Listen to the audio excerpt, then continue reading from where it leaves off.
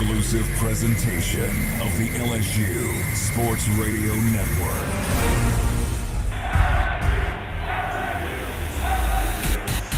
This is LSU. This is the place in college baseball. First pitch, he drives down the line in right field. Stay fair, and it is back-to-back jacks. 2-2 pitch, called strike three on the outer black. Drive home safely. Tigers win. They walk it off in the bottom of the ninth inning. LSU Fighting Tiger Baseball is on the air. Play ball. This is exciting live coverage of LSU Fighting Tiger Baseball on the LSU Sports Radio Network, powered by People's Health. Called strike three, struck him out. Brought to you by Cox, the official communications provider of LSU Athletics. McDonald's, official sponsor of the LSU Tigers. Our Lady of the Lake, official healthcare provider of LSU Athletics. Albertsons, the official grocery partner of LSU Athletics. Hancock Whitney, the official bank of the LSU Tigers. Louisiana Blue, official health insurance provider of LSU Athletics. And by Coca-Cola, official beverage partner of the LSU Tigers. The Powerhouse. 3-1 to Bear. Launched in the air to right field. Giving it a look. Ty Evans will just watch it go. This is LSU Fighting Tiger Baseball on the LSU Sports Radio Network. Powered by People's Health.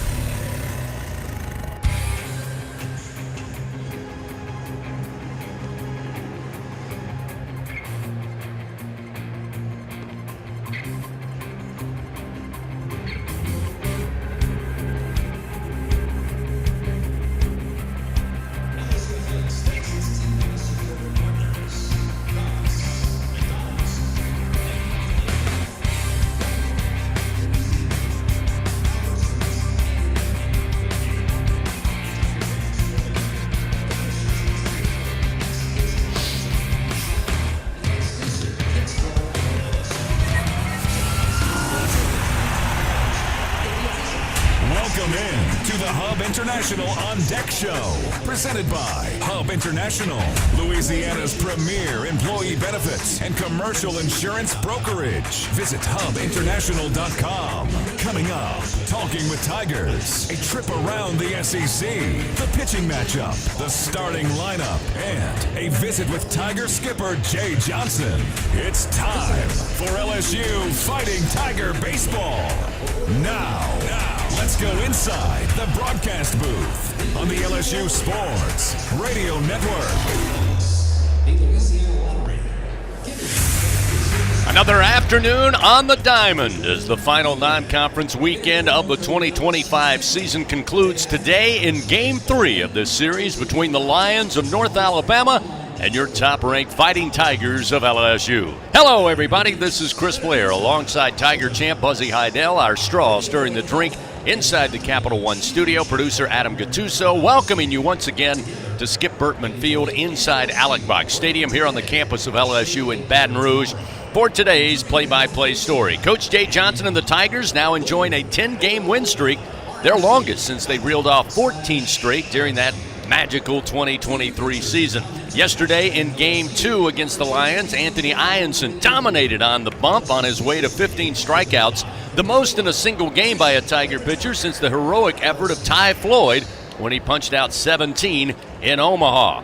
The Tigers also displayed their vast array of offensive weapons. They had a Jarrett Jones 2-run homer, Ethan Fry with a home run. There were 3 doubles and a suicide squeeze, leading to a 6-2 win over North Alabama to take the series. Today, LSU goes for another clean sweep on the season, and they'll look to sophomore right-hander Chase Shores to set the tone on the mound, while the Lions will counter with senior right-hander Anthony Pinchton. So find your favorite chair, grab your favorite beverage, and join us for Game 3 this Sunday afternoon from the box. It's North Alabama, it's LSU, and it's coming up next on the LSU Sports Radio Network.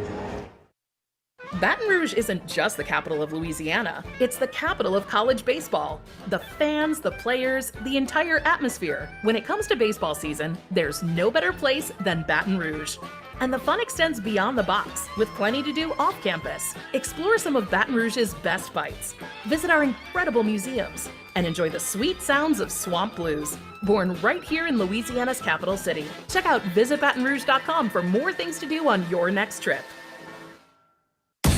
Hey, Tiger fans 12 and younger, don't miss your chance to be a part of Mike's Kids Club. Presented by Shell, the exclusive kids club of LSU Athletics. Join Mike's Kids Club for only $25. Get the official Mike's Kids Club t-shirt, free admission to select LSU athletic events, and much, much more.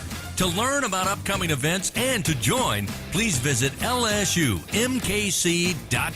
The Mike's Kids Club, presented by Shell. Winning isn't everything. Wait, excuse me, read that wrong. Winning is everything. Hancock Whitney Bank is supporting today's action because we love to see people win. And we're supporting you with knowledge and support because we want to see you win too. Your business, your goals, your hopes, and your dreams. The right bank makes all the difference. How can we help you win? Visit HancockWhitney.com to find out. Hancock Whitney Bank, member FDIC. Back with more on the Hub International On Deck Show. Time now to talk with Tigers. Presented by your local Southern Quality Ford dealers on the LSU Sports Radio Network. We're back here at Alex Box Stadium, Skip Bertman Field, Game 3 of the series between LSU and North Alabama. Time for Talking with Tigers. We're joined by LSU sophomore left-hander Kade Anderson, the winning pitcher back on Friday night. And Kade, I know you hold yourself to a very high standard. You threw a career-high 6 innings back on Friday in the win with 11 strikeouts. Just your thoughts on your performance. Yeah, I thought that the catcher was doing a good job of continuing to work with the strike zone. I thought he grabbed a few balls that kind of made him 2 strikes. And props to Coach Jesse for calling the right pitch on the right time. And also just the team giving me stress-free runs early, kind of just let me get into a groove and continue to kind of bounce back after every inning, and just it worked out in our favor. No, your answer. Chris, do you have the Jay Johnson interview? It's not just about the pitcher. It's the catcher. It's the pitching coach. It's the defense. You guys all seem to be in sync. Yeah, I think this year we're really just like a complete team, and I think that it's crazy that when you look at the magic moments from every win this year, I'm not sure if anyone's got it twice. Yeah, that's a great which point. Is just a reflection on how deep our team is, and just at every moment some guy is willing to step up and kind of take the lead in this thing. Absolutely. And then, of course, beside yourself, Maverick Rizzi finished up the game Friday. Yesterday, Ianson and Cowan were brilliant. Just your thoughts on what you saw from those guys. Yeah, man, they're fun to watch. Just the continued battle they have just to go out every inning and put up zeros. It just shows a reflection of what they've done really all their life. Just they're really consistent, just continue to work. And I think that after the outing, they probably were still looking at what we can do to get better. So just a overall reflection of kind of the personality and really good people. Speaking of really good people, Chase Shore's on the mound today. Of course, Chase has battled back, worked so hard to be healthy again. He's looked strong so far.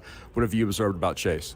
Yeah, we went through the same thing at one point in our lives, and so I think that it's a tough prospect, but I think he took it the right way and kind of made himself overall like a better pitcher. And he took that time off to really find out truly about his body and how it works, and it's really paid off. And he's looking to go out there and have another really good outing. He's been really consistent, and I think that's all you can ask for in a pitcher. All right, Kade, again, congrats on the win Friday, and looking forward to seeing you pitch throughout the season. Yes, sir. I appreciate it. Kade Anderson with us. Tigers getting set to face North Alabama here at the box. A lot more to come after this on the LSU Sports Radio Network. You're invited to a Louisiana Saturday night with award-winning multi-platinum singer-songwriter and LSU graduate Jordan Davis. Saturday, May 3rd, on the field inside legendary Tiger Stadium for the 2nd annual Bayou Traditions Gala. Don't miss this special Louisiana Saturday night. Enjoy delicious Louisiana cuisine, exciting live auction items, LSU coaches and student athletes, and much more. It's a night of celebration to support our student athletes. Get your table now at lsutaf.org/events. The Southeastern Conference, It's the land of legends, the places, the faces, and moments. And he's going for it. It's a touchdown! We've seen the confetti fall again and again. We're not done. It's time for the next generation to make their mark and go from 14 deep to 16 strong. It's a whole new ball game in the SEC, and it just means more.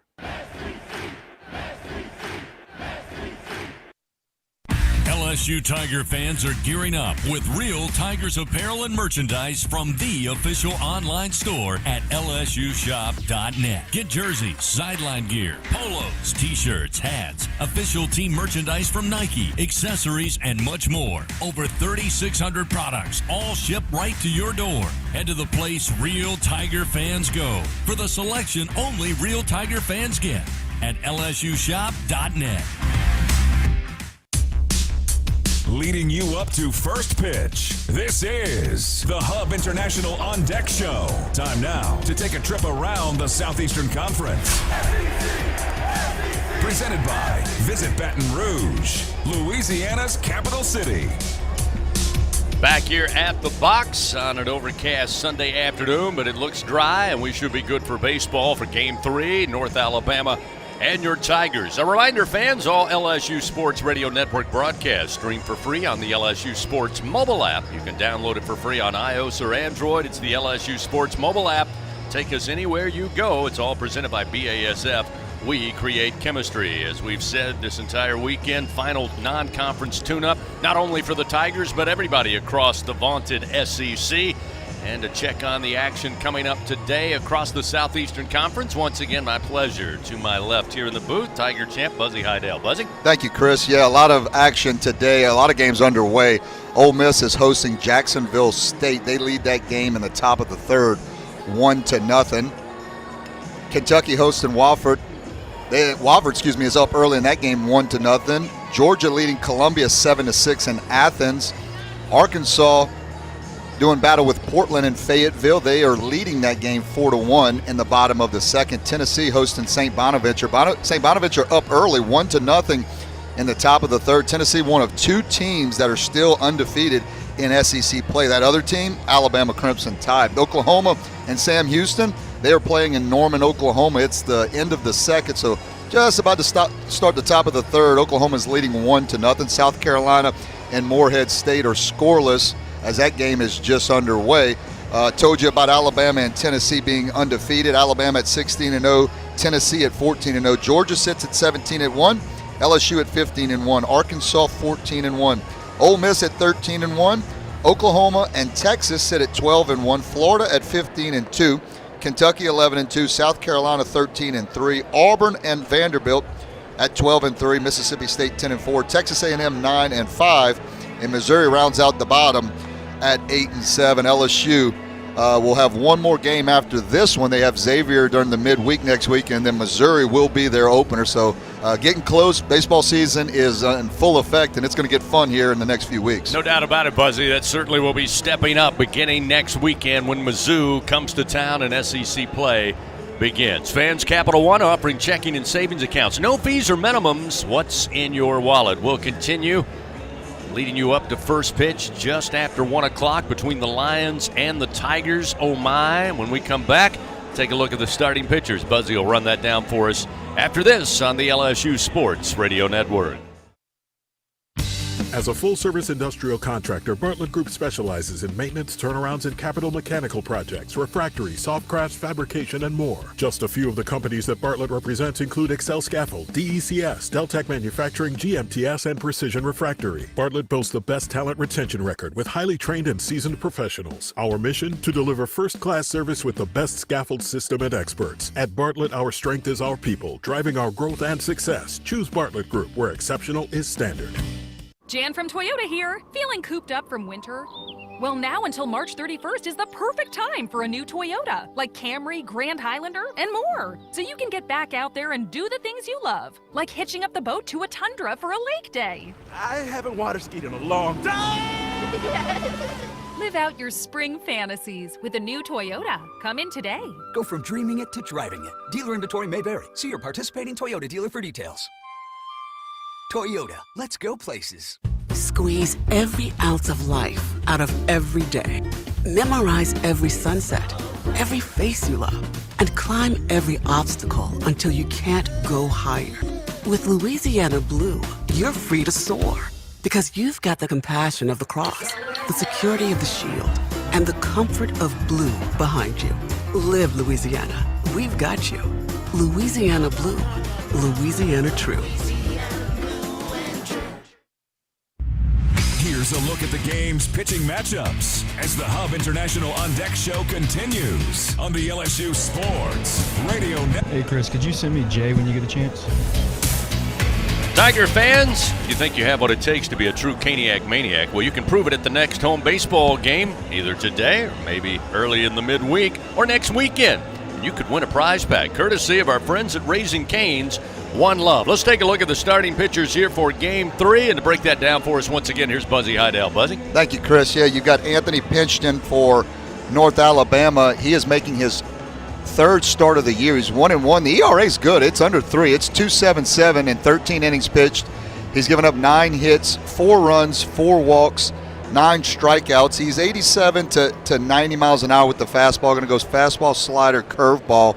And what LSU has to do is do a lot what they did in that Friday game against North Alabama. I thought they were patient. They got pitches to hit. They didn't chase out of the zone. They got themselves in a good hitter's count. And, of course, hitting 6 home runs that never hurts. And so just stay aggressive in the zone. When Pinchton makes a mistake, be ready to hit it. It's wind blowing from left to right. Should benefit lefties today, but should be a good offensive day nonetheless. Then you got Chase Shores for LSU making his 4th start of the year. He's 3-0 with an even 3 ERA, 15 innings, 5 runs, 5 walks, 18 strikeouts. His last start against Sam Houston, he had the 5 innings pitched. He did give up 4 runs, 3 walks, and 5 strikeouts. And Chase Shores arguably has maybe the most talent on this LSU team. I mean, he's got an electric fastball. He's got an electric everything, but 95 to 99 with the fastball. He's going to have a slider, a changeup.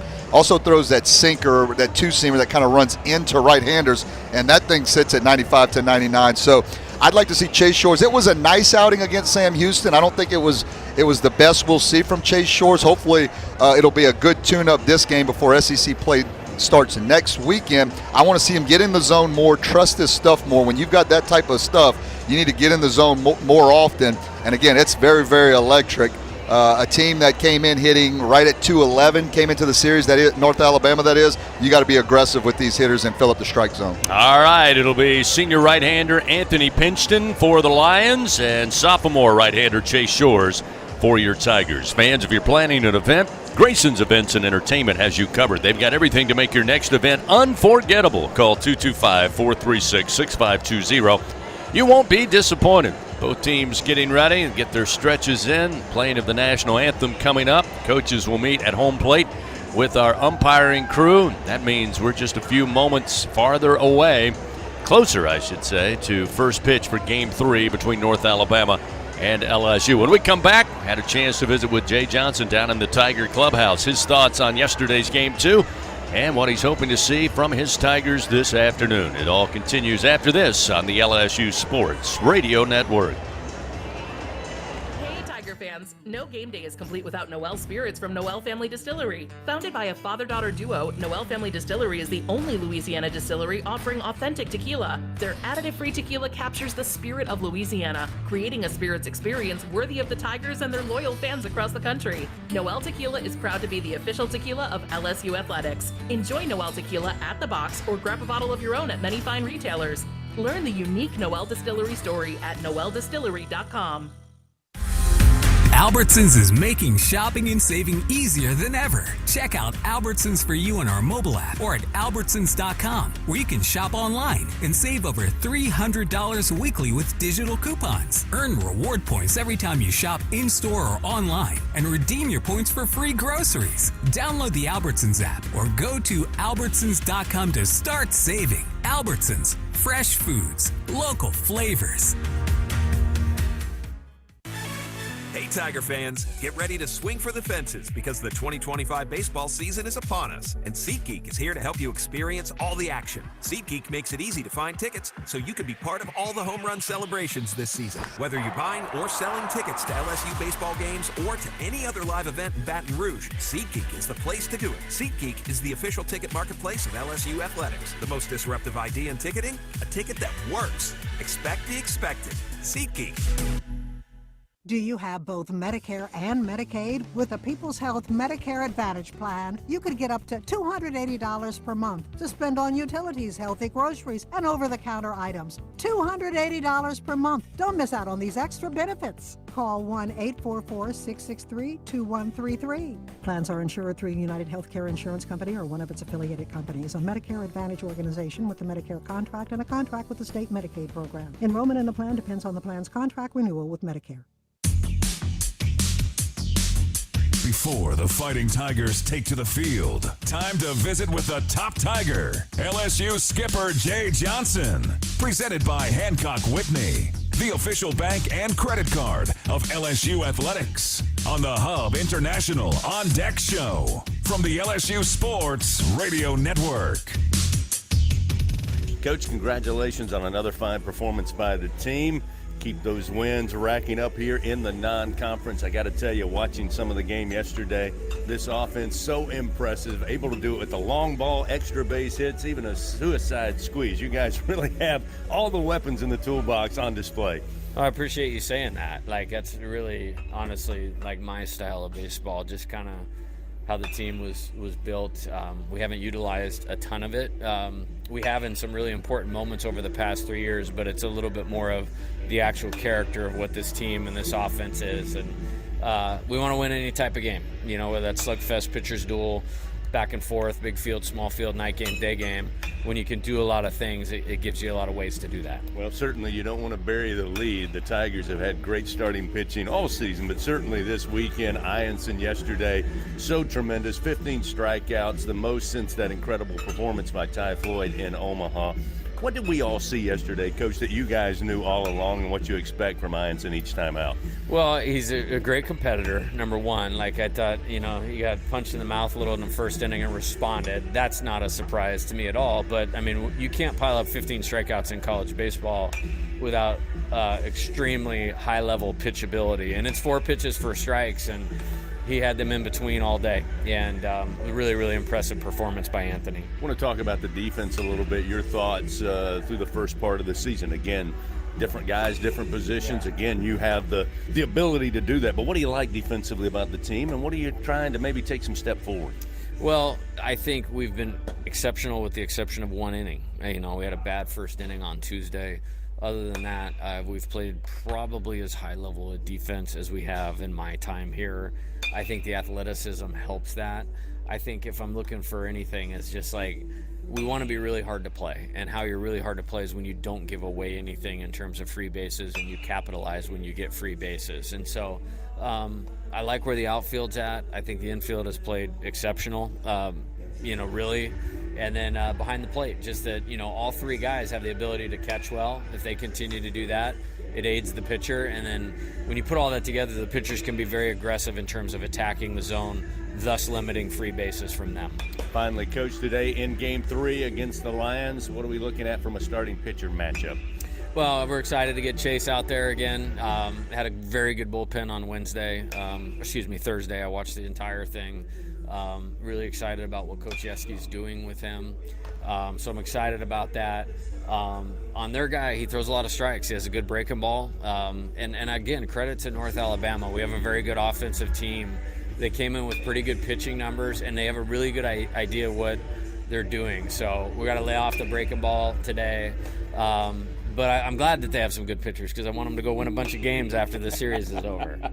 No doubt about it, Coach. Well, the weather is here today. Should be a great day for baseball. Best of luck. Get after them. Awesome. Thanks, Chris. Head Coach Jay Johnson, everybody. We'll take a timeout. We come back to starting lineups, and then it's first pitch, Game 3, the Lions of North Alabama and your Tigers here on the LSU Sports Radio Network. Tiger fans, this is Eddie Kennison, former LSU football wide receiver. If you know me, you know I'm all about making big plays. Tigers win! Tigers win! That's why I joined the team at LSU Sports Properties. Our goal here is to help businesses make big plays both on and off the field. If you want to give your brand that competitive edge and be a part of the biggest stage in college sports, give the corporate sponsorship team at LSU Athletics a call. Your brand, our fans. Utilize the power of LSU Athletics to promote your business and sponsor LSU Athletics today. Call 225-578-2788. Go Tigers. The Southeastern Conference. It's the land of legends, the places, the faces, and moments. And he's going for it. It's a touchdown! We've seen the confetti fall again and again. But we're not done. It's time for the next generation to make their mark and go from 14 deep to 16 strong. It's a whole new ball game in the SEC, and it just means more.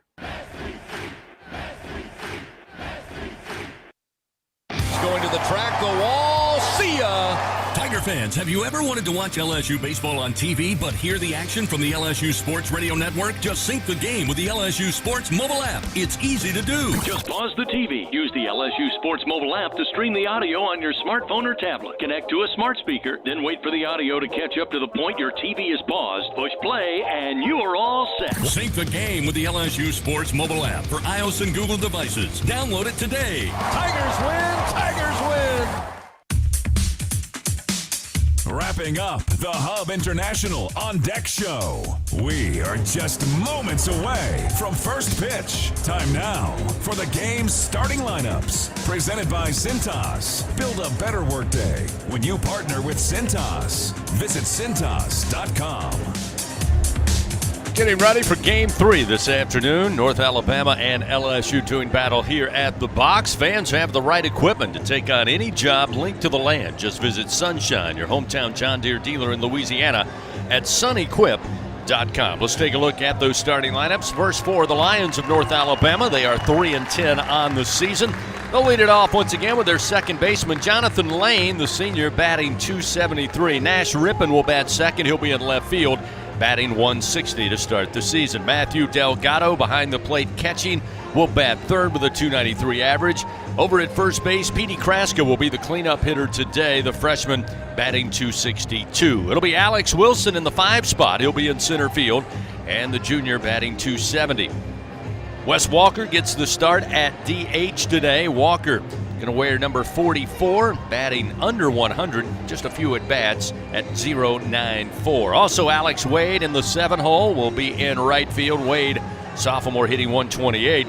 Riker Billingsley gets the start today. He'll be at third base for the Lions, batting .231 as a junior. And Leighton Jenkins, the shortstop, will round out the order. He'll bat ninth with a .125 average. Again, Anthony Pinchton, the right-handed pitcher, will be on the mound, the senior, for the Lions. Now for your Fighting Tigers of LSU, winners of 10 straight, now 15-1 on the season. Derek Curiel will lead it off. He'll be the DH today. The freshman batting a whopping .429. Jared Jones once again in the 2 hole. He'll play first base. The junior batting .424. Daniel Dickinson at second base will bat third with a .377 average. Josh Pearson in the field today. In left, he'll bat cleanup. The senior hitting .312 with 11 runs batted in, 1 home run, and 5 doubles so far this season. Stephen Milam, the shortstop, will bat fifth. The sophomore hitting .390.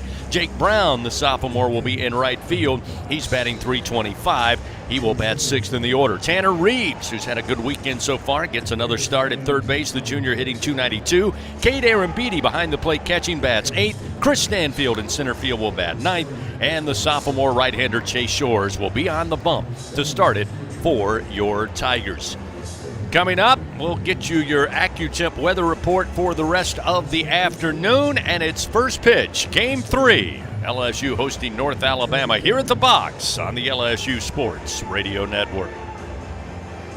When it's miserable outside, you will be comfortable inside with an energy-efficient Trane air conditioning and heating system found at TraneSouth.com. Trane's a proud partner of LSU Athletics. Trust Trane to lower your utility bills and save you money. It's hard to stop a Trane, but it's easy to afford one. At TraneSouth.com, find rebates, tax credits, special financing, and a reliable Trane dealer, subject to credit approval. Visit TraneSouth.com for details.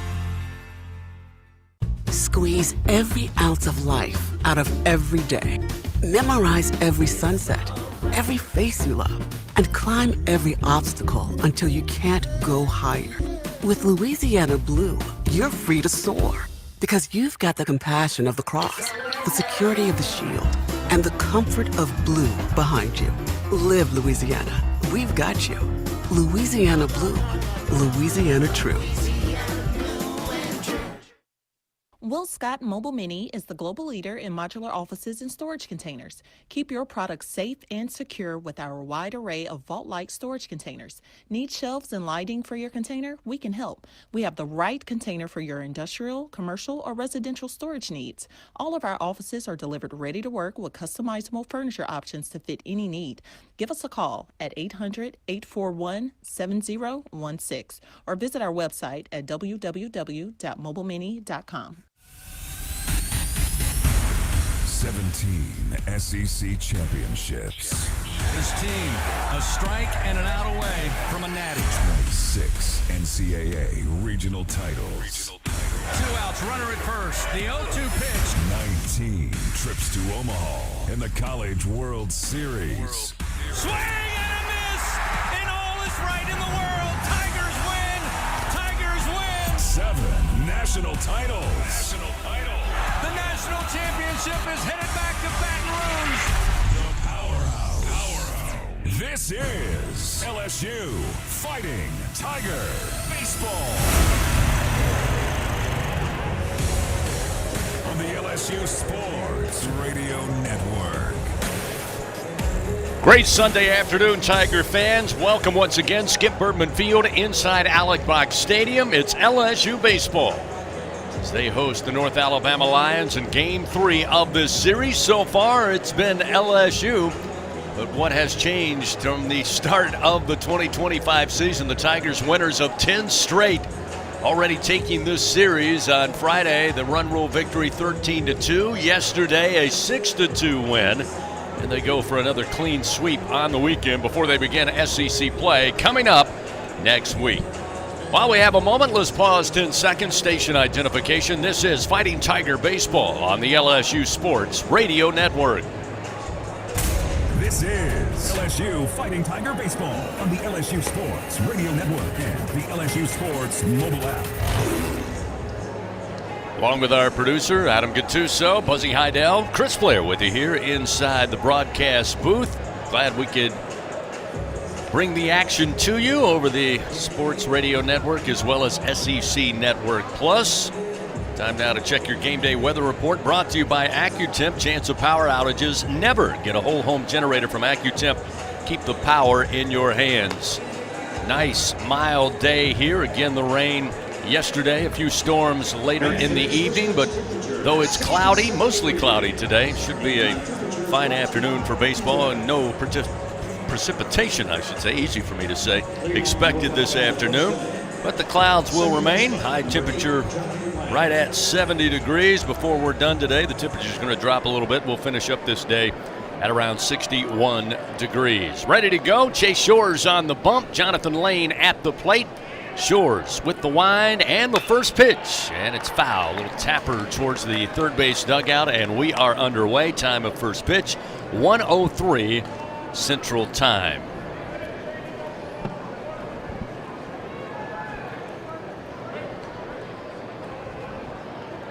Lane again, right-handed hitter. And another swing, and this one a spiking ground ball foul, again to the third base dugout. So far, Lane this weekend 1 for 7 at the plate, batting .143 against Tiger pitching. Sits back in the box, trying to get a good look at Chase Shores, the tall right-hander. Ahead in the count, the 0-2 pitch. Slider misses away, and it's 1 ball and 2 strikes. Buzzy, how do you see the recipe for success today? I know you kind of mentioned it earlier before first pitch. Kind of keep on keeping on LSU in this 10-game win streak. Formula and recipe for success. There's a swing and a miss. That will help. Chase Shores with a punch out to get the game started. 1 down here in the top of the first inning. That recipe for success brought to you by BRQ Seafood and Barbecue, official catering service of LSU Athletics. Yeah, well, it's getting off to a good start, and that helps striking out Lane, one of their better hitters on this Lion team. And you said it you talked about it in the interview with Coach Johnson about playing good defense. I think that's something that's overlooked a lot of times in baseball. You catch the ball behind your pitcher, you're going to have a chance to win a lot of games if you don't make errors. First delivery to Rippon, the left-hander, up in on the hands, missing for ball one, and it's 1-0. So far on the weekend, Rippon 0 for 6, has scored a run. The swing and miss at this fastball at 95, thrown up there by Shores, evens the count 1-1.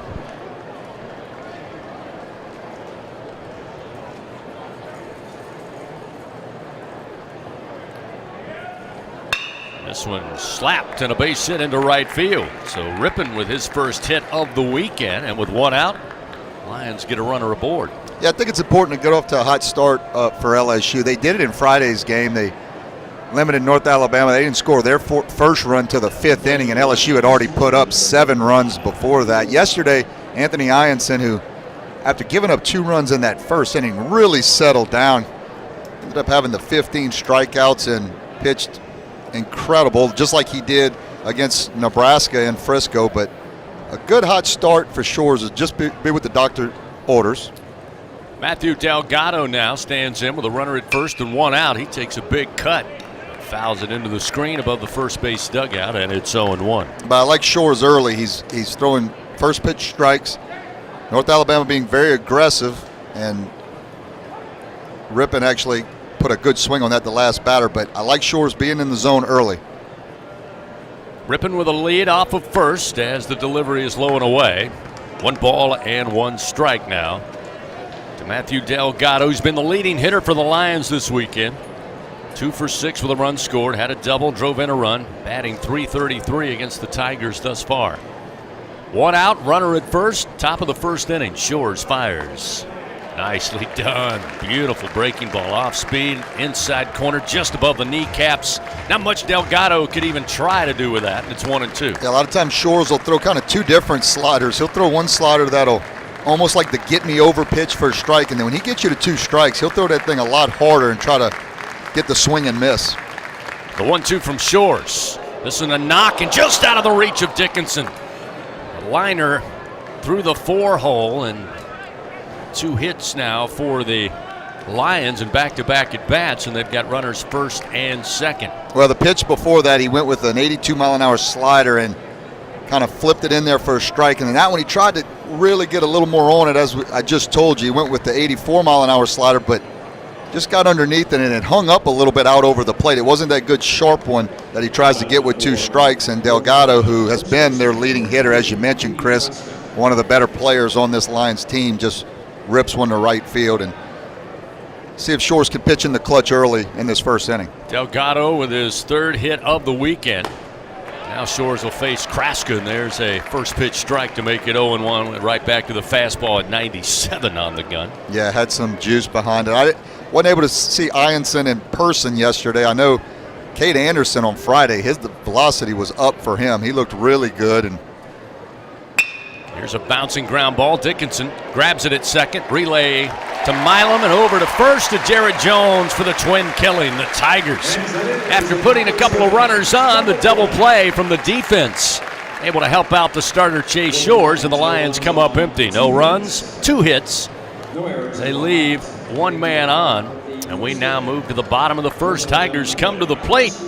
Curiel, Jones, and Dickinson when we continue. This is Fighting Tiger Baseball.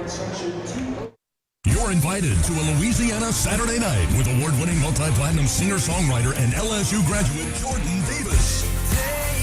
Saturday, May 3rd, on the field inside legendary Tiger Stadium for the 2nd annual Bayou Traditions Gala. Don't miss this special Louisiana Saturday night. Enjoy delicious Louisiana cuisine, exciting live auction items, LSU coaches and student-athletes, and much more. It's a night of celebration to support our student-athletes. Get your table now at lsutaf.org/events. The Southeastern Conference. It's the land of legends, the places, the faces, and moments. And he's going for it. It's a touchdown! We've seen the confetti fall again and again. But we're not done. It's time for the next generation to make their mark and go from 14 deep to 16 strong. It's a whole new ball game in the SEC, and it just means more. And here's Heather with the weather. Well, it's beautiful out there, sunny and 75, almost a little chilly in the shade. Now, let's get a read on the inside of your car. It is hot. You've only been parked a short time and it's already 99 degrees in there. Let's not leave children in the back seat while running errands. It only takes a few minutes for their body temperatures to rise, and that could be fatal. Cars get hot, fast, and can be deadly. Never leave a child in a car. A message from NHTSA and the Ad Council. This is LSU Fighting Tiger Baseball on the LSU Sports Radio Network. Bottom of the first inning, LSU comes to the plate for the first time this afternoon. Curiel, Jones, and Dickinson will lead it off. Fans, Our Lady of the Lake, proud to be LSU's championship health partner. Together, LSU and Our Lady of the Lake, champions for Louisiana. Together we roar. Learn more at olrmc.com/LSU. A good start for LSU. Chase Shore's fans the first batter he faces. Gives up 2 hits. But, Buzzy, if you listen to Coach Jay Johnson, and you mentioned it a moment ago, he really emphasized what he's been impressed about with his team, and that's been solid defense. In fact, he's talked about the infield and the outfield being exceptional up to this point. And he said, hey, that allows our pitchers to go out there, be aggressive with the strike zone, because they can rely on what's behind them. And we saw it just there. After giving up the 2 hits, the defense comes up with the double play to get the Tigers back in the dugout and get them to the plate. It'll be Derek Curiel to lead it off, and the first pitch from Pinchton is fouled back into the screen, and it's 0-1. Well, defense is a thing, too. You feel like you can bring that every day. I mean, at times your hitting will go into little slumps. Maybe your pitchers, here and there won't have their best stuff, but you just feel like you can play good defense. That should be something that you can bring to the ballpark every day, and that was a heck of a double play in that first inning. This pitch inside just misses the kneecaps of Curiel, and it's 1-1.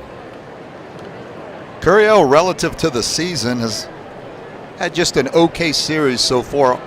Only 2 hits. He's 2 for 7, hitting .286 against North Alabama. The 1-1 from Pinchton, off speed but upstairs, missing for ball 2, 2-1. But I like him in the leadoff spot. I've mentioned this a lot. He takes a lot of pitches. He's got a mature approach. He doesn't really look like a freshman up there. And even when he gets out, he always seems to have those quality at bats. He's always a difficult out. 2-1, missed above the letters. Now a hitter's count for Curiel. Dangerous spot there if you're Pinchton. Because Curiel, as we said, batting .429, off to an incredible start. Does not look like a true freshman in the field or certainly in the batter's box. Here's the 3-1. Good take, missed outside. Pinchton going to give up the leadoff walk. The Tigers get the leadoff man aboard here in the bottom of the first inning. Again, coming into this game, Pinchton had 4 walks in 13 innings. He got the loss last weekend on Sunday against UAB. He threw 6 innings, gave up 2 walks, 2 strikeouts. So his first walk of the game here, and that's one thing Jay Johnson's offensive they do. They draw walks, they get on base. That's kind of part of Jay Johnson's theory. Now we'll see Jared Jones. Jones with a 2-run bomb yesterday, and that 6-2 win, his 5th home run of the year. Also added another double. He's got 8 doubles on the season, batting .424.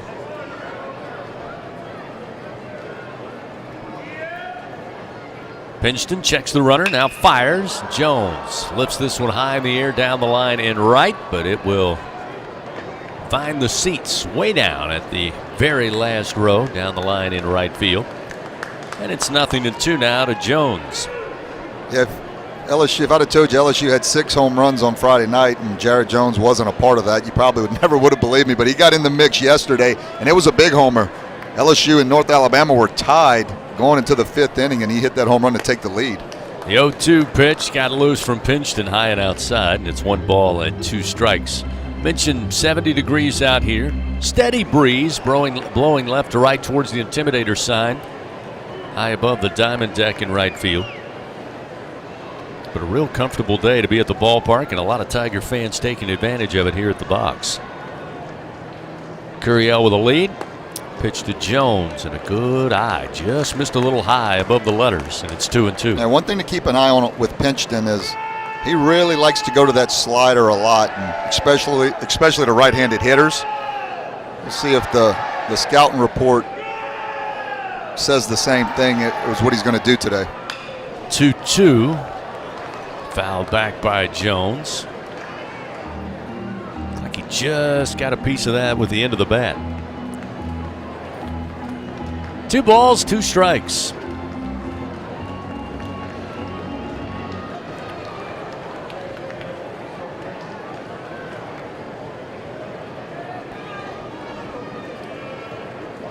Gurriel again with a lead off first. The 2-2 pitch. Big swing high in the air to right field. Alex Wade giving chase to the track, to the wall, and this one is going to carry on out of here.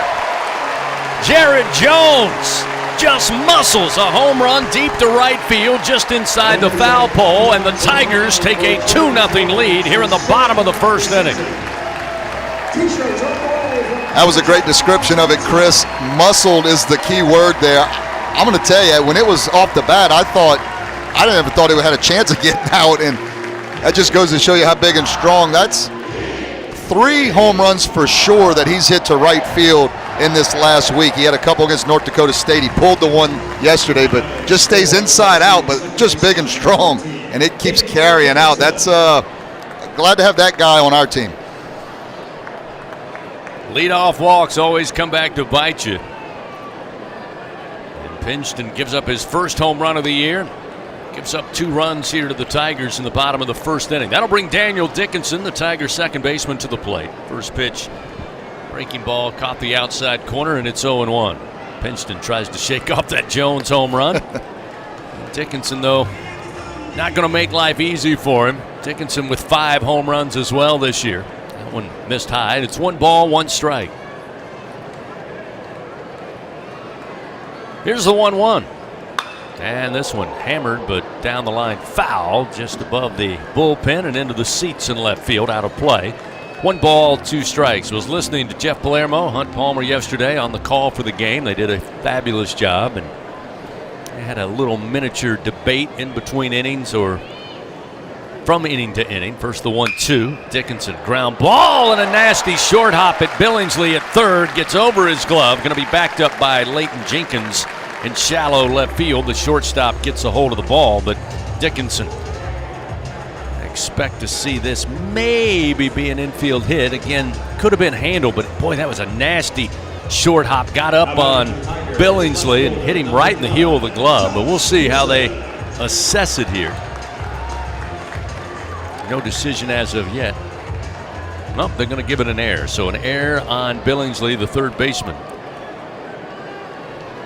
Does allow Dickinson to arrive. Still nobody out here in the bottom of the first inning. And we'll see Josh Pearson.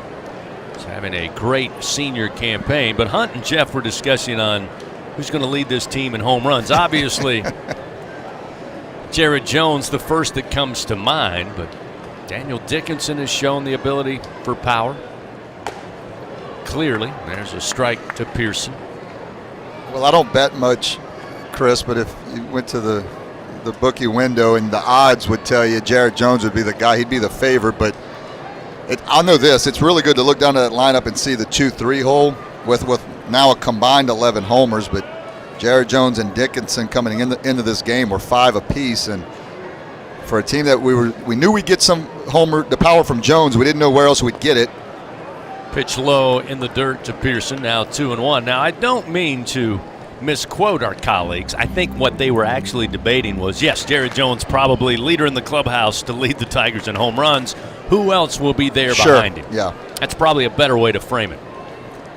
Runner at first, nobody out. The pitch to Pearson. A nice delivery there by Pinchton on the inside corner to even the count 2-2. Well, Dickinson has certainly been a guy that showed that he's got the power early, and then we know about Luis Hernandez, who is not getting the start today, but he had 23 homers last year at Indiana State, and a guy that has some power in that bat. 2-2. Pearson skies this one, but it gets out of play down the right field line. Count remains 2-2. I'm going to go with my Cinderella candidate, again, to be right there in the thick of the race. I think Stephen Milam.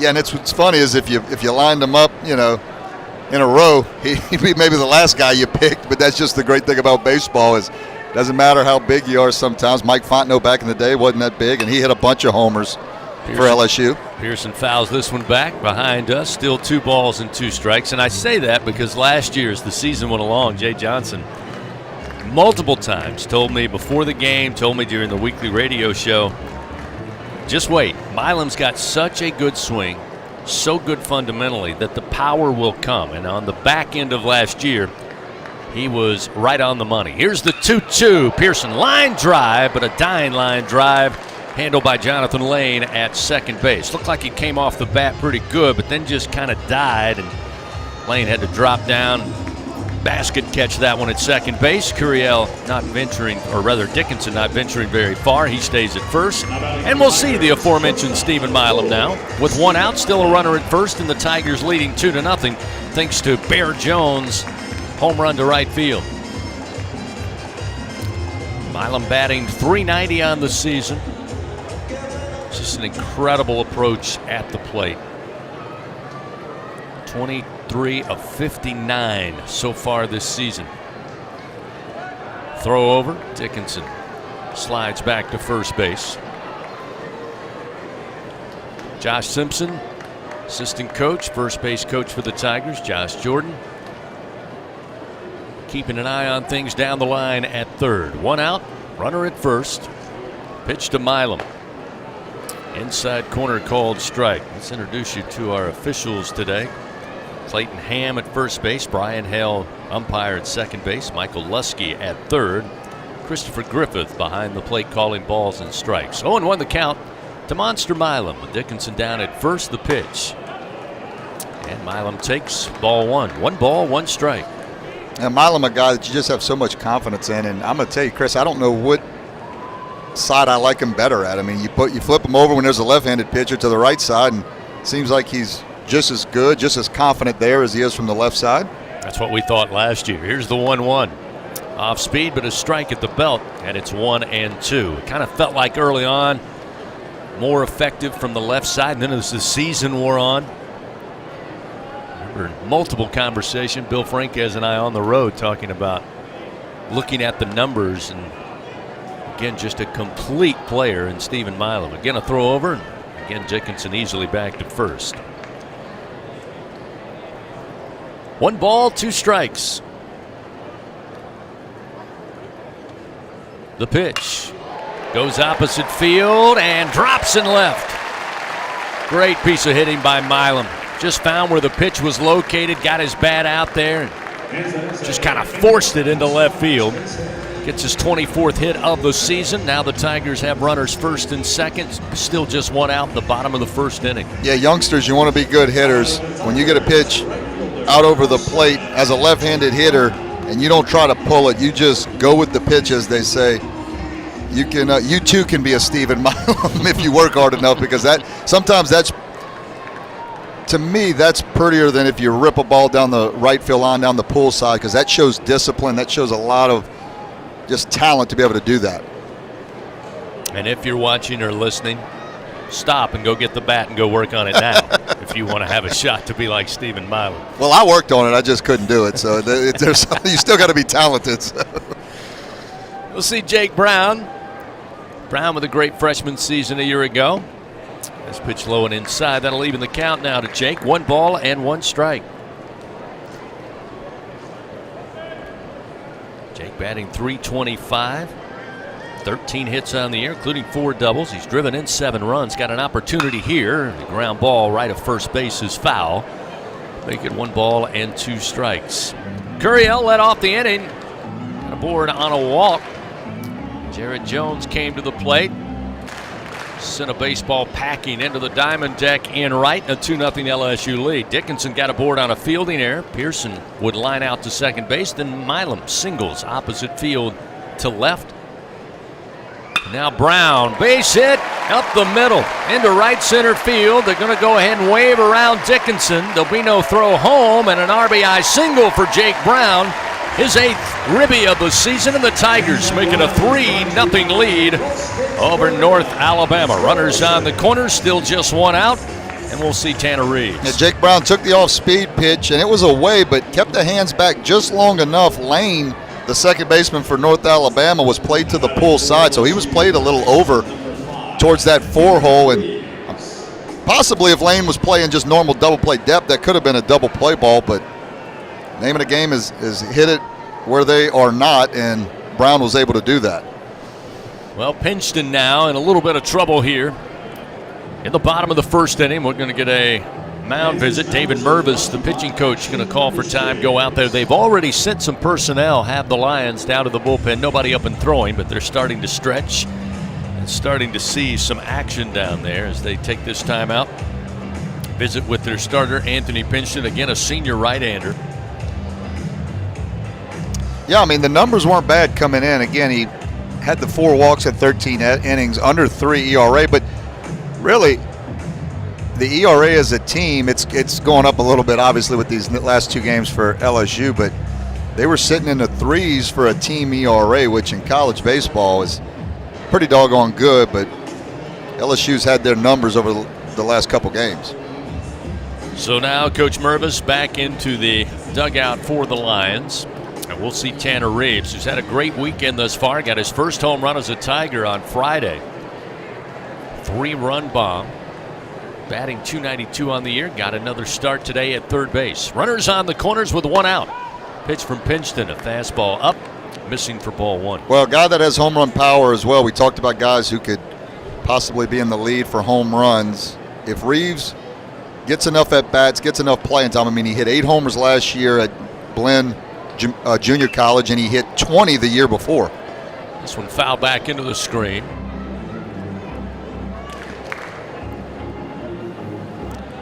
Yeah, good battle at third base. We know what Michael Braswell can do. We saw it last year, and Reeves probably brings a little more power to the table. They both play really good defense from what I've seen early in this season. 1-1. It's a strike on the inside corner. Get Pinchton ahead 1-2. You mentioned his time at Blinn Community College. And I know these numbers certainly got the attention of Jay Johnson. A .398 average over 2 years with 28 home runs and 142 runs batted in. Oh, yeah. Again, runners first and third, 1 out, the 1-2. Runner goes down to second. Throw is going that way, and out at second base will be Brown. The throw left of second, but a nice job by the shortstop Jenkins bring it across to apply the tag. But coming in to score from third will be Milam. So that will increase the lead for the Tigers. Again, they were willing to give up the run to get the out. It was a good throw down by Delgado as far as timing. As I mentioned, it was a little left of second base, but a great job by Jenkins recovering, bringing it over and applying the tag. So with the bases empty now, there's a swing.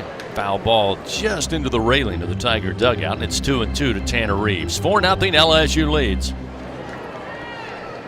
Again, I joked with Coach Johnson before today's game. I said, Jay, yesterday you guys use everything. Extra base hits, home runs, suicide squeeze. There's the swing.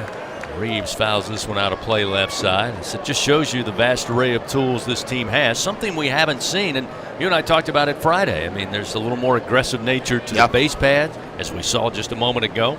LSU happy to take a run for an out at second base. And the 2-2, swing and a miss. Pinchton able to get Reeves to chase upstairs for the third out of the inning. But the Tigers put 4 on the board. 4 runs on 3 hits, 1 error by the Lions after 1 at the box. 4-0 LSU leads. Lions come to the plate, top of the second. When we continue, this is Fighting Tiger Baseball.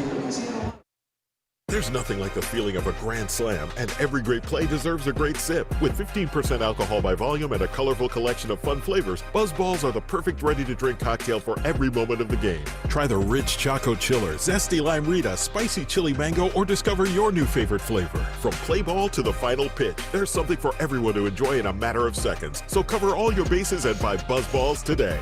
Buzz Balls is a proud sponsor of LSU Athletics. Must be 21 plus. Please enjoy Buzz Balls responsibly. Buzz Balls, Carrollton, Texas.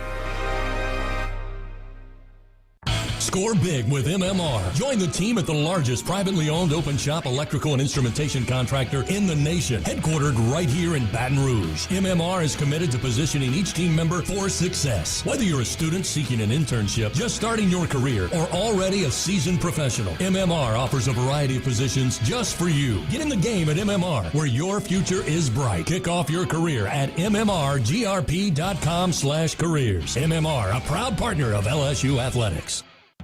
Southern Air Heating, Cooling, and Plumbing, your trusted experts for all your home service needs. With over 35 years of dedicated service, we prioritize your comfort and satisfaction. As an official partner of LSU Athletics, we bring our expertise to every game. From installations to repairs, our team delivers honest pricing with no surprises. Call us today at 225-777-8888 and experience the difference with Southern Air Heating, Cooling, and Plumbing. Go Tigers! Back to the action of LSU Fighting Tiger Baseball from the LSU Sports Radio Network.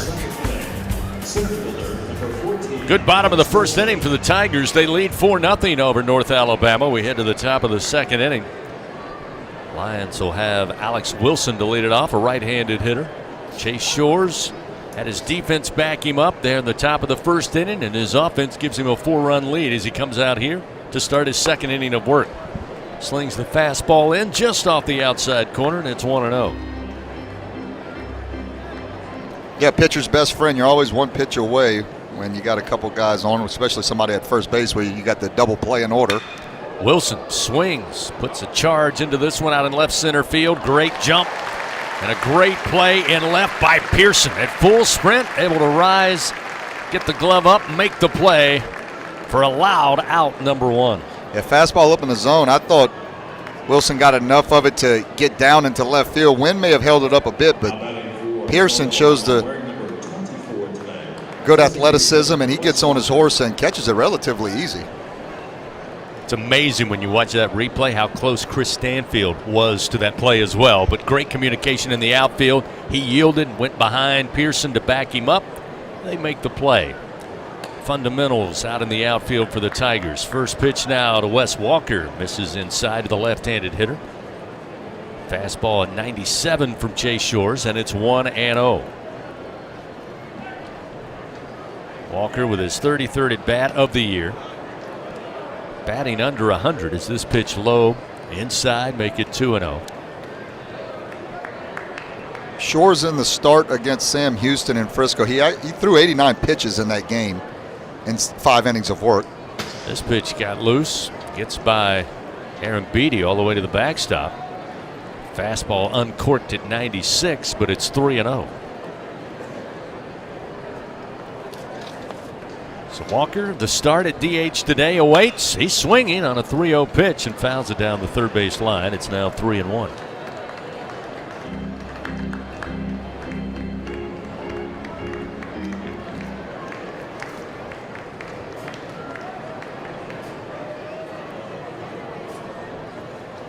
(3-1) on its way. Misses low. Again, steady diet of fastballs, but just unable to find the strike zone there was Chase Shores, and Walker with a 1-out walk.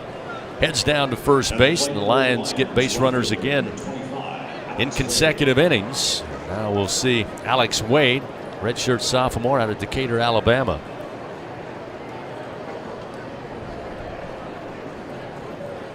Wade batting 167 this weekend, 1 for 6 at the plate.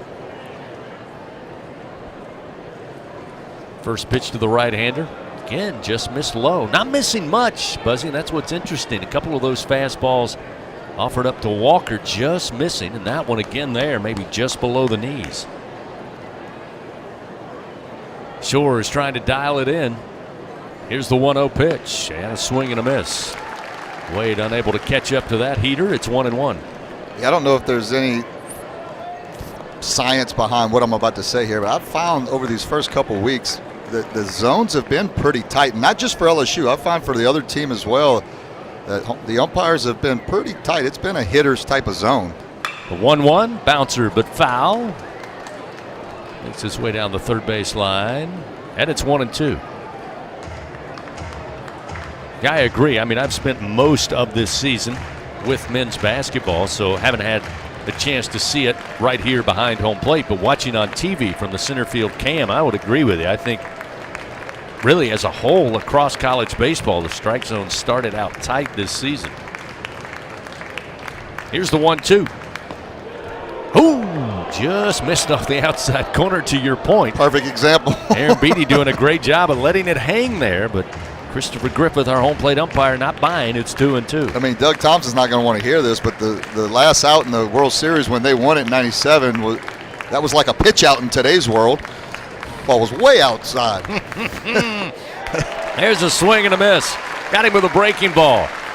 Kind of a half-hearted swing there. I'm not sure Wade was fully committed, but Chase Shores will take the punch out. That's his second of the day, and there's 2 gone in the top of the second inning. Are you really saying? I got to go back and watch this video. Oh, it's a famous video that's been showed out. You'll see it. It's out there a lot. But I've seen it, but you'll go on record. It's a pitch out. Well, it's down low for sure, and it may have even been off the plate a little bit. I mean, that pitch by Shores was way better. Billingsley stands in and fouls it back into the screen. It's 0-1. Now, with that being said, as a hitter in today's world, with everybody throwing 98 miles an hour, you probably want the tight zone. Back then, everybody had a bat, the -5s, and there was homers being hit all over the place. Maybe the zone needed to be a little bigger. You adjust with the times, I guess, Chris. Billingsley behind in the count, 0-1. Runner at first and a swing. A little pop fly. Looks like Milam between second and third. Settles under it and squeezes it for out number 3. No runs, no hits. Lions leave one man on. They trail 4-0 to your Tigers. LSU coming to the plate. Aaron Beatty, Stanfield, and Curiel top of the order. When we return, this is Fighting Tiger Baseball. Tiger fans, this is Eddie Kennison, former LSU football wide receiver. If you know me, you know I'm all about making big plays. Tigers win! Tigers win! That's why I joined the team at LSU Sports Properties. Our goal here is to help businesses make big plays both on and off the field. If you want to give your brand that competitive edge and be a part of the biggest stage in college sports, give the corporate sponsorship team at LSU Athletics a call. Your brand, our fans. Utilize the power of LSU Athletics to promote your business and sponsor LSU Athletics today. Call 225-578-2788. Go Tigers. The Southeastern Conference. It's the land of legends, the places, the faces, and moments. And he's going for it. It's a touchdown! We've seen the confetti fall again and again. But we're not done. It's time for the next generation to make their mark and go from 14 deep to 16 strong. It's a whole new ball game in the SEC, and it just means more.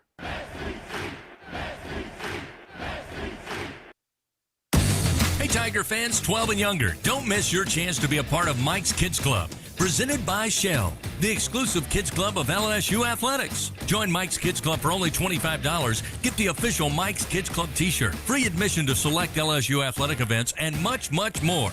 To learn about upcoming events and to join, please visit lsumkc.com. The Mike's Kids Club, presented by Shell.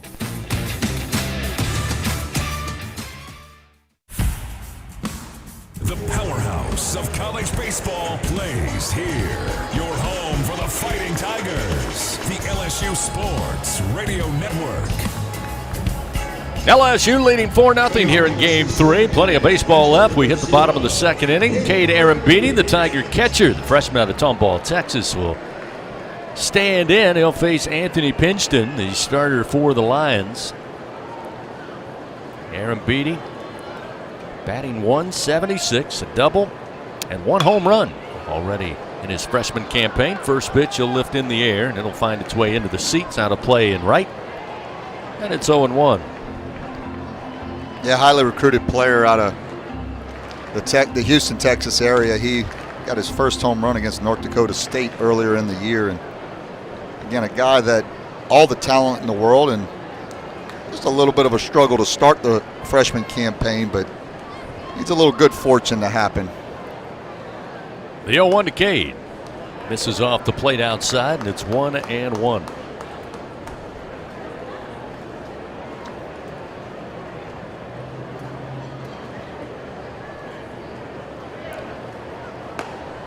This one from Pinchton misses away and low. 2 balls and 1 strike.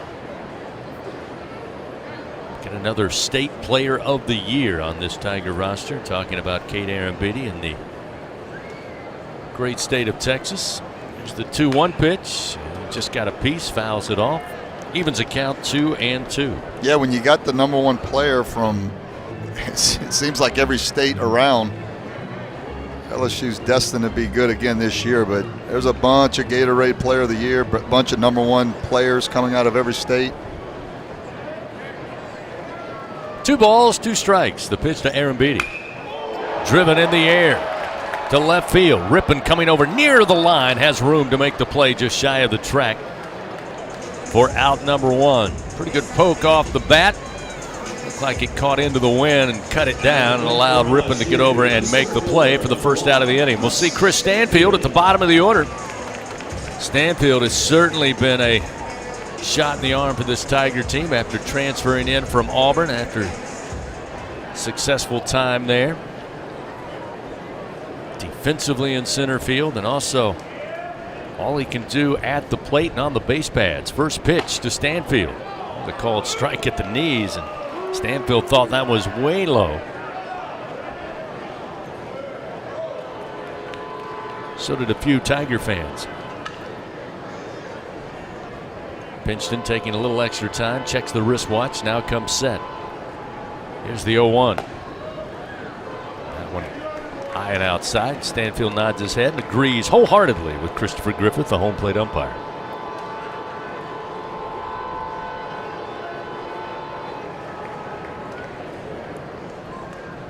The 1-1. Swing and a miss. Stanfield put everything he had into the swing, but just couldn't find the ball. It's 1-2. Now Stanfield hit 280 in the 23 season at Auburn. He hit 276 last year at Auburn. 1-2 pitch and a swing and a miss. That time slowed it down, got the breaking ball, and Stanfield just swings over the top. Pinchton records his first, or rather second strikeout. Now we'll see Curiel, the top of the order now for the Tigers. Aboard on a walk, came in to score on that Jared Jones 2-run homer to get the Tigers on the board. In the distance, got the 141 special rolling by. There's a strike to Curiel to set him up 0-1.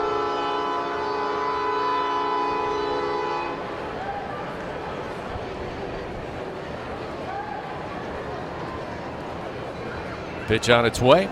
There's a strike on the inside corner. Fastball from Pinchton gets him ahead 0-2. Yeah, the shift on for the Lions. Got the shortstop Jenkins almost, well, he's on the right side of second base. The 0-1 down in the dirt, gets away from Delgado. Moves the count 1 ball, 2 strikes.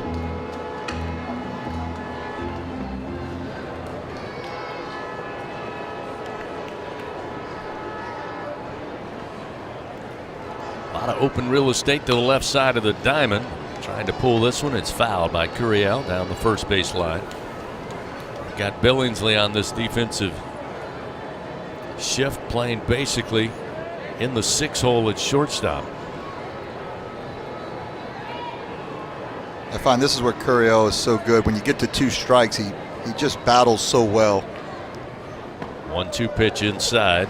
Evens a count 2-2. And again, he not necessarily always has to get the hit, but if he gets to 0-2, he just makes that pitcher work. Fouls off pitches, takes a good pitch. There's always a quality at bat. Not looking for Curiel to do this, but a good bunt, and he might double. This pitch misses outside to fill it up 3-2. A little bit of moisture, maybe. Yeah, no kidding. On the grass. All the room in the world over that third base side. I may be able to hustle out a single if I laid one down. Here's a payoff pitch and a swing, late swing, but he gets a piece to stay alive. Still 3-2. Fans scratch-made dishes, wall-to-wall TVs, craft beers, and cocktails.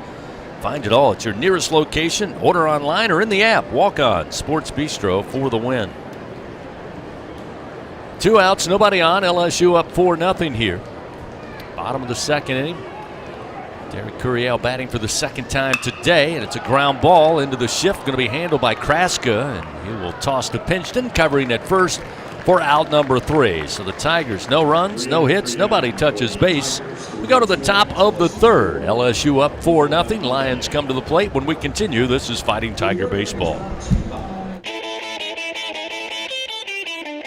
Rock to the beat with these chart toppers from the Louisiana Lottery. It's a smash hit. Play Hit $100, hitting it big with $100 prizes. The chart leaders keep coming. Scratch big, win bigger. Play Loaded $200, fully loaded with $200 prizes. And climbing the charts, it's $1,000 stacked high with $1,000 prizes. Play the biggest hits now at any lottery retailer. Must be at least 21 to purchase.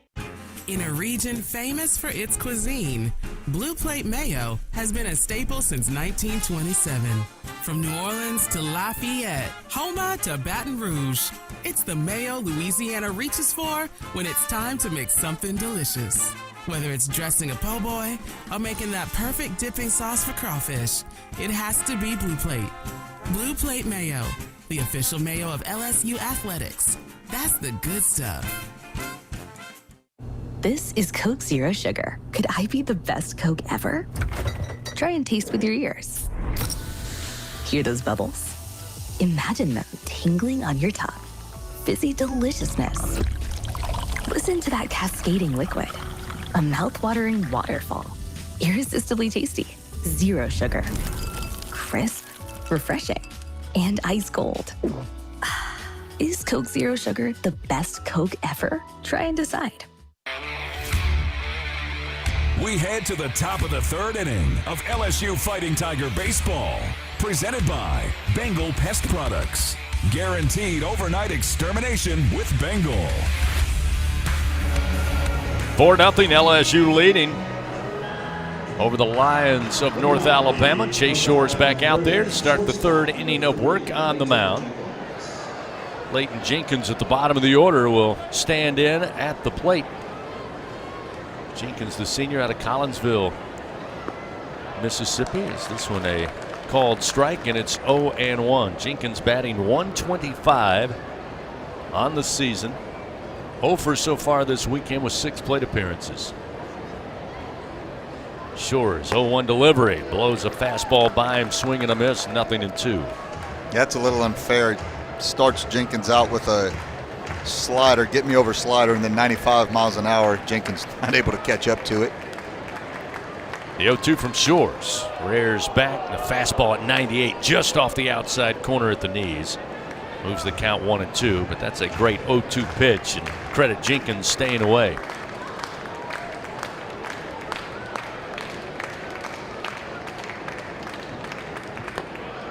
Outside, evens the count, 2 balls, 2 strikes. Tigers have Xavier in the midweek, then Missouri coming in to start SEC play next Friday.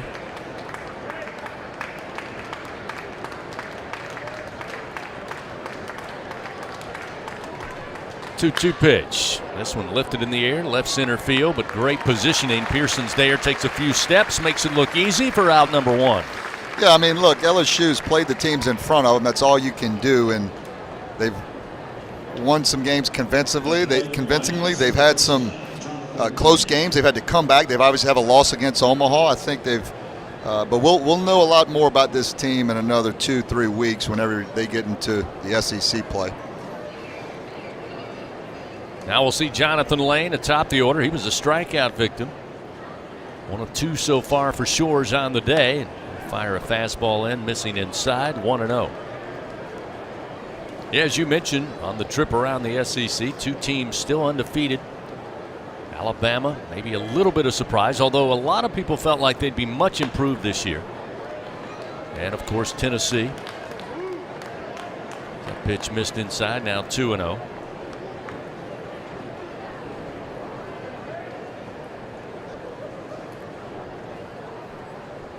2-0 pitch. Missed off the outside corner. Another fastball off the mark. Now 3 balls, no strikes. Yeah, and both those teams, Chris, Tennessee and Alabama, lead the SEC in team batting average. Tennessee at 349 coming into today. Alabama 348. 3-0 pitch, strike at the belt to make it 3-1. Lane taking all the way. Also good news on the schedule this year, both the Crimson Tide and the Vols come to the box. Yeah, that'll be a fun series when Tennessee comes in. Reigning national champions. A little more room to work with. This one hit down the line, drops in fair in right. Karams off the low seating wall, going to be picked up by Brown. The throw's overthrown at second base. Milam couldn't get to it. Sliding in safely will be Lane. Picks up the double, his second of the year with one out. The Lions have a runner in scoring position. Yeah, fastball out over the plate and does a nice job. Lane does a nice job just keeping it a couple inches fair down that right field line and gets on his horse. Brown played it perfectly off the wall, just Lane runs too well and gets in there safely. So now we'll see Nash Rippon. Rippon had a single back in the first inning when they put two aboard. And a double play erased all of that to get Shores out of the slight jam. There's a first pitch called strike to Rippon, and it's 0-1. And the Tigers going to host Missouri here at the box. Mississippi State coming to Baton Rouge. Alabama, as we mentioned, then Tennessee, all coming in mid to late April. Pitch inside at the hands. Aaron Beatty going to fire down to second. Lane able to get back after taking a little too much of a lead for Cade's liking. It's 1-1 now to Rippon at the plate. The Tigers finish up with Arkansas, also a very great SEC series that will be played here at Alex Box Stadium. Lane with the lead off second. Shores gives a little extra look. Now the 1-1 down in the dirt. Aaron Beatty blocks it up, and it's 2-1 now to Rippon. Chris, while we got a second, I want to wish good luck to the 9U Ascension Select baseball team playing over on the west side, my territory, playing in the Bruley-Port Allen area. They've got a game at 4 o'clock today, and they're listening and watching us right now as we speak, and so wish them all the best. 2-1. Missed outside. What time do they get started? 4 o'clock. 4 o'clock? Yeah. We might have time to run over there. You want to call that one? You want to do two today? Get over there. We'll get the roster. Why not? Yeah. Get out of here early enough, hopefully. 3-1 now. The count to Rippon with a runner at second base. Lions a little threat here in the top of the third. This pitch missed outside. Ball 4. So Rippon now will reach base for the second time, and that's going to bring Nate Yeske out of the Tiger dugout. He'll meet with the infield and Chase Shores on the mound. And got to believe here, Nate's kind of going out saying, hey, look, you haven't thrown a lot of bad pitches. Strike zone's fairly tight. We can deal with that. Probably just a confidence booster here. You can almost see a little frustration there from Chase on a couple of those pitches that just missed. Well, and as home plate umpire Christopher Griffith gets out there, Coach Yeske may ask him, hey, how far are these balls missing off? We feel like we're making some good pitches. Although it doesn't look like there's much conversation going on with the home plate umpire, Christopher Griffith. I don't think Coach Yeske even acknowledged his arrival. But nonetheless, the meeting broken up. Well, yeah, big spot too. I mean, you got the 3-hole hitter. He's their best hitter. Not a ton of power. Only 6 home runs for North Alabama. All 6 players have 1 home run, so it's not like they've got one outlier that has 4 or 5 home runs. But this guy, he's sitting in a 3-hole. Something tells me Delgado at 6'1", 225 pounds can run one out of here if Shores is not careful. Had a base hit back in the first inning. As we mentioned, Delgado, the best at the plate. They put the hit and run on. He tried to swing as both runners put in motion, but he fouls it on a bouncer down the first base line, and Delgado just tried to put it in play. So the runners head back to second and first. Lane at second, Rippon at first base, and it's 0-1 to Matthew Delgado. Fans, Blue Cross Blue Shield of Louisiana, proud to be the official health insurance of LSU Athletics. Louisiana Blue, live Louisiana, we got you. Yeah, Coach Prakniak for North Alabama, trying to get some things going, trying to put the runners in motion, a little hit and run by Delgado. So we're not going to sit here and just let Shores continues to carve us up. We're going to put the pressure to him, but And Coach Brackniak got a little extra time there for instructions to the base runners, and now Delgado digs back in. 0-1 the count. Runners take their lead. Shores to the plate. Miss low, ball one. Velocity's been good for Shores.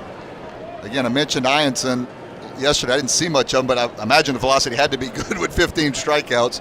Looked like he had everything working. Anderson on Friday night was up to 95 miles an hour. Here's the 1-1 from Shores. It's a bouncer up the middle, and a base hit will get its way into center field.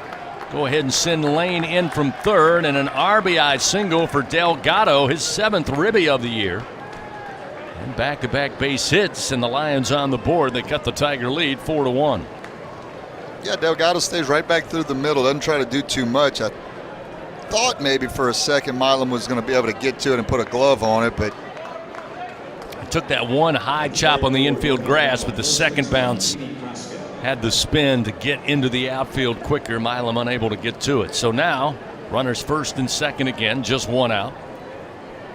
Kraska, the first baseman, a lefty, stands in. Shores delivers, missed upstairs, ball one. Kraska does have one home run on the year for the Lions. There's a little action now as a couple players have run down to the LSU bullpen. We'll get you a number here when we see someone throwing. Off the end of the bat, lifted foul out of play from Kraska. It's 1-1. Shores approaching 50 pitches. This next one will be his 48th pitch of the game here in the bottom of the third with one out. Runners first and second. LSU leading 4-1.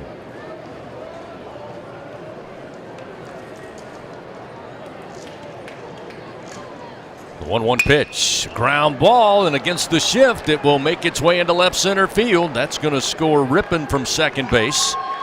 And now they've cut the lead in half. It's 4-2 LSU. 2 runs scored here by the Lions. Yeah, you know, Chris, that's when, as a coach, you don't really get that upset, or at least I wouldn't, because it's 2 ground balls, one by Delgado and the next one right there by Kraska that are not hit particularly hard. They're just hitting perfect spots. And I mean, if you got Milam positioned a little bit differently, that could be 2 double play balls and Shores would be out of the inning. So you don't really get frustrated in a situation like that. Shores is making good pitches. They're just baseball's happening at this point. Alex Wilson stands in. Wide stance at the plate. Runners first and second. Still just one out. Couldn't pull the trigger, and the pitch across the plate for a strike. It's 0-1.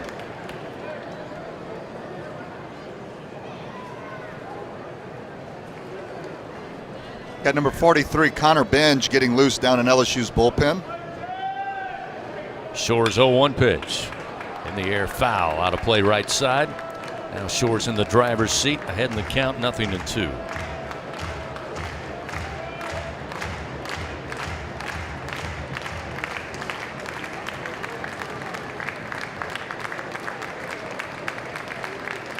Runners again take their lead. First and second, just one out. The 0-2 pitch. Staying alive is Wilson. Sends this one foul right side. Still no balls, 2 strikes.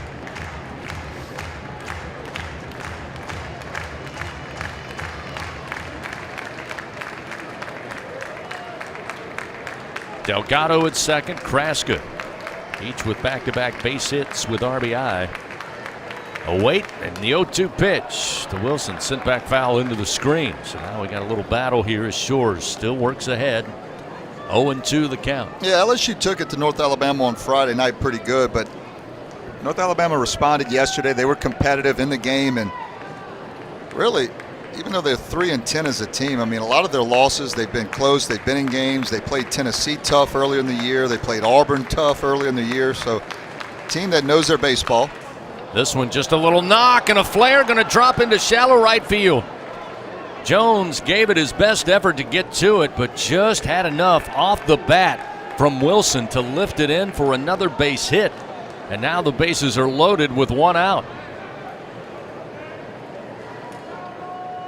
Well, again, Chris, I mean, kind of just sound like a broken record here. Tough luck. I mean, Chase, Shores is not making bad pitches, and they're not putting a whole lot of good wood on the baseball, but they're hitting it They're just finding the holes, and sometimes that happens in baseball, and it's how you react to it, as we're going to have a little offensive timeout right now from the Lions. So with the bases loaded, Coach Bragniak calls everybody in, left of home plate. They're going to talk it over here with one out.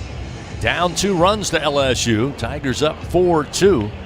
Now the Lions have been able to kind of dot and spray 6 base hits. Already 2 runs in on 4 hits here in this inning. While we have a moment, let's pause 10 seconds. Station identification. This is Fighting Tiger Baseball on the LSU Sports Radio Network. This is LSU Fighting Tiger Baseball on the LSU Sports Radio Network and the LSU Sports mobile app. Great Sunday afternoon to be here at the box, along with our producer Adam Gattuso and the entire SEC Network Plus crew. Buzzy Heidel, Chris Blair, bringing you the action of North Alabama and LSU. Game 3 of this series. Tigers up 4-2, but the Lions already 2 runs in here in the top of the 3rd. Threatening with 1 out and the bases loaded. Wes Walker, the DH, stands in. The left-hander takes the first pitch low and away, and it's 1 ball, no strikes. Well, really focus if you're Shores here on making a pitch, staying down in the zone, kind of revert back to that first inning and what you did so well to get that ground ball, because, again, you're 1 pitch away. Pitcher's best friend is that double play ball, and the bases loaded. That can certainly happen. 1-0 in the dirt, blocked up by Aaron Beatty. Gets away a little to the right of home plate, but not far enough. That will keep Delgado firmly at third base, and now a 2-0 count to Walker. And this is where the veteran Milam just going to come in, just talk to Shores, give him a little pep talk really quick. I say veteran Milam like he's been here for 4 years. He's been here a year and a half, but it does. It seems like with all the great play last year late in the season and how well he's played so far this season, it just seems like he's been here forever. 2-0 the count. Pitch to Walker. Puts a big swing in it, but fouls it out of play left side.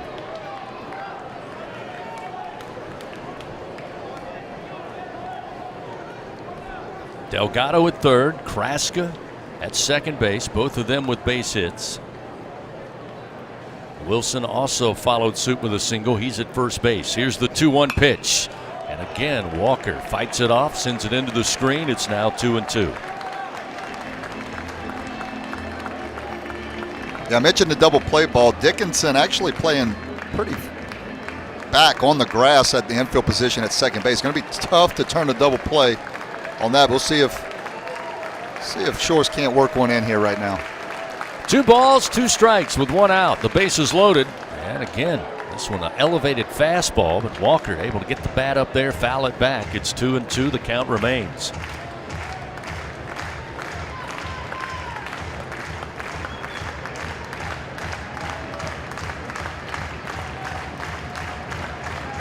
Wind starting to pick up here. In fact, lifting the flags, fully unfurled out above the batter's eye. Blowing left to right. Bases loaded, 1 out. 2-2 pitch. Swing and a miss. That time took a little off, but elevated. Swing and a miss. Walker could not find it. Shores records his 3rd strikeout and a big second out of the inning. Yeah, Walker was in swing mode there. When you get a hitter in swing mode, you really, if you make a quality pitch, although that ball was up in the zone, it was almost too high. If it had been a little lower, Walker probably could have done some damage with it, but Shores went to the slider, stayed up in the zone, and Walker was committed to the swing from jump, just couldn't get on it. So we'll get a pinch hitter here early as Coach Bragniak realizes the opportunity that is on the table here with 2 outs and the bases loaded. Zach Major will pick up a bat, a grad student out of Plantation, Florida, a left-handed hitter against the right-handed throwing Shores. First delivery, upstairs, outside, ball 1.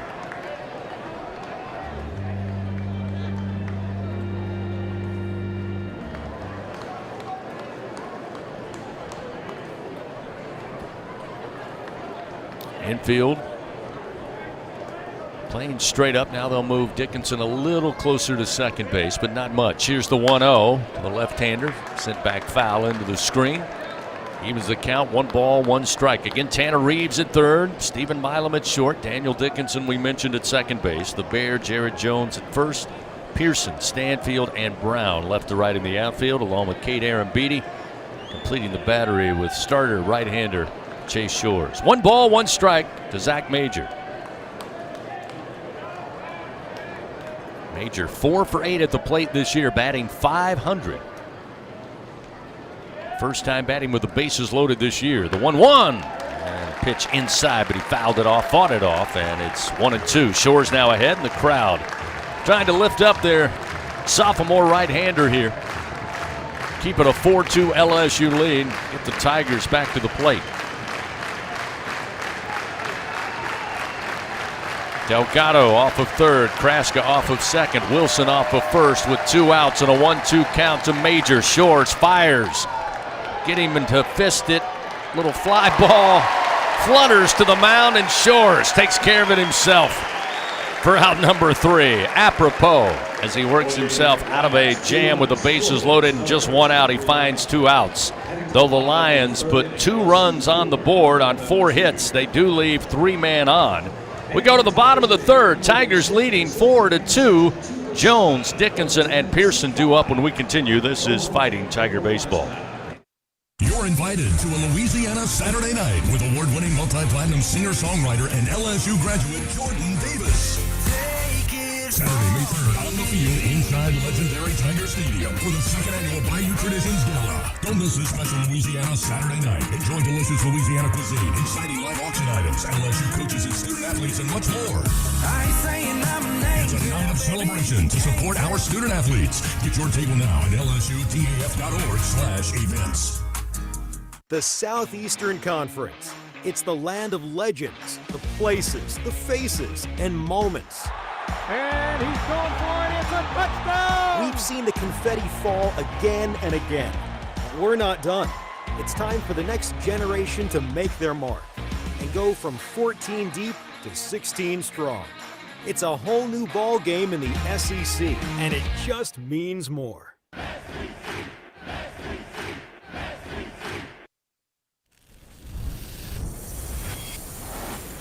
Half of the world's population depends on rice for 80% of their daily food needs. By 2050, population growth could increase rice demand by 30%. But as climate changes, rice output is decreasing. At LSU, we're using genetics, genomics, and AI to create new rice that yields more with less resources. We're not just feeding the hungry, we're growing a better future. The bottom of the 3rd inning of LSU Fighting Tiger Baseball is presented by Bengal Pest Products. Guaranteed overnight extermination with Bengal. Tigers lead 4-2 over North Alabama. Bottom of the 3rd inning, Jared Jones will lead it off. Lions able to plate 2 runs. Make the game a little closer. They leave the bases loaded. Shores able to elicit a little pop fly to the mound as the first pitch to Jones, a called strike, and it's 0-1. R.J. Sherwood takes over in right field.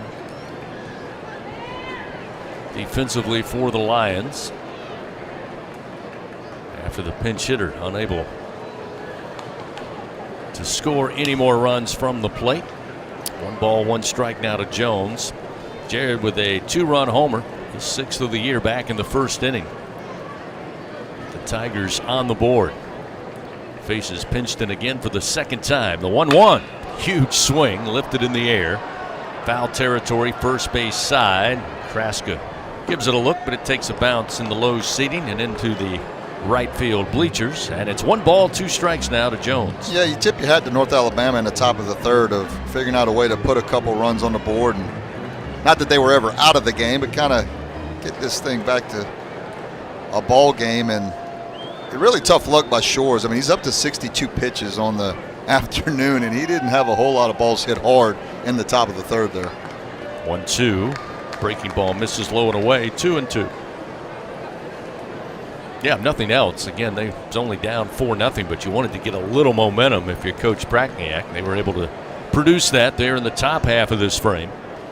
Jared Jones has mind to get it back for the Tigers. The 2-2, sharply hit ground ball. It's a one-hopper handled by Jenkins deep in the hole. It's short. The throw to first in time to get Jones for out number 1. Yeah, nice play by Jenkins. But, you don't want Shores to think, okay, well, that's going to happen to me. I got to try to strike everyone out. I think that's the worst thing. I think he still needs to pitch, have that confidence, and I think Coach Yeske will let him know that, hey, look, still continue to make pitches. That's just bad luck. That may not happen again all year.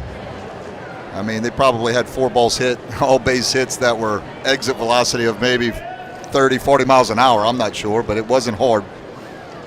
Daniel Dickinson stands in. The first pitch a called strike, and it's 0-1. Daniel aboard on an fielding error by the third baseman Billingsley on a ground ball back in the first inning. Came around to score one of the 4 runs for the Tigers in that opening frame. Here's the 0-1. Swing and a foul ball rolls to the backstop. 0-2. Baseball fans, remember SeatGeek makes it easy to find tickets so you can be a part of all of the home run celebrations this season at the box. So whether you're buying or selling baseball tickets, SeatGeek, the place to do it. The official ticket marketplace of LSU Athletics. Expect the expected. SeatGeek. Another foul off the bat of Dickinson keeps the count 0-2.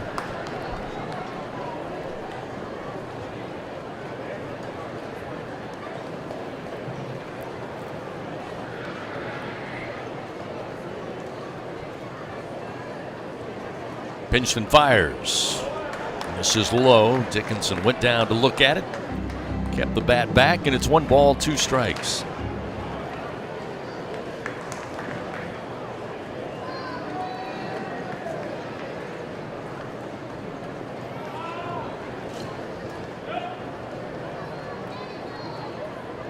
Pinchton, the 1-2 pitch.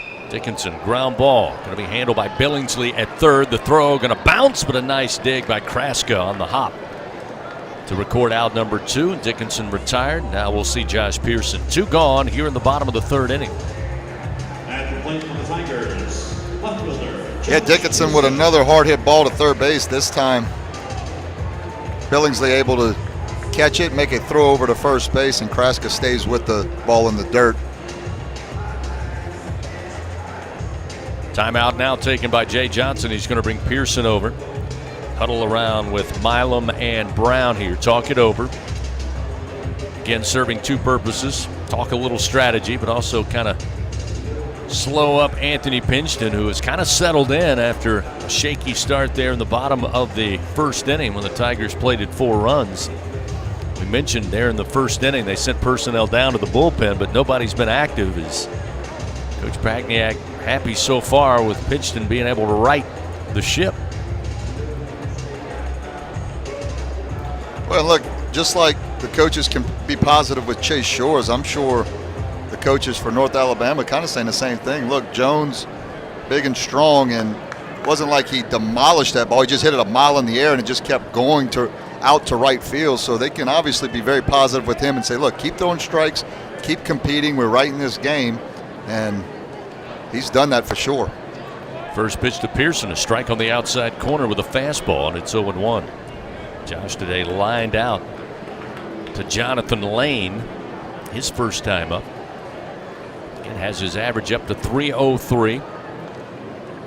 Seen time in the outfield as well as the designated hitter in this lineup for Coach Johnson. Here's a much harder line drive, but right at Kraska. Reaches out the glove and fields it.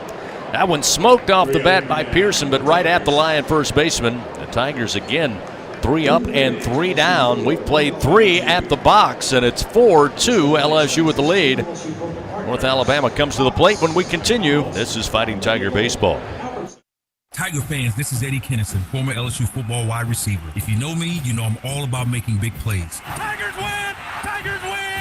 That's why I joined the team at LSU Sports Properties. Our goal here is to help businesses make big plays both on and off the field. If you want to give your brand that competitive edge and be a part of the biggest stage in college sports, give the corporate sponsorship team at LSU Athletics a call. Your brand, our fans. Utilize the power of LSU Athletics to promote your business and sponsor LSU Athletics today. Call 225-578-2788. Go Tigers.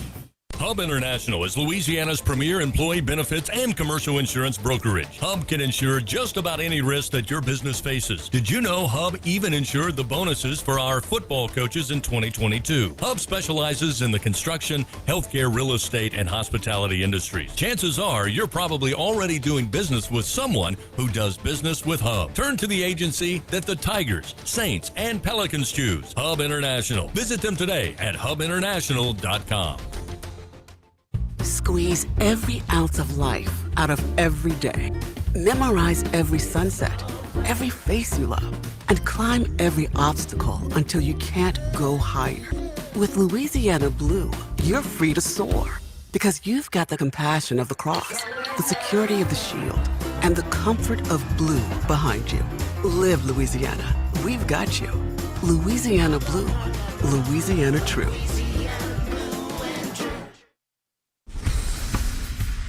Back to the action of LSU Fighting Tiger Baseball from the LSU Sports Radio Network. Riker Billingsley leads it off for the Lions here in the top of the fourth inning. Shores. First pitch a strike at the hands on the inside corner, and it's 0-1 to the left-hander Billingsley, who popped out to the shortstop Milam. His first time up back in the second inning. Shores fires as Billingsley showed bunt, brings it back, pitch outside, and it's 1-1 strike. Well, we saw Anthony Ianson yesterday give up the 2 runs in the first and then just be magnificent the rest of the way for 7 innings and had the 2 walks with 15 strikeouts. 1-1, a bouncer down the first base line. We get Shores ahead, 1-2 strikes. Fans, when the Tigers win, remember you win. Enter promo code LSU50. That's LSU50. The day after an LSU baseball win, you'll receive 50% off your online pizza order at papajohns.com. Better ingredients, better pizza, Papa John's. The 1-2 fouled back into the screen by Billingsley. Keeps the count there. We'll see if Shores, after giving up the 2 runs in the top of the third, if he can settle in a little bit. And pitch count is up a hair. Not sure if he'll get to 7 innings, but it'd be nice to see him get maybe 5 or 6 innings in.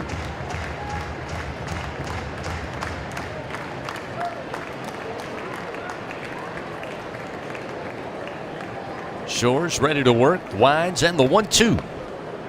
Trying to catch that inside corner just a little too far in, and it's 2-2.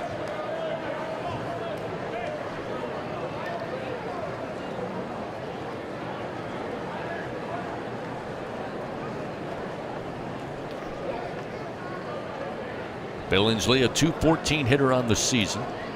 Waits on the 2-2 pitch. Lifts a soft fly ball into shallow right field. Dickinson, though, the second baseman, backpedals his way and squeezes it for out number 1. And again, to your point, Buzzy, another hit that maybe was 40 miles an hour off the bat. That's kind of been the one thing that has been nagging Shores today. It's of the 6 hits, not many have been hit hard. Hey, he's pitching to contact, which is what you like. I mean, he's only got 3 strikeouts. But Jenkins now at the bottom of the order. He's 0 for 1 on the day. Infield playing straight up to the right-hander. They appeal down to first. He did not go around. Pitch ruled a ball, and it's 1-0.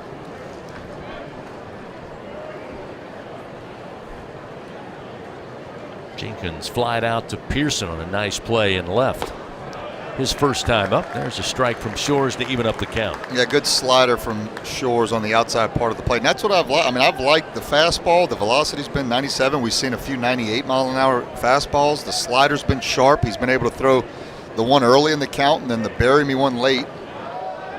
When a nice breaking ball, but just missed the inside corner. That one he was trying to get in for a strike, but it's 2-1.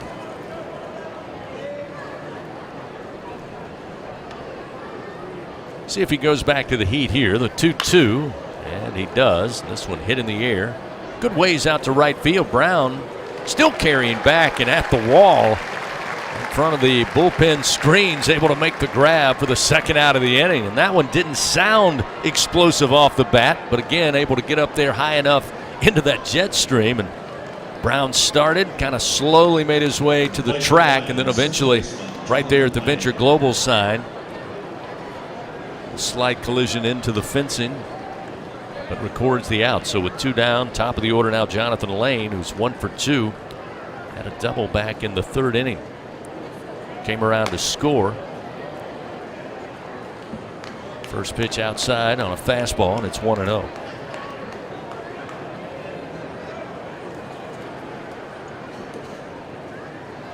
This time Dickinson, the second baseman, shaded a little towards the back with a right-handed hitter, but otherwise straight up for the infield. There's a swing and a miss. Off speed from Shores, and it's 1-1.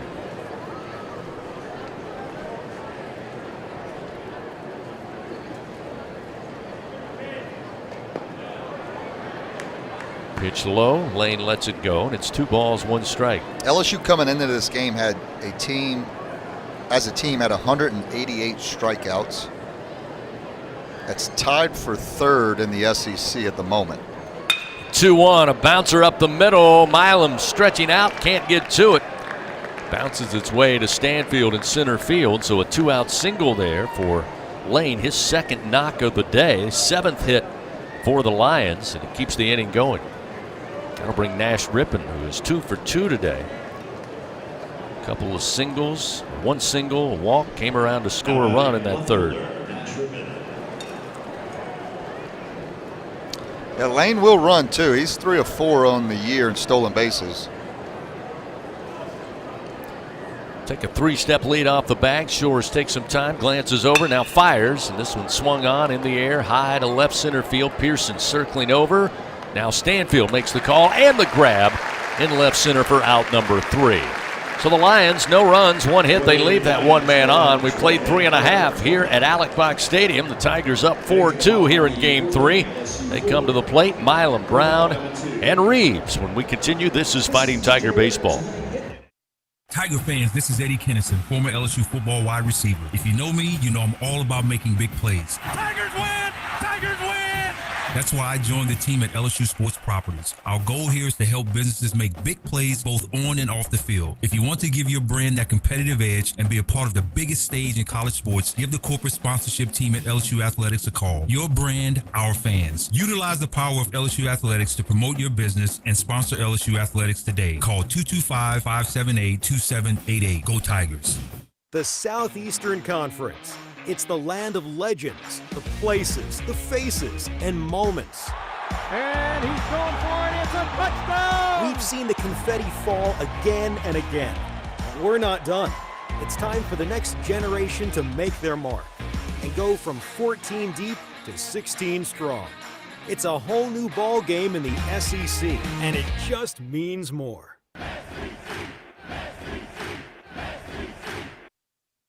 Going to the track, the wall, see ya! Tiger fans, have you ever wanted to watch LSU baseball on TV but hear the action from the LSU Sports Radio Network? Just sync the game with the LSU Sports mobile app. It's easy to do. Just pause the TV. Use the LSU Sports mobile app to stream the audio on your smartphone or tablet. Connect to a smart speaker, then wait for the audio to catch up to the point your TV is paused. Push play, and you are all set. Sync the game with the LSU Sports mobile app for iOS and Google devices. Download it today. Tigers win! Tigers win!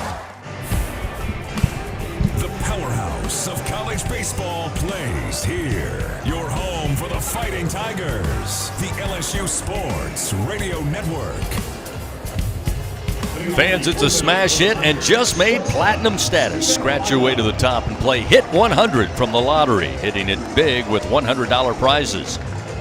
Must be at least 21 to purchase. We've got a 4-2 LSU lead, bottom of the 4th inning. Shortstop Stephen Milam will lead it off. Milam with a base hit back in the 1st inning. Scored a run when the Tigers played at 4. Stands in from the left side as Anthony Pinchton continues his work on the mound for the Lions in the first pitch. Breaking ball for a strike, and it's 0-1. Yeah, Milam did a really good job in that 1st inning of hitting the ball the other way. Had a base hit to left field.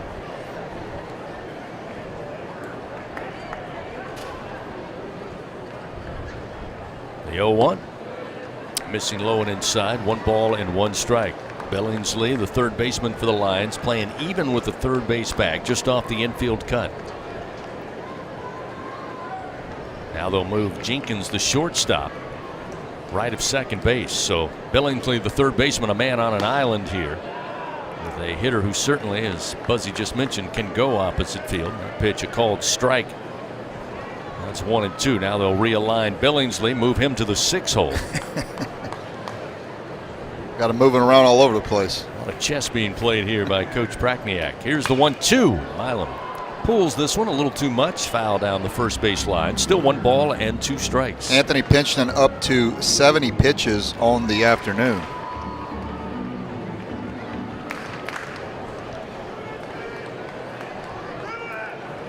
So they institute the shift here to the right side of the infield against the left-handed hitting Stephen Milam. Pinchton's 1-2 upstairs, evens a count.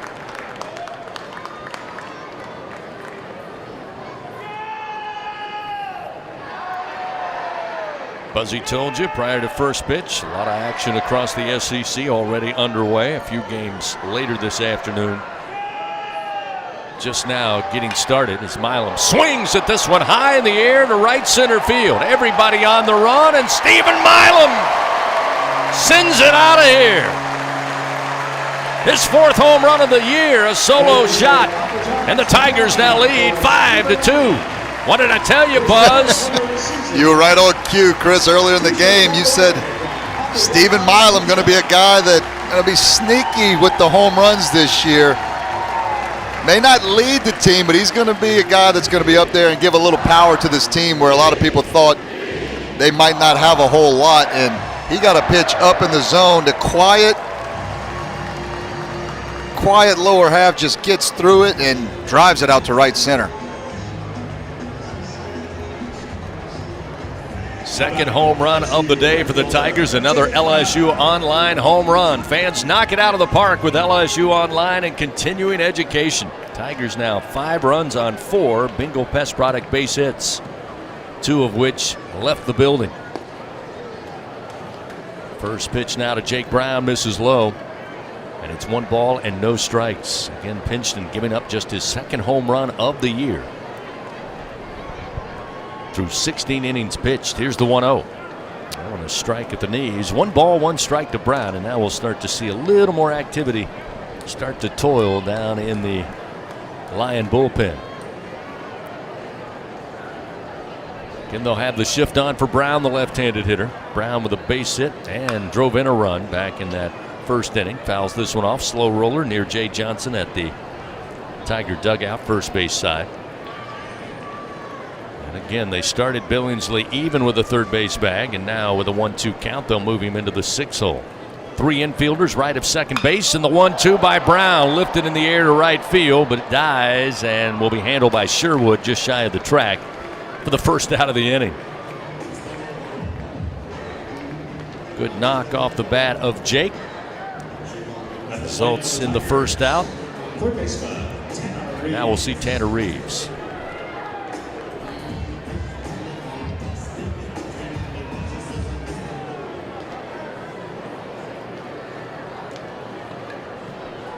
LSU now with 24 home runs on the year. Tanner Reeves has one of those. Came on Friday in the big win over North Alabama. First pitch, fastball strike, and it's 0-1. Got a right-hander down in the Lions bullpen. That's number 12, Dylan Morrill.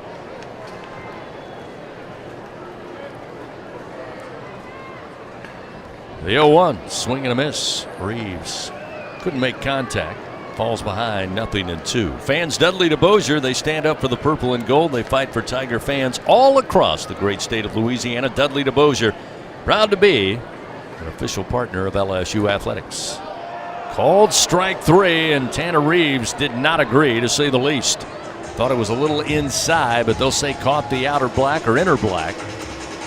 The second out of the inning, Anthony Pinchton now with 3 strikeouts on the day. That'll bring Kade Anderson to the plate. He flied out to left field, and Noah Nash ripping his first time up in the second.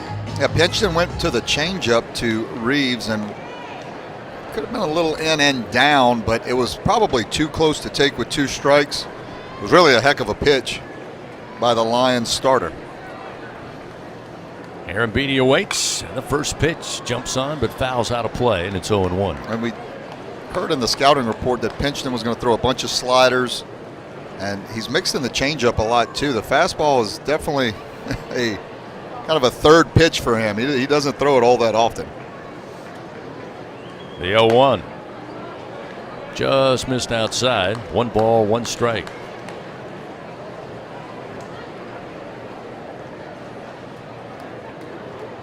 Aaron Beatty, one of 3 catchers Jay Johnson utilizing in the early season.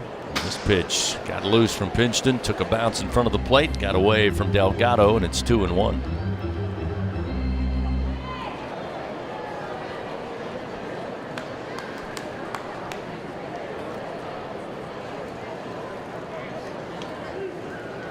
Corner infield slightly even with both the first and third base bag with a right-handed hitter. The 2-1. They get a spinner and a swing and a miss. It's 2-2.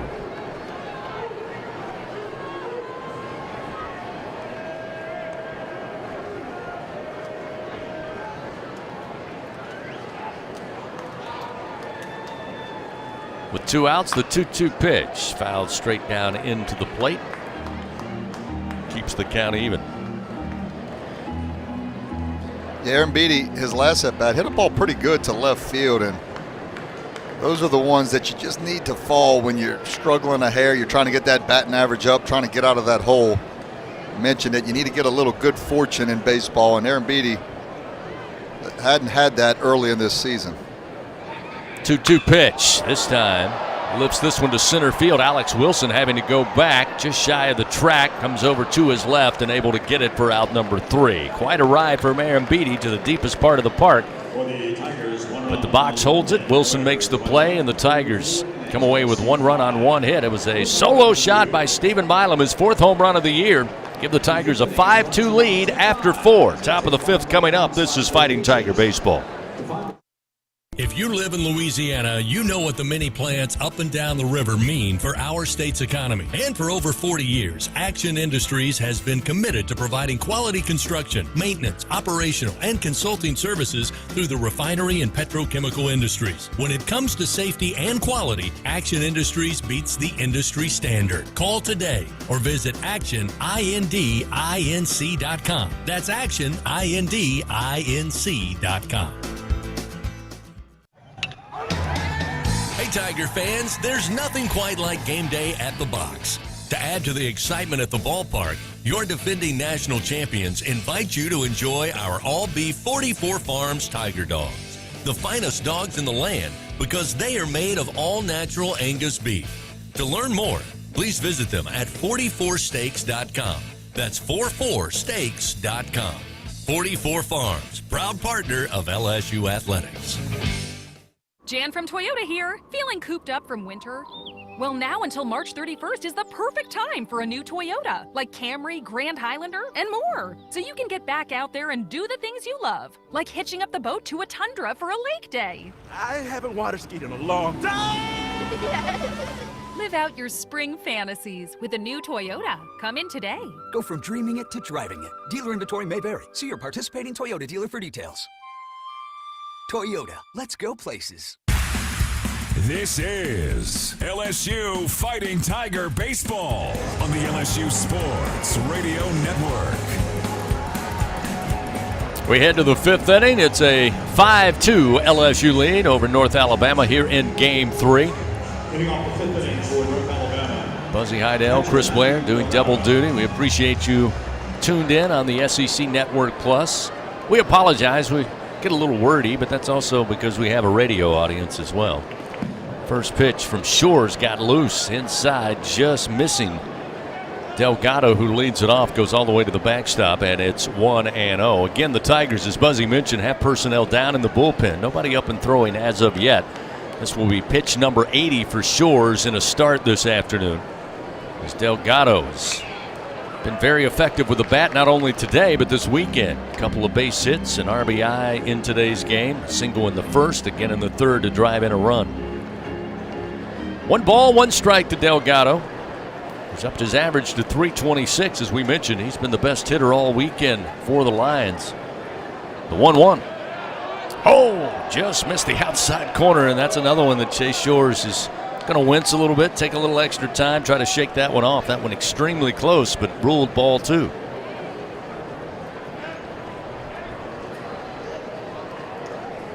Two-one pitch. Little tapper in the infield grass. Going to be a tough play. Charging in, and the throw is going to be held on to. That time coming in charging was Tanner Reeves, as it just took 3 dead bounces on that infield grass left of the mound, and Reeves had to come in a long way, gloved it, and then wisely, with the momentum carrying him, decided let's just pocket this one, give it an infield single, and reset. So, leadoff batter aboard, and Delgado, who's now 3 for 3 on the day. Shores will now face Petey Kraska, the first baseman, who had a single with an RBI back in the 3rd when they plated those 2 runs. First pitch from Shores. Missing inside, not by much, but it's 1-0. Yeah, the only chance for the play to be made on Delgado on that slow roller was Reeves cutting off that ball from getting to Milam, but once he bobbled it once, he did the smart thing and held on to it. 1-0 in the air, right center field. Stanfield coming over, in control, and easily makes the play for out number 1. That'll send Delgado back to first. And we'll send Wilson to the plate for the Lions. Fans, find out how you can build a better workday every day with Cintas. Visit Cintas.com. Get ready for the workday. Wilson also able to pick up a hit today. Had a single back in the 3rd. Before that, led off in the 2nd. Fly ball out to left field. And Josh Pearson. Runner at first, 1 out. The pitch. Sent back into the backstop and in the LED screen, and it's 0-1. Delgado does have a stolen base down at first base.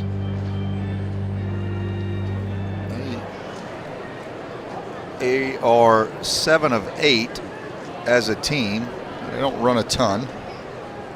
Not a very big lead by Delgado, but about 2.5 steps off the first base bag, and indecision by Wilson in a late swing gets Shores ahead now, 0-2. Tigers 5 runs on 4 Bingo Pest Product base hits today, including 2 home runs. Jones and Milam.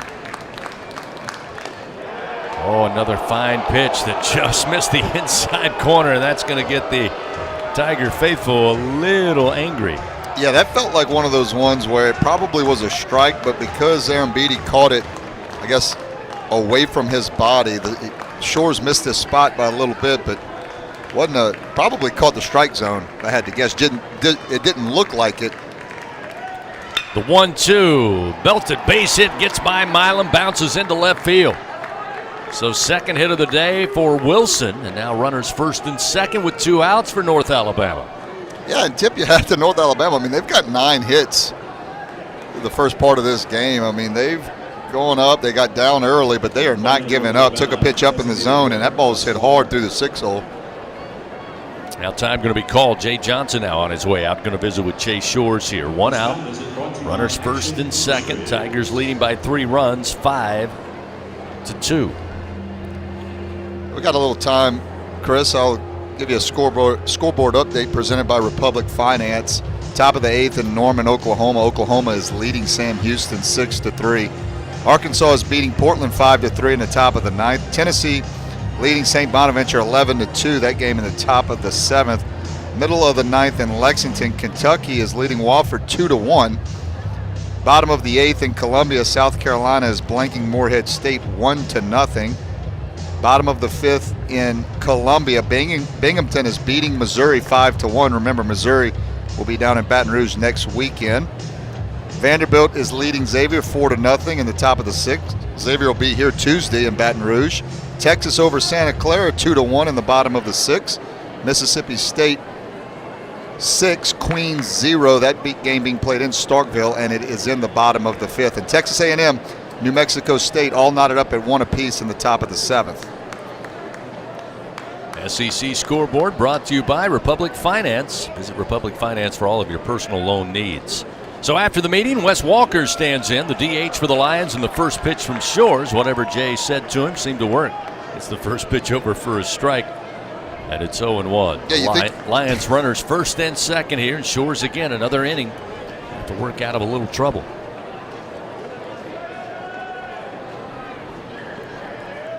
The 0-1. Popped fly. into the air. Looks like infield fly as Dickinson just in front of the outfield grass at second base makes the play for the second out. So a little sigh of relief here for Chase Shores to get the second out of the inning. And that will bring the right fielder R.J. Sherwood, who started the game on Friday in right field, was inserted after the pinch hitter came in for the Lions there in the top of the third inning. So he'll bat for the first time today. Sherwood batting 100 on the year. He's 2 for 20 at the plate. Runners take their lead first and second. Shores fires and swing and a miss. Wipeout slider, and it's 0-1. Yeah, you said it, Chris. Shores has been pitching with guys on, seems like all game. If the goal for Coach Johnson was to see how well Shores would pitch in the clutch, he's getting a good dose of it today. The 0-1. Sherwood takes it, misses outside. 1 ball, 1 strike.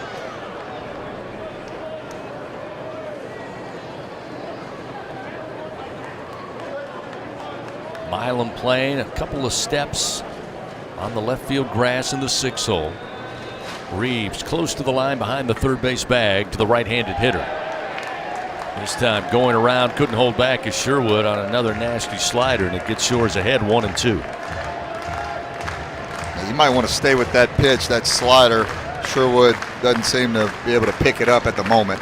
Huge lead off of second by Delgado. Shores will look back. Now the 1-2 pitch. A little low. They appeal down to first. They say Sherwood able to hold up. Evens a count 2-2. Yeah, it looks like Shores actually went to that sinker. We see the four seam a lot, but he'll throw that sinker just as hard. He'll throw that 97, 98 miles an hour, and that thing dives into the right-handed hitter. Upright stance for Sherwood. He readies the bat. 2 outs. Runners first and second. The 2-2 from Shores. Swing and a miss. Shores with a huge punch out, his 4th of the day with a 95-mile-an-hour heater. And the Lions are done. No runs, 2 hits. They leave 2 men on. After 4.5 here at the box, LSU up 5-2. The Tigers have Stanfield at the bottom of the order, then Curiel and Jones due up when we return. This is Fighting Tiger Baseball.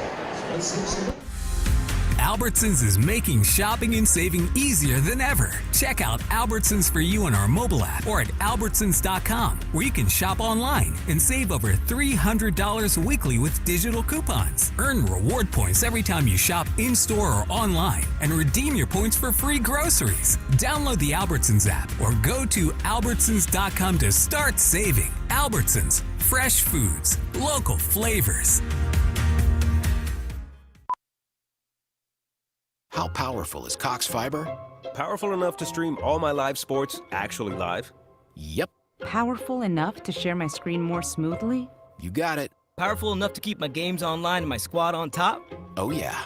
That's pretty powerful. Introducing Cox Fiber, from the company with the fastest download speeds 9 years in a row. It's internet built for tomorrow, today. Cox, always building better. Limited availability in select areas. Speeds vary and are not guaranteed. Cox terms and other restrictions may apply. Analysis by Ookla of Speed Test Intelligence in Las Vegas, Omaha, Phoenix. Fixed median download speed Q2 2016 to Q1 2024. On game day, Tiger fans are hungry for a win.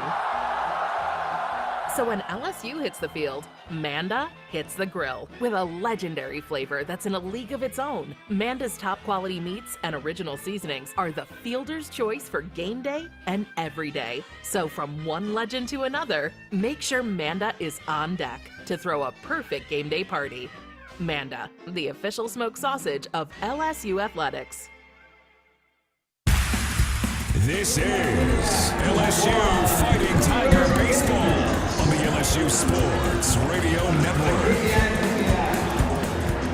Started today's game, 70 degrees here in Baton Rouge, cooling off a little bit, now down to 64 degrees, but fans, you know it, before long it is certainly going to see those temperatures rise, and when things are heating up, you can always cool it down when you count on Slow Melt Ice. Since 1997, Slow Melt Ice has been a leader in providing packaged ice for industrial and retail businesses in South Louisiana. For more info, check them out at slowmeltice.com. That's SLOMELTICE.com. We got a 5-2 LSU lead, bottom of the 5th inning.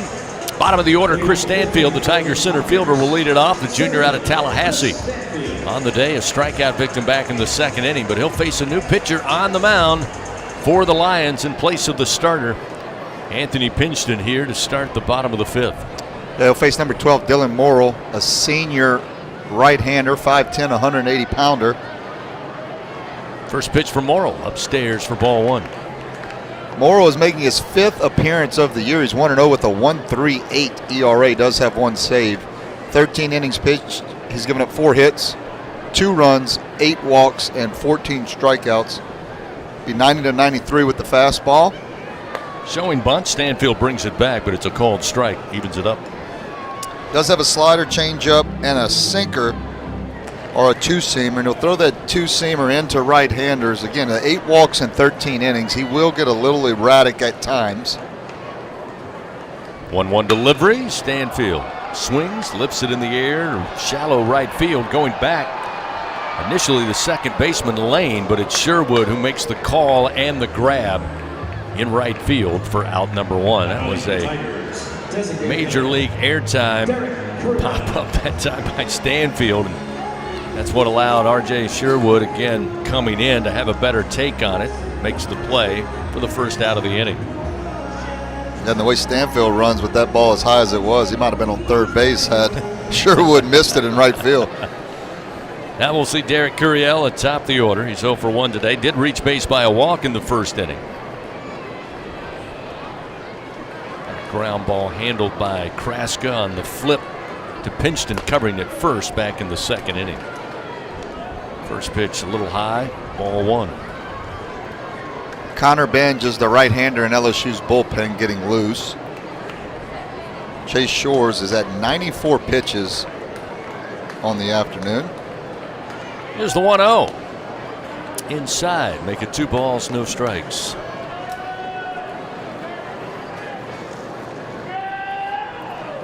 And now the Lions almost automatically putting on the shift with left-handed hitters for the Tigers. They once again institute a shift with the shortstop Jenkins right of second base. The 2-0. Low and inside, make it 3 balls, no strikes.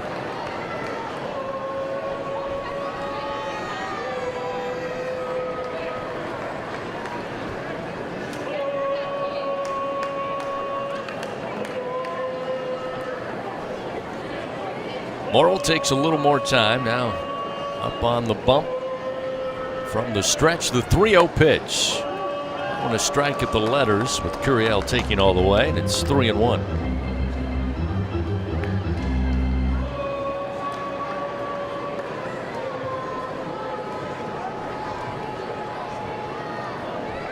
Now some instructions from our home plate umpire. Reset the pitch clock. Hitters count here for Curiel, and the 3-1. Missed outside, ball 4. Second walk for Curiel today. 1 out, base on balls, puts him aboard. Morrill gives up his first walk, and that will bring Jared Jones to the plate to face the reliever for the first time. Jones 1 for 2 at the 2-run blast back in the first inning to right field. Get his 6th dinger of the season. 1 of 2 home runs for the Tigers today, give him 24 on the season. Derek Curiel draws his 20th walk of the season. That is a team lead for LSU. And that's exactly why he's in the leadoff spot. First delivery, a swing, and a high chopper, and it eats up Jenkins at shortstop. Took another bad short hop. He tried to get it with the glove, but it comes up the arm and falls harmlessly between second and third base. And Jones is safe at first. Get the ruling here in just a moment. Had a similar play back in the first inning that was ruled an error on the third baseman, Billingsley. That one hot off the bat of Jones and smashed it into the infield grass on the first bounce, and then on the second short hop, Jenkins unable to cleanly glove it. Yeah, it'll be interesting to see. There was a play like that a few games ago where I thought for sure they would call it an error, and they ruled it a hit. So now we'll see Dickinson at the plate with runners first and second. And they actually award that a single to Jones, so that'll be the 5th Bingo Pest Product base hit of the day for the Tigers. And now LSU with runners first and second here, trying to get a little more, up 5-2 here in the bottom of the 5th inning. Looking for Dickinson to deliver. Squares to bunt, can't make contact. Pitch was outside, and it's 2-0. Yeah, you hear me talk about this a lot as an infielder. There's two different hops you want to try to get. You want to get the short hop or the big hop, the Sunday hop, candy hop, however you want to call it. And both errors, well, I shouldn't say that. The error they called on the third baseman earlier, he was trying to get the short hop and didn't get it, and neither did the shortstop there, as that ball misses down low for a ball. But I tell you, Chris, that just because that's the hop you want, it doesn't always mean it's the easy hop. I mean, short hops are still hard, especially when a ball hit as hard as it was from Jared Jones. It was not an easy play, and I guess the official scorer thought the same thing and issued it a hit. Dickinson looking at a 3-0 count. There's a strike to make it 3-1 from Morrill. Stanfield flied out to right field to start the inning. Curiel again picking up the walk. Jones with the infield single, so runners first and second with the one away. Again, late bunt decision, and Dickinson fouls it down the third base line. That'll fill the count now to Daniel, the Tiger second baseman. He looks to Jay Johnson, gets the signs. We'll dig back in.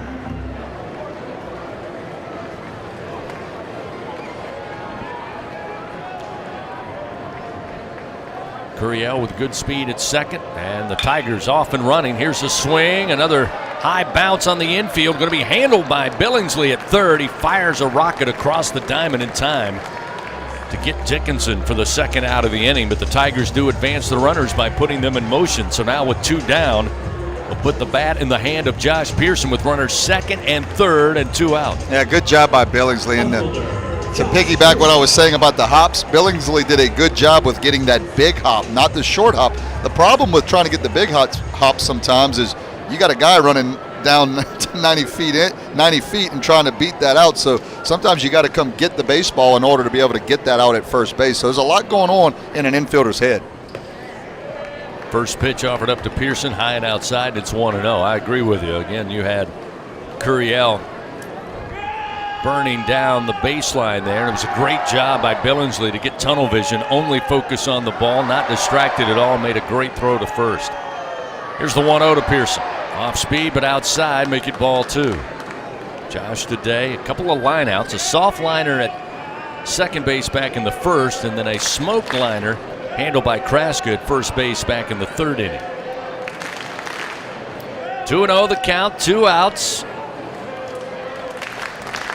Runners second and third. The pitch inside on the hands. That'll make it 3 balls, no strikes now to Josh Pearson.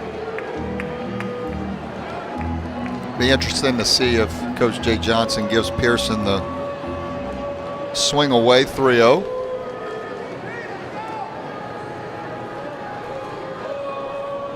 The pitch. Miss low for ball 4, and that'll load the bases for LSU. They'll bring to the plate Stephen Milam, who last time at bat took one deep for a solo shot over the right center field wall. That's going to bring a visit out on the mound here. Got a right-hander up and throwing, not up on the rubber in the bullpen yet, but a couple of guys playing toss in the bullpen. I don't know that they have anybody ready unless somebody was already warmed up. It looks like the pitching coach David Mervis out there to visit with Dylan Morrill, the relief pitcher. Yeah, number 13 down in the Lions bullpen, that is right-hander Kyle Lewis. Lewis out of Leesburg, Virginia. That might be a visit just to see if Lewis can get going, because you're right, Chris. He wasn't throwing at the moment, or he wasn't throwing a little while ago. He's throwing at the moment, I should say. Connor Bench still getting loose in LSU's bullpen. So Coach Mervis now done with the talk. Again, Lewis down there, the right-hander, just now starting to really pick up the intensity. Still yet to get on the rubber down in the bullpen, but trying to get him ready.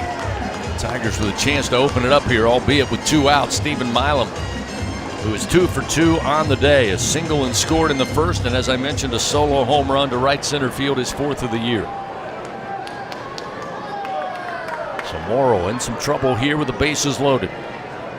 Righty on lefty, and the first pitch. Smack, but down the line, foul, first base side.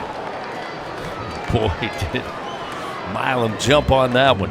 Well, he took a little bit of Doug Thompson's advice whenever the pitching coach goes out there to talk, however many, whatever the percentage is, it's high, of strikes being thrown after a pitching coach talks to the pitcher, and Milam was ready to hit. He unloaded on that down the right field line. 0-1 the count. Milam stands back in. The base is loaded. Here's the 0-1. Low and inside. Evens it up.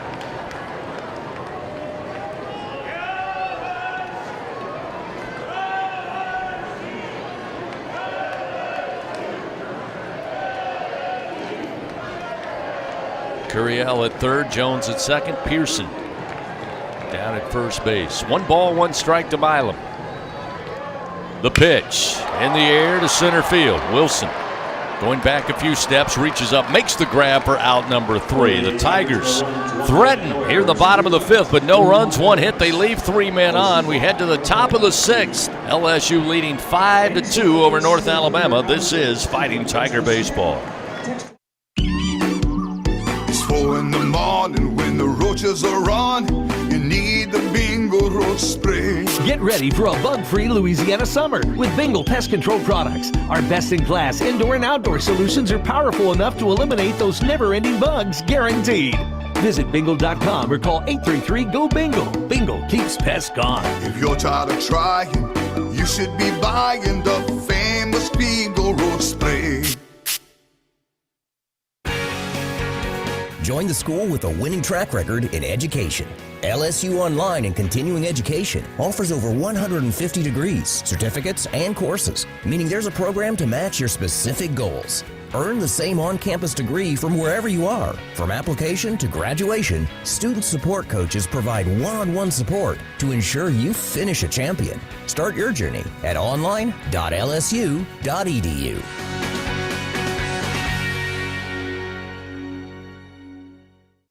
Tiger fans, no game day is complete without Noel Spirits from Noel Family Distillery. Founded by a father-daughter duo, Noel Family Distillery is the only Louisiana distillery offering authentic tequila. Their additive-free tequila captures the spirit of Louisiana, creating a spirits experience worthy of the Tigers and their loyal fans across the country. Noel Tequila is proud to be the official tequila of LSU Athletics. Enjoy Noel Tequila at the box or grab a bottle of your own at many fine retailers.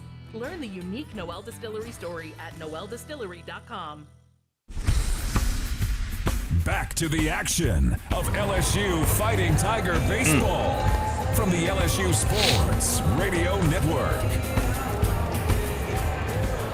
Top of the 6th inning here from the box on this Sunday afternoon. LSU in Game 3 leading 5-2 over North Alabama. The Tigers trying to get a clean sweep here to finish up the non-conference weekends for 2025. North Alabama trying to salvage a win here on their first trip to the box to take on the Tigers of LSU. New pitcher on the mound, taking over for Chase Shores as the Lions send up 8-9 and top of the order. Billingsley, Jenkins, and Lane due up for North Alabama. Right-hander number 43, Connor Benj, 6 foot, 194 pound, out of Montgomery, Texas. Transferred from Dallas Baptist. Benj is making his 6th appearance of the year. He has a 4.26 ERA. In 6 1/3 innings pitched, he's given up 3 hits, 3 runs, 5 walks, and 6 strikeouts. He's going to be 93 to 97 with the fastball. He's going to have a sinker, slider, changeup, and a cutter. He's got them all. And it's going to be a lot of hard right at you. So Connor Benj trying to come in and keep this thing right where it is at 5-2. Billingsley again to lead it off. He's 0 for 2 in the 8th spot today. Popped up to Milam at shortstop in the 2nd. For North Alabama, third baseman Riker Billingsley. Also flied out in the 4th inning. Shallow right field handled by Dickinson, the Tigers' second baseman. First pitch from Benj. Misses low at the knees. Fastball 95 to introduce himself to Billingsley, and it's 1-0. Wind continuing to blow strongly left to right towards the Intimidator here. That pitch also rolled low with another fastball at 95, and it's 2-0. So Benj going to take a little time, step off the rubber now. Stand back on 2-0. Here's the pitch. Foul back into the screen, make it 2-1. Fans, we invite you out. Coming up March 17th, Monday night, Jay Johnson Show season premiere. Coach will be on hand, give the latest updates on Tiger baseball. The Jay Johnson Show presented by Our Lady of the Lake, championship health partner of LSU Athletics. 2-1 does miss high, now 3-1 the count. Billingsley on the season, 3 for 15, batting an even 200. Has hit 400 when leading off the inning here in 2025. Whoa, watch out. The 3-1 pitch almost got him in the noggin. Able to duck out of the way for ball 4 and a leadoff man aboard here. As Connor Benj offers up the base on balls. That's his 6th walk granted on the year. We'll see Lake Jenkins at the bottom of the order, who also is 0 for 2. A couple of flyouts, 1 to left and 1 to right field.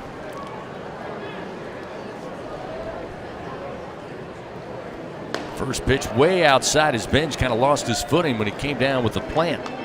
Spun around and lost control, and it's 1-0. Yeah, you see Benj, he'll throw a slider and a cutter. They basically do the same thing. It's not much of a difference either from a velocity standpoint, and he does throw that sinker like a lot of them do, like Chase Shores does. This one fouled back into the screen to even it up 1-1 as he comes back with a fastball. Which a lot of those righty on righties, they'll like to throw that sinker to run in on the right-handers and then work that slider away from them.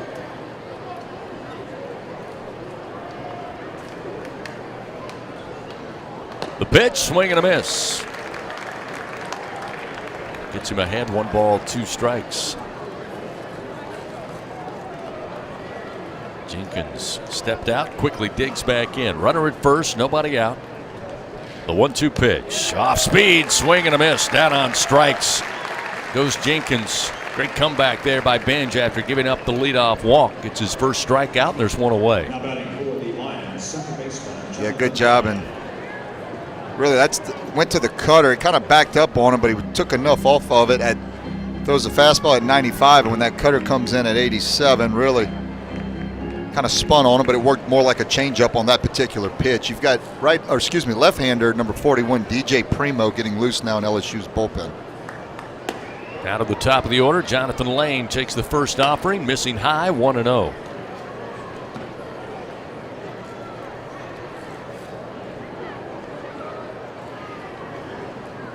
Runner at first, 1 down. Tigers up 5-2. Here's a swing and a miss. Looked like that cutter at 87 makes it 1-1. He's thrown it a handful of times in his first few hitters.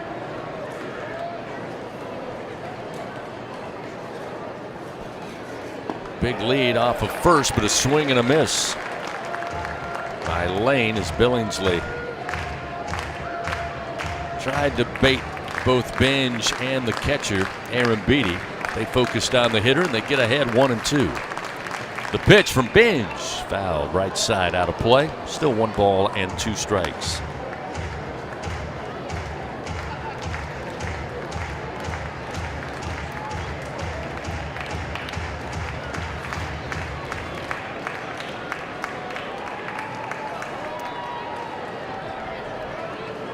Time, Jarrett Jones and Jake Brown both out there in shallow right field to get that foul ball. Jones quickly got back to first base with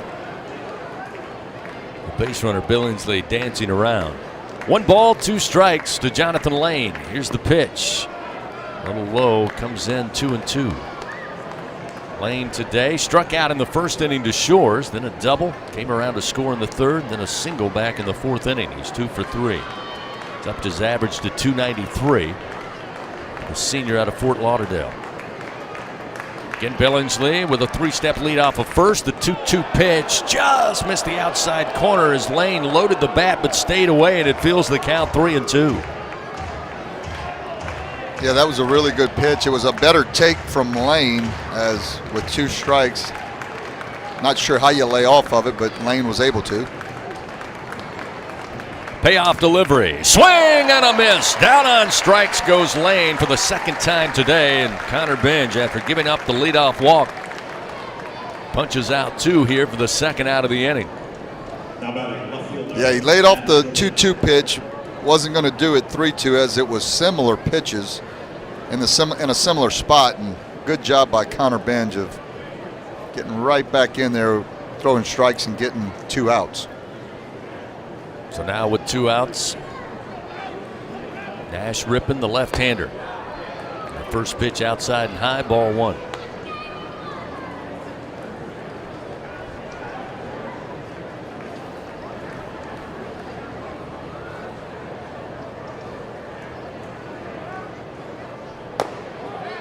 This one just missing.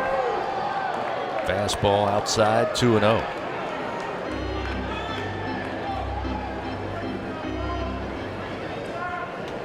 Seven full innings of work so far on the year for Connor Benj.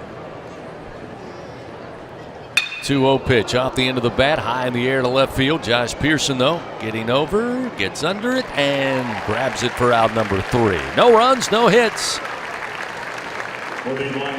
Benj gives up the leadoff walk, but that man left stranded at first base. We head to the bottom of the 6th inning. Tigers leading 5-2.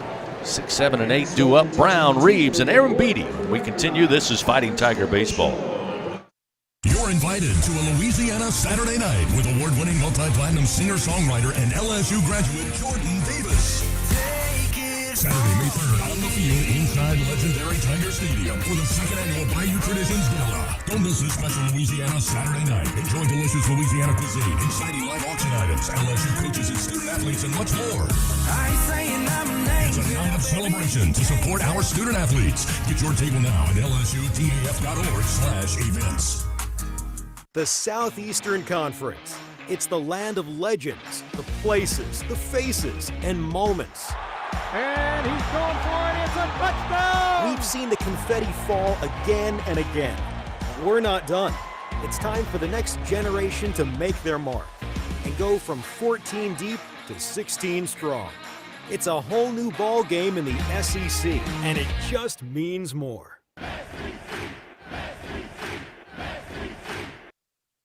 LSU Tiger fans are gearing up with real Tigers apparel and merchandise from the official online store at lsushop.net. Get jerseys, sideline gear, polos, t-shirts, hats, official team merchandise from Nike, accessories, and much more. Over 3,600 products, all shipped right to your door.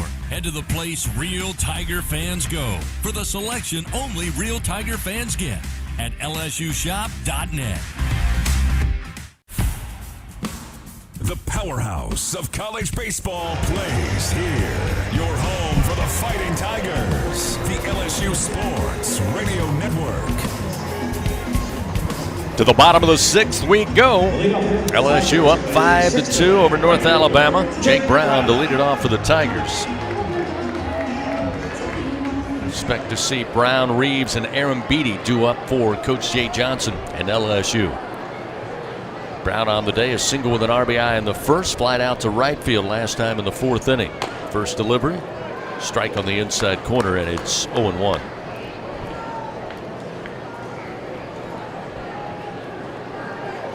Again, the shift on, 3 infielders right of second base.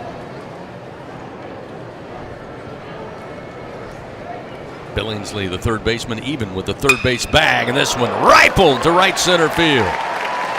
Jake Brown with his 2nd hit of the day, and the Tigers have the leadoff man aboard once again.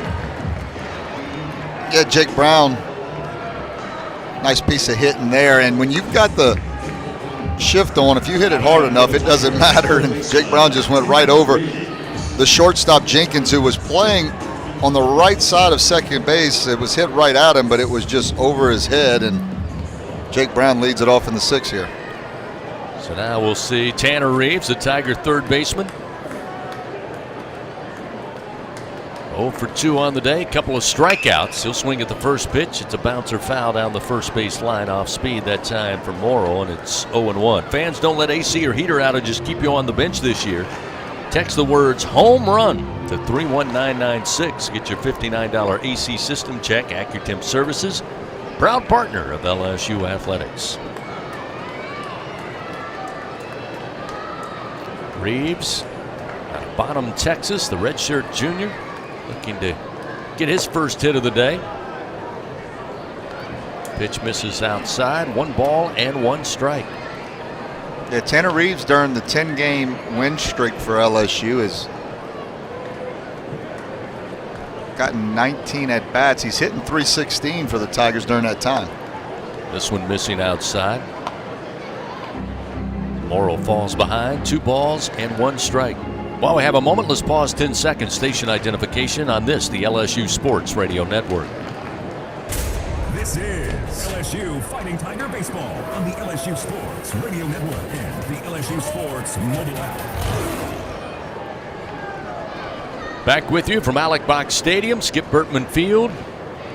A Sunday afternoon. Buzzy Heidel, Chris Blair, our producer Adam Gattuso, the entire SEC Network Plus crew. This one, opposite field, ground ball off the bat of Reeves, gets by Billingsley into left field. And indeed, Reeves with his first hit of the day. And now Tigers have runners first and second with back-to-back Bingo Pest Product base hits. Well, they've been going soft to Reeves, and he's been out in front of everything, hitting everything down the right field foul line. And that one, they tried to sneak the fastball by him, and he stayed inside of it just enough and ripped it to the opposite field past the third baseman, Billingsley. So now we'll see Kade Anderson trying to follow suit. He's 0 for 2 today. A couple of fly ball outs, but before he gets to see a pitch, we're going to see, I believe, is that Prakniak? This now visit is presented by Yeah, they don't have the number, the jersey. You know, he's got the top on, so it's tough to see if that's the head coach or not. I believe it is. And again, they have the right-hander Lewis ready to go down in the bullpen here. Nobody out. Runners first and second. 3-run lead for the Tigers, 5-2 here in the bottom of the 6th inning. But it's going to be a continued conversation here out on the mound. That'll bring the home plate umpire out to kind of hurry things up.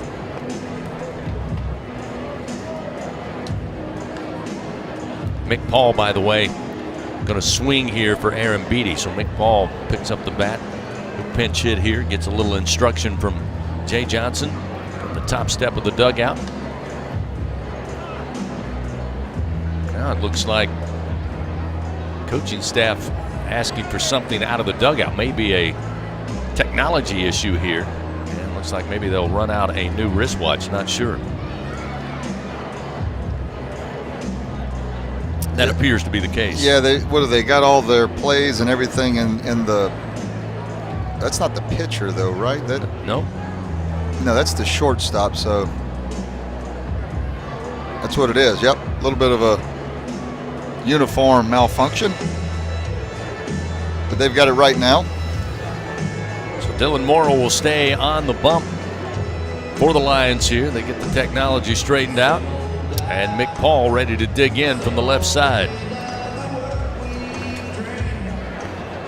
Paul early on this season, 2 for 6, 4 runs scored. He's walked twice, struck out 3 times. He's got runners first and second here, and the Tigers trying to add to a 5-2 lead in the bottom half of the 6th frame. Brown at second, Reeves at first. Morrow checks and now fires. Showing bunt is Paul. He'll bring it back. The pitch is inside, and it's 1-0.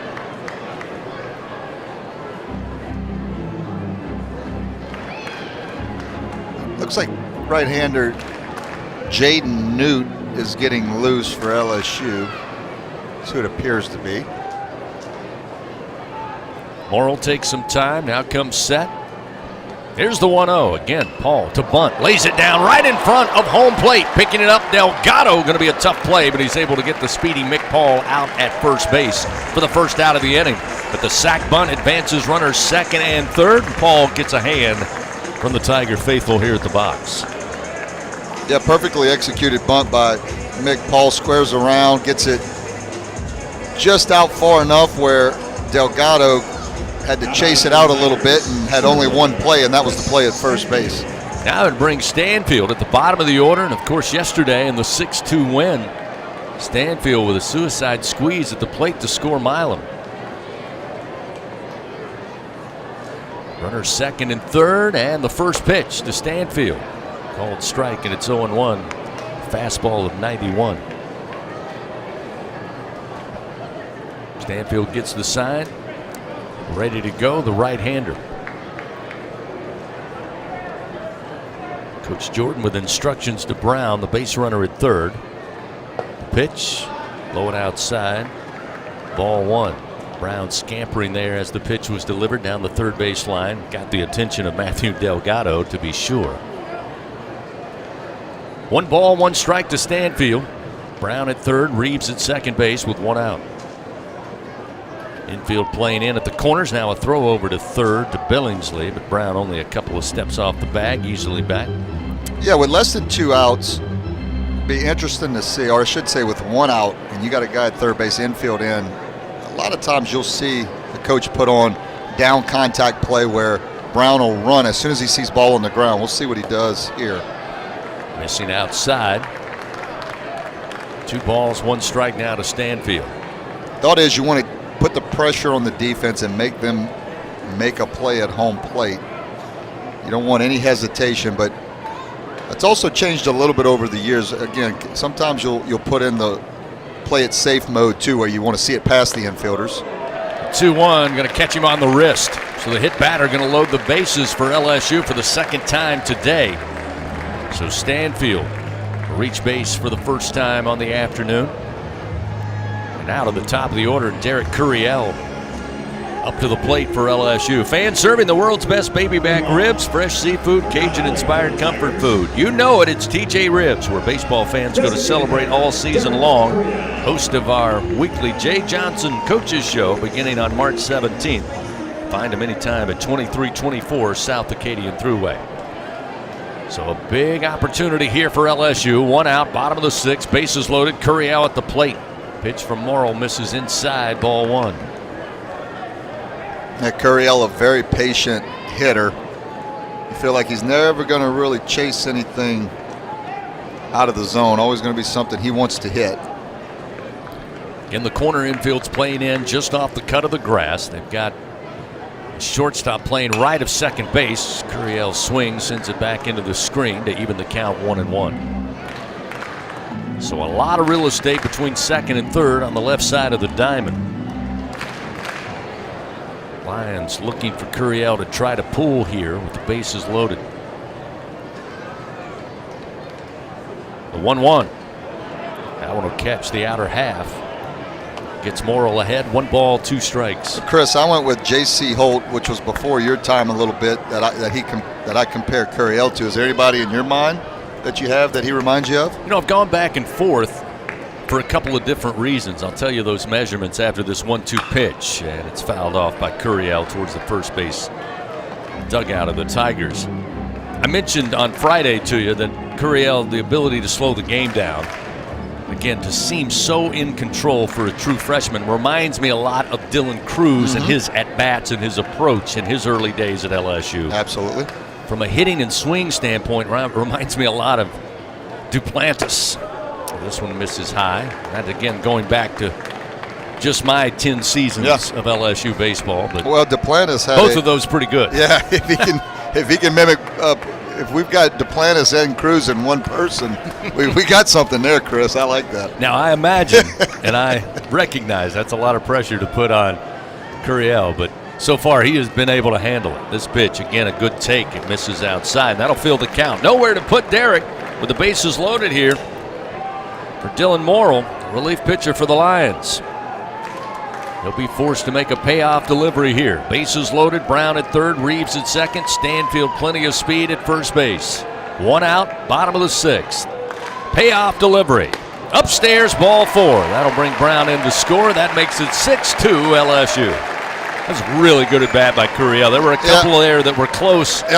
He was able to put it, keep the bat back, and eventually earn the base on balls. Yeah, and that's, again, he doesn't have a hit today. You look at it, he's 0 for 1, but every time you look down, he's on first base. He's drawing walks. He's making things happen. I mean, I can't think of a better guy in that leadoff position than Derek Curiel. So Dylan Morrill walks in a run. The base on balls to Curiel, and he's awarded to face now Jared Jones with the bases loaded and 1 out. Jones already with a 2-run blast back in the first inning. Off the starter. First pitch, able to get the breaking ball in for a strike. It's 0-1. Right-hander down in the Lions bullpen, starting to get really hot down there.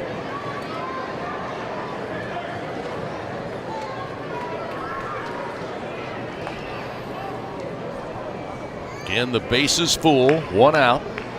The 0-1 to Jones, way outside. Great job by Delgado with the backhand, sliding to his right to keep it in front of him. It's 1 ball, 1 strike.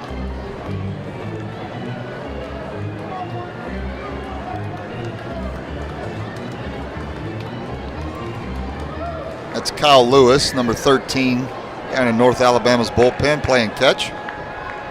1 ball, 1 strike to the Bear. The pitch. Big swing, but it comes up empty. Falls behind in the count, 1-2. Oh, yesterday he sent one towards the football operations building, way out of here. He was trying for one there. So now we'll see 2-strike approach for Jones with the bases loaded. Just 1 out here in the bottom of the 6th inning. The pitch, swing and a miss. Elevated slightly off speed, and a great pitch by Morrill wins the battle. 2nd out of the inning. The relief pitcher from the Lions records his first strikeout. And it was a big one to get the 2nd out of the inning. And now he'll face Daniel Dickinson. Yeah, off-speed pitches that stay up in the zone don't usually end up well for the pitcher. It did that time. The change in speeds just got Jones a little bit, and sometimes you miss. Sometimes you tip your hat to the pitcher. They make a pitch that you weren't prepared for. Dickinson swings at the first offering. It's a foul. Grounder down the third base line. Daniel today aboard on a error by Billingsley on a ground ball back in the first inning. He would come around to score in that 4-run inning for the Tigers. A couple of ground outs to Billingsley since that the third baseman for the Lions have handled. 1 in the 3rd, 1 in the 5th inning. Bases loaded, 2 outs. Here's the 0-1 pitch. Chase this one low, swing and a miss, and he falls behind, 0-2. He'd like to have that one back. That pitch was down in the zone, though. A lot of times that's what young pitchers out there, doesn't necessarily mean if you don't throw 97, you can't pitch. If you can hit spots and stay down in the zone, you can get guys out. The 0-2 ground ball. This one going to be fair, just over the third base bag. Coming in to score will be Reeves, and into third base safely is Stanfield, as Billingsley could not beat him back to the third base bag. Great placement by Dickinson on the swing, and it got on Billingsley quick, but it brought him really over the bag. He had to wait for that last bounce. He knew it was fair, got up off the ground, but Stanfield way too much speed to get him at third base. Yeah, 2 outs, you're going on contact, and a lot of things were working against Billingsley there. Obviously, he lost his footing a little bit, kept it in front of him, but with Stanfield running from 2nd to 3rd, he'd have had a better chance with anybody else on the Tiger team of trying to foot race him back and get the force out at 3rd. Wasn't able to beat him there. Dickinson finds a way with the RBI infield single to get Pearson to the plate, and the first pitch is high and deep. Sherwood doesn't even look. This baby is out of here. Pearson with the grand slam towards the Intimidator at the top of the diamond deck. Pearson with his 2nd home run of the weekend, 2nd on the season. And it's a grand slam to open this game up. 11-2 Tigers. Wow! You talk about a no-doubter, Chris. That ball was bouncing up on the Marucci Performance Center roof up there. Might have to call some roofers and see if they can. We got any broken tile, because that ball was up in the zone. Pearson knew it. Right fielder Sherwood knew it. I think everybody in the stadium knew it. I got some electricity going in here. No doubt about it. 11-2 now. 3rd LSU Online home run of the day for the Tigers. A big one there. 4 runs in. 11-2 now. Time called, and this may be all for Dylan Morrill. Once again, Jad Pragniak on his way out. Looks like Lewis will be called upon, and he'll make the call. So the grand slam off the bat of Josh Pearson. Runs Morrow off the mound. Pitching change powered by Sunshine. Tell you more about the new Lion pitcher when we continue here in the bottom of the 6th inning, where the Tigers have plated 6 runs so far. 11-2, they lead North Alabama here in Game 3. This is Fighting Tiger Baseball. At Sunshine, your hometown John Deere dealer in Louisiana, we know that every great game starts with a perfect field. Our equipment, whether it's a mower or a tractor, we can ensure your grass is always game day ready, so you can focus on making memories. Because at the end of the day, it's more than just a game. It's about the community, the joy, and the LSU traditions. Visit sunequip.com to get the best starting lineup of John Deere equipment. Sunshine is a proud sponsor of LSU Athletics. Do you have both Medicare and Medicaid? With the People's Health Medicare Advantage Plan, you could get up to $280 per month to spend on utilities, healthy groceries, and over-the-counter items. $280 per month. Don't miss out on these extra benefits. Call 1-844-663-2133. Plans are insured through United Healthcare Insurance Company or one of its affiliated companies, a Medicare Advantage organization with a Medicare contract and a contract with the state Medicaid program. Enrollment in the plan depends on the plan's contract renewal with Medicare. Hey, LSU fans, you're invited to Louisiana's largest casino resort, Coshada. Coshada Casino Resort has the largest and most spacious gaming floor in the Lake Charles area, with thousands of the newest slots, over 55 table games, live bingo and off-track betting, plus 3 beautiful hotels, delicious Cajun cuisine, and the #1 rated golf course in Louisiana. Coshada Casino Resort is proud to support LSU. Go Tigers!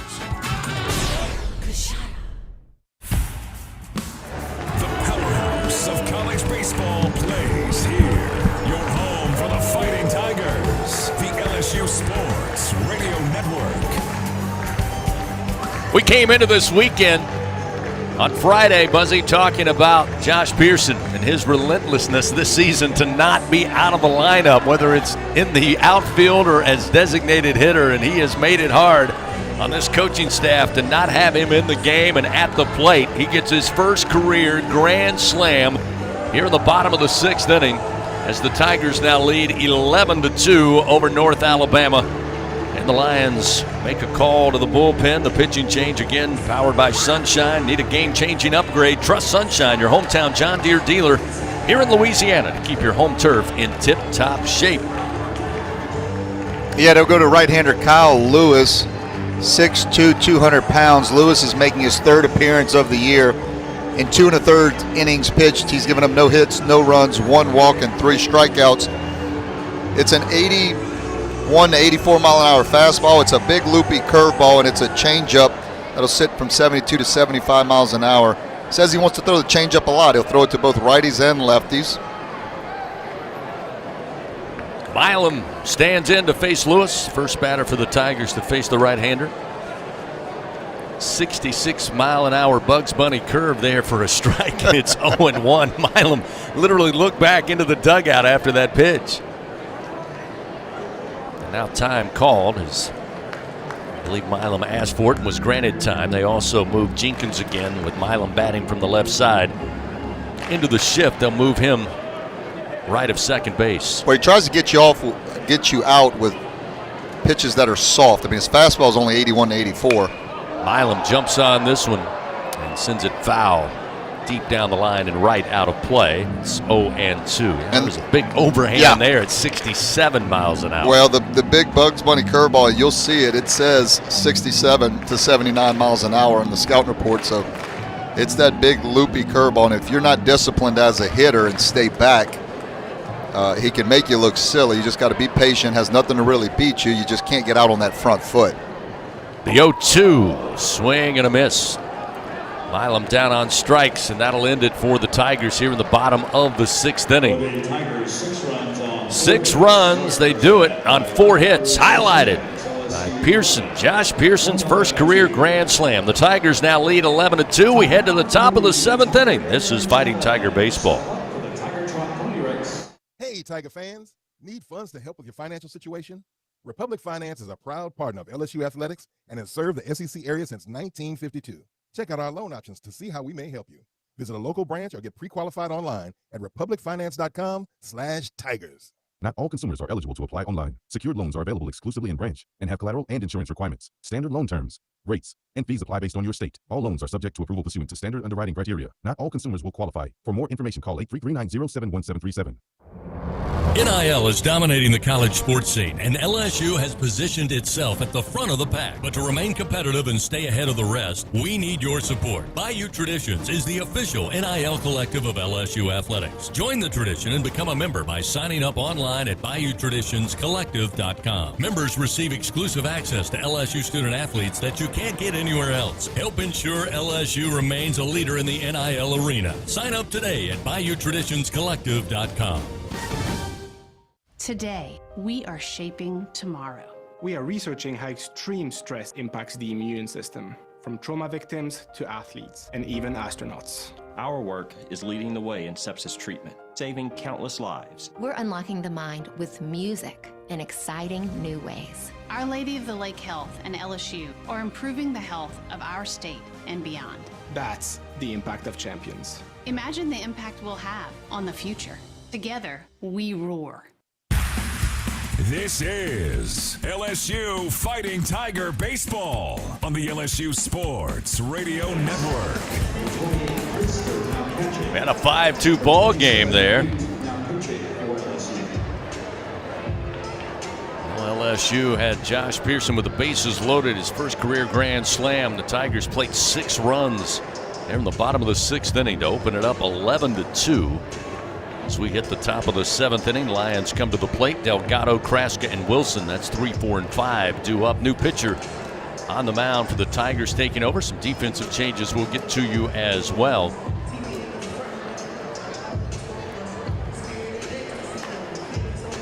Yeah, you mentioned it, Chris. Jaden Newt will take over for LSU. Newt is 6'4", 228 pounds out of Oak Park, California.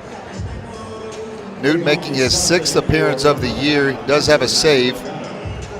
2 2/3 innings pitched. He's given up 3 hits, 3 runs, 3 walks, and 3 strikeouts. Delgado's had a good day at the plate today. 3 for 3. Swings at the first pitch. It's foul ball near the loge and just sneaks into the seating and bounces out of the reach of Jared Jones, who gave a mighty effort to get over there. Ran a long way. That will allow Delgado to come back and swing again, and it's 0-1. Delgado with a single in the first, an RBI single in the third, and then another knock for a base hit back in the 5th inning. 3 for 3, his average up now to 341. Had a solid weekend for the Lions here in Baton Rouge.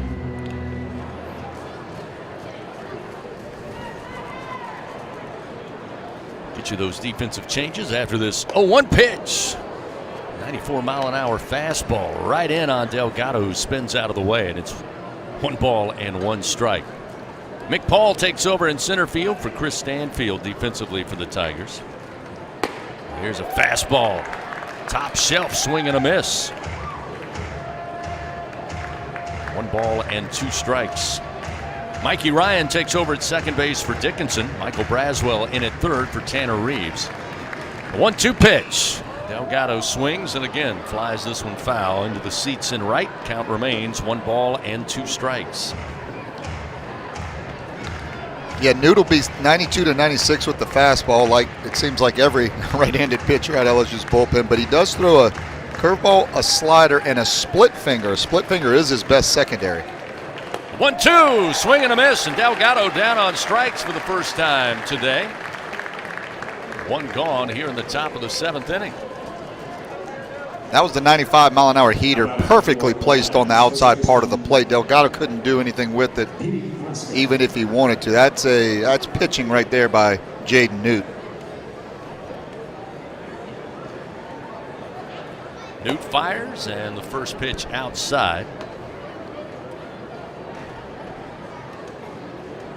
1 ball, no strikes. 1-0 delivery.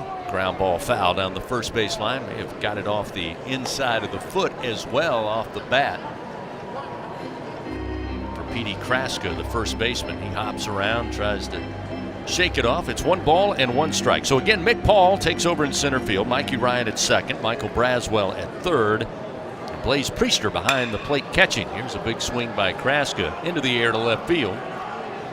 Settling under it, though, is Pearson, as the wind carried it somewhat into left center field for the second out of the inning.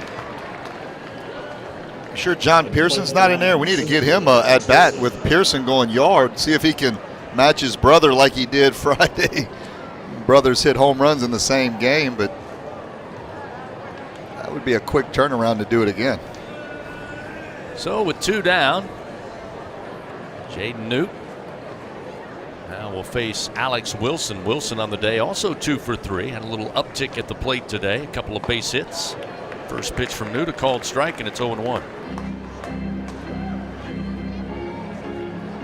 Pearson, who started in left field, remains out there. Jake Brown also in right field. Jared Jones at first base. There's a strike from Newt. Gets him ahead 0-2 now to Wilson. Yeah, go to your best here. Go to elevate the fastball. Throw that split finger. The 0-2 just missed off the outside corner with the heater. It's 1 ball, 2 strikes.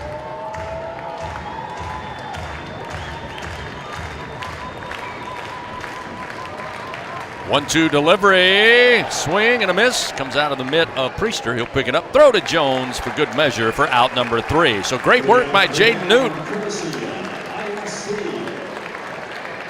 Strikeout, a fly out, making 2 strikeouts to end the inning. So we head to the 7th inning stretch.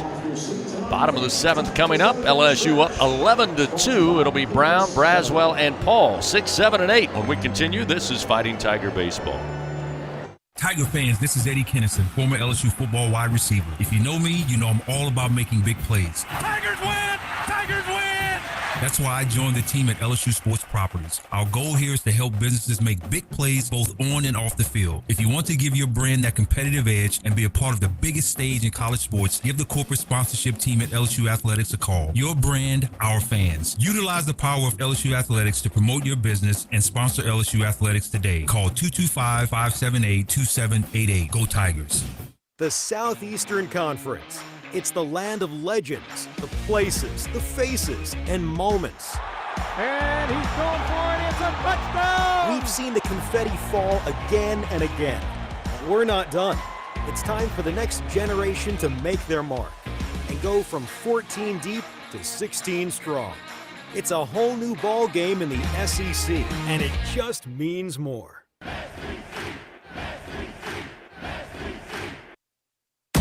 Hey Tiger fans 12 and younger, don't miss your chance to be a part of Mike's Kids Club, presented by Shell, the exclusive kids club of LSU Athletics. Join Mike's Kids Club for only $25. Get the official Mike's Kids Club t-shirt, free admission to select LSU athletic events, and much, much more. To learn about upcoming events and to join, please visit lsumkc.com. The Mike's Kids Club, presented by Shell. The 7th inning stretch, presented by Coushatta Casino Resort, Louisiana's best bet. Now, back to the action of LSU Fighting Tiger Baseball on the LSU Sports Radio Network. Bottom of the 7th inning, LSU leading 11-2 here in Game 3 over North Alabama. Ryan Costello will pick up the lumber. He'll come in to pinch hit for Jake Brown to lead things off for LSU. First pitch offered up by Lewis. Missing for ball 1, 1-0. Costello, freshman out of Howell, New Jersey, a left-handed hitter. Lewis, the 1-0 pitch. There's a strike. Fastball at 84. Again, as Buzzy gave you the scouting report, Lewis relies on, let's use the frame, misdirection. Here's the 1-1, the overhand, and it's a strike at the belt. So 1-2 as it slides in there at 69 miles an hour. Costello with his 5th at bat as a Tiger on the freshman campaign awaits, and the 1-2 from Lewis. Fouled back over the overhang. Count remains 1 ball, 2 strikes. Fans, you can help shape the future of medicine with Velocity Clinical Research. Participants receive compensation, access new potential medicines, and get free study-related exams. You can find a study near you at velocitytrials.com. 1 ball, 2 strikes to Costello, the leadoff hitter here for the Tigers in the 7th. Pitch low and inside. Good take by Costello to even the count, 2-2. Costello hit .562 in high school last year with 14 home runs, 34 RBIs. Lewis looks in. The right-hander's 2-2 delivery. Costello swings and pops it foul, out of play left side. Still 2 balls and 2 strikes. Tigers host Xavier here on Tuesday in the midweek, 6:30. First pitch, airtime here along the network at 6 o'clock.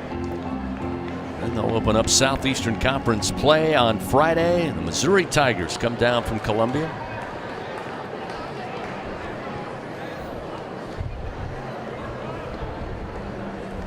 Two balls, 2 strikes for the freshman Costello. Infield playing straight up, outfield the same. Here's the 2-2. Costello swings and fouls this one a little behind, and it's out of play right side. 2 balls, 2 strikes, the count remains. Yeah, I'd say this, and it's all SEC games are tough, but it does look like a little later in the year they'll face the big boys and the Tennessees, the Texas A&Ms, Arkansas. But again, you don't want to take anybody for granted. 2-2. Again, Costello battling, fouls it back into the screen. One of the things that Coach Johnson mentioned a lot last year, and he's been saying it for 3 seasons plus now, is there's college baseball, then there's SEC baseball. I think last year was a big indicator for the Tigers, who struggled in SEC weekends at times, that doesn't matter the record.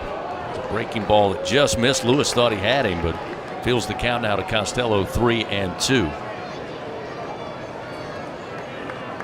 Jay says it all the time. Everybody's got great coaches. The SEC gets the best players in college baseball. Everybody now catching up facility-wise. That's why it's the leader in this sport. Payoff pitch. Costello lifts it in the air, third base side. Billingsley in fair territory. Now coming back towards second base, able to field it for out number 1. So well, Costello retired. You're so right. I think it's important. I mean, it doesn't matter how well you think you're playing or how good you think you are. At any moment, you can go on a stretch where it feels like it's impossible to win an SEC game. And so anytime you have that chance to win it, and I know Coach Maneri did that when we were here, every game he took it as like, we're going to do everything we can to win that game right there, and we'll focus on the next game later, just because it can be that tough sometimes. 11-2, LSU leading here in Game 3 over North Alabama. We'll see Michael Braswell, who checked in to play third base, hit for the first time today. Braswell batting for the 33rd time this season, the everyday third baseman a year ago. Pitch missing low from Lewis, and it's 1 ball, no strikes.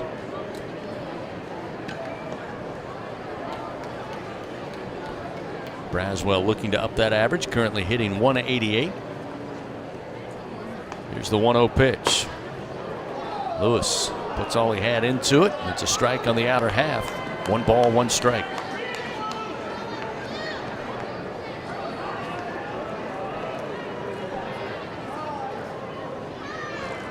One out, nobody on. Lewis, the 1-1 pitch. Called strike. Breaking ball gets him ahead, 1-2. Yeah, Braswell part of that Chapel Hill all-regional team last year for LSU. Hit .311, had 3 triples, 12 doubles, 4 homers, 36 RBIs, and 46 runs. Again, still getting used to where the guys are on the field with this talent. Braswell was the everyday shortstop last year, not third baseman. It started this year as the starting third baseman, with Milam moving from second to short. 2 balls, 2 strikes now. Yeah, and I said it before, Chris, I think Braswell and Reeves, that'll be a good, and I know Coach Johnson doesn't like to use the word competition, but that'll be a good, healthy competition at third base. 2-2 misses low, feels the count, no question about it. Going to improve both of their play. Well, Reeves gives you a little more powers, as I told you. I think they both play a really good third base. Braswell a little more of the contact hitter, slap hitter, doesn't strike out as much. Payoff delivery, and there's a swing and a miss. Got fooled on the pitch from Lewis, down and inside. Braswell down on strikes for the second out of the inning. So yeah, good. Lewis with his first strikeout in relief. Yeah, good pitch down in the zone. Took even more off than he normally does, and had Braswell out in front fooled. looked like the changeup. So now we'll see Mick Paul, redshirt sophomore out of Salt Lake City. Left-handed hitter. Now they'll reset the pitch clock, I believe, or may have been stuck. Oh, no. But say a delay. Yeah, calling the ball. It was weird. The pitch clock said 18 seconds on it, unless I missed something. So, yeah, they assess ball one to the pitcher, Kyle Lewis. The 1-0 pitch going to hit Paul. That one just came out of the grip of Lewis. And Paul probably won't see a lot of 69-mile-an-hour pitches that he'll have to take in the back. But he will head down to first. You mentioned that part of Jay Johnson's offensive philosophy, obviously, is earning base on balls, but it also is part of the strategy to get hit by pitches. LSU, one of the tops in the SEC for several seasons now. Yeah, that's part of the arsenal. That's not just a coincidence. A lot of times when you look at teams and they get hit by a lot of pitches, you look at the coach and you see where that coach has been or how long he's been the coach there, and I bet it's a pretty common theme. First pitch now to Blaze Priester, who bats for the first time today. Pride of Denham Springs, Louisiana. The redshirt junior takes the first pitch high, and it's 1-0. Yeah, you're right, though, Chris. If there's ever a time you want to get hit, and you're Mick Paul, it's a guy who doesn't throw typically as hard. Oh, we got a balk now called against Kyle Lewis. So that will grant Paul second base. Lewis looks a little surprised, wants an explanation from the second base umpire, Brian Hale, and now Lewis will be joined by the head coach, Chad Prachniak. He wants an explanation. He'll go to the home plate umpire, Christopher Griffith, to get clarification. I missed it, Chris. I'm not sure either what the call was. I don't know if he didn't come set. A lot of times that'll when they try to quick pitch you, or your pitcher won't come set with the gloves, and you got to come set for pause for just a moment at least. Not sure Coach Prachniak liked the answer he got, but he did call for time and sent Delgado out there to talk with the relief pitcher, Kyle Lewis. Yeah, there was two lines getting loose down in the bullpen. There's one throwing right now, right-hander. Get you a name and number here shortly. 1 ball, no strikes to Blaze Priester. Came in to catch for the starter, Kade Anderson. If number 15, Landon Scruggs, getting loose. Runner at second now with 2 down. Pitch to Priester short of the plate, blocked up by Delgado, and that'll make it 2 balls, no strikes. And Delgado comes up a little gimpy there. I think it may have caught him in the neck and shoulder area there as he's wincing in pain. And he's going to take a little time here to walk around home plate. Head coach Prachniak out to check on him. Yeah, ball down in the dirt. Delgado, nice job. Yep, just got underneath the chin there, the chin guard, and there's not a ton of pad up by the collarbone area. And you say you want to catch until stuff like that happens. Now they got the trainer out to take a look. Delgado says he's good to go. Tough young man. So they will head back to the dugout. 2-0 the count to Priester with 2 down. In the bottom of the 7th inning. The Tigers played at 4 in the bottom of the 1st inning, take a 4-0 lead. The Lions scratch 2 across in the top of the 3rd to make it a 4-2 game. LSU with a 5th run, adding 1 in the bottom of the 4th, and then exploding for 6 in the bottom of the 6th, highlighted by Josh Pearson's first career grand slam. 11-2 our score. Runner at second, 2 down, the 2-0 pitch. Again, short of the plate. This time Delgado chases it left of the plate. Keeps Paul at second base, and now 3-0. Yeah, and that one's tough to go down and block after you just took one in the collarbone neck area. Give credit to Delgado for toughing it out back there and still working hard. 3-0 now the count to Priester, his 5th at bat this season as a Tiger. 3-0 pitch. Take was on. There's a strike, and it's 3-1.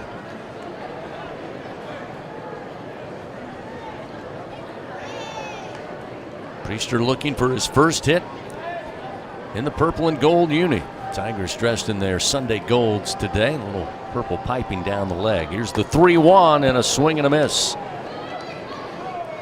Yeah, he was looking dead red fastball, 3-1, and Lewis just pulled the string on him, went with the changeup, and had Priester way out in front. You'd rather that, though, than a weak ground ball or a weak pop-up 3-1. You're looking for something to drive, and if you don't get it, just swing right through it like Priester did. So now Lewis to offer the payoff pitch. On its way, Priester jumps on it, but fouls it into the screen above the Loge third base side. Still 3-2. Fans Capital One offering checking and savings accounts. There's no fees or minimums. Capital One, what's in your wallet? 11-2, LSU leading in the bottom of the 7th inning. Paul with a leadoff second. Here's another payoff pitch. Priester swings and misses again on the off-speed delivery from Lewis. Lewis records his third strikeout. And that'll do it for the Tigers. They go scoreless. Leave one man on base. We head to the top of the 8th. It's 11-2 LSU. Lions coming up. This is Fighting Tiger Baseball. Hey, LSU fans, you're invited to Louisiana's largest casino resort, Kashada. Kashada Casino Resort has the largest and most spacious gaming floor in the Lake Charles area, with thousands of the newest slots, over 55 table games, live bingo and off-track betting, plus 3 beautiful hotels, delicious Cajun cuisine, and the #1 rated golf course in Louisiana. Kashada Casino Resort is proud to support LSU. Go Tigers! Looking to make your next corporate event, church festival, or school field day the best one yet? Well, look no further than Grayson's Events and Entertainment. They have it all, from carnival rides to mechanical bulls, inflatables, and much more. They truly are your one-stop shop for all your party and event rental needs. Give them a call at 225-436-6520 and use promo code RADIO25 on your next order at Grayson'sEventsEntertainment.com. Louisiana's best event specialist. You won't be disappointed. Hey Tiger fans, are you ready to roar? Oxbow Rum Distillery is the official rum for LSU Athletics. Our cane to glass rum is made just 2 miles north of Tiger Stadium.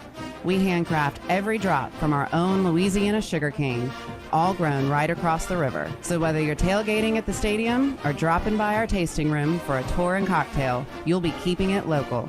Visit Oxbow Rum Distillery, open Thursday to Sunday, noon to 6. Go Tigers! Back to the action of LSU Fighting Tiger Baseball from the LSU Sports Radio Network. Top of the 8th inning, LSU up 11-2 over North Alabama. Some more changes in the field for the Tigers. Ryan Costello takes over in right field for the starter, Jake Brown. Mikey Ryan came in for Dickinson at second base there in the 7th inning. He'll slide over to shortstop. Coach Johnson will insert David Hogg in at second.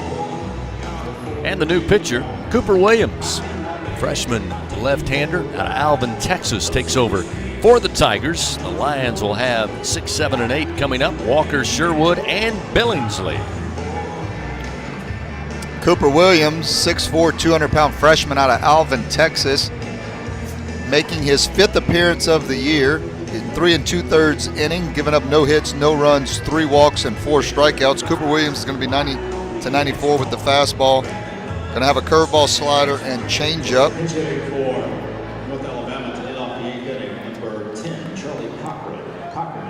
So the Lions will go to a pinch hitter, Charlie Cochran, a junior out of Florence, Alabama, a right-hander. He'll face Cooper Williams. First pitch inside, missing ball 1, 1-0.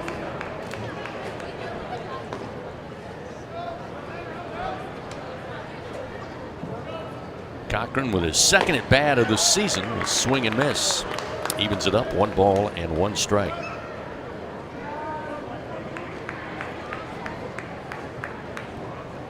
The 1-1. That time, fastball blows by him, and it's 1 ball, 2 strikes.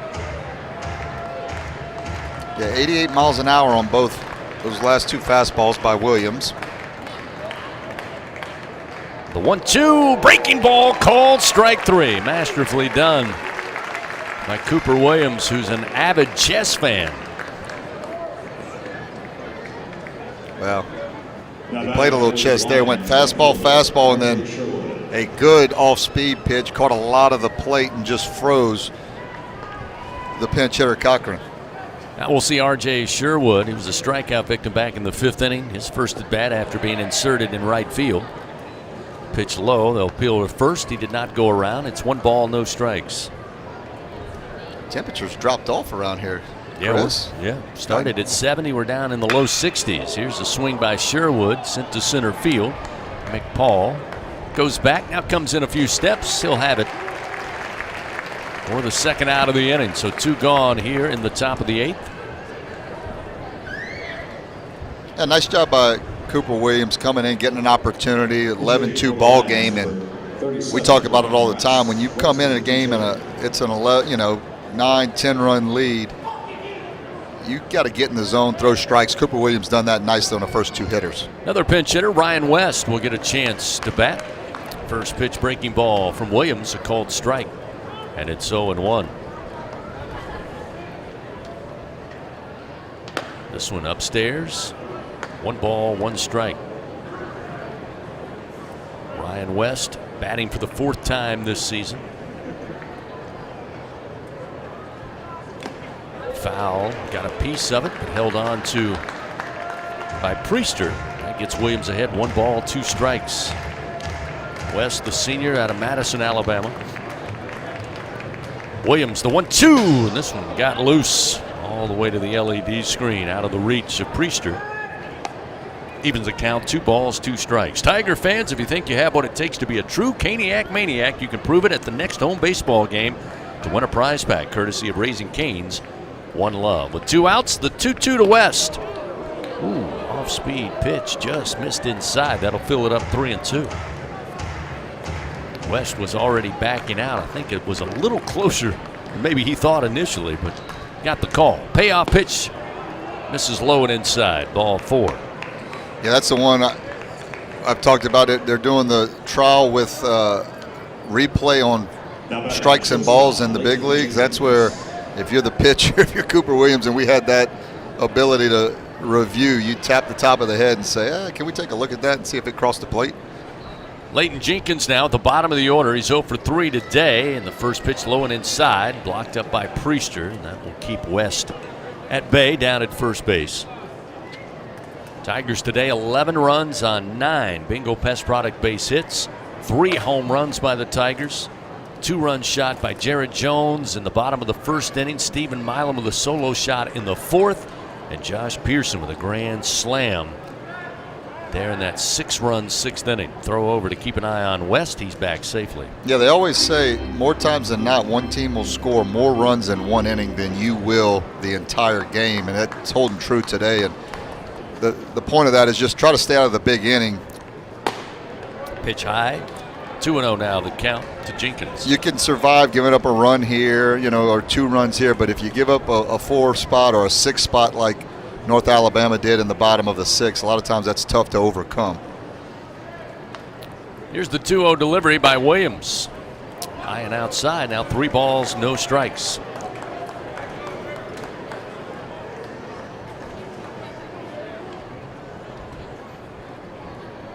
Runner at first, 2 down. Williams, the 3-0 delivery. That one catches the outside corner at the letters, and it's now 3-1. Williams was 10-4 at Alvin High School in Texas with a 1.34 ERA. Had 152 strikeouts in 99 1/3 innings. Jenkins fights off the fastball, fouls it back. It's now 3-2.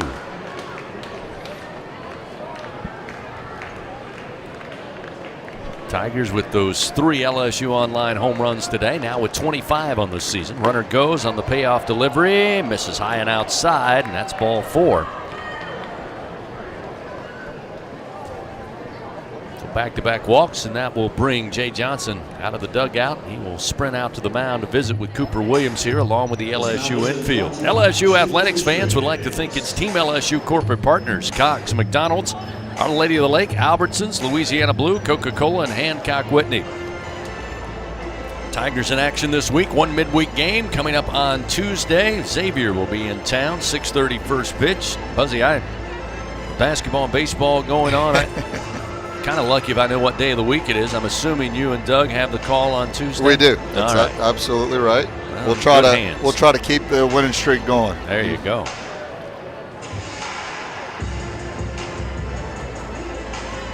Hunt and Jeff yesterday did a nice job. I thought And after that first inning, North Alabama puts up 2. I'm thinking, well, we give the keys away one game and the boys are going to let it go. But did a nice job of rallying back. And then, unless something unforeseen here, I think LSU's going to figure out a way to finish this one off, hopefully.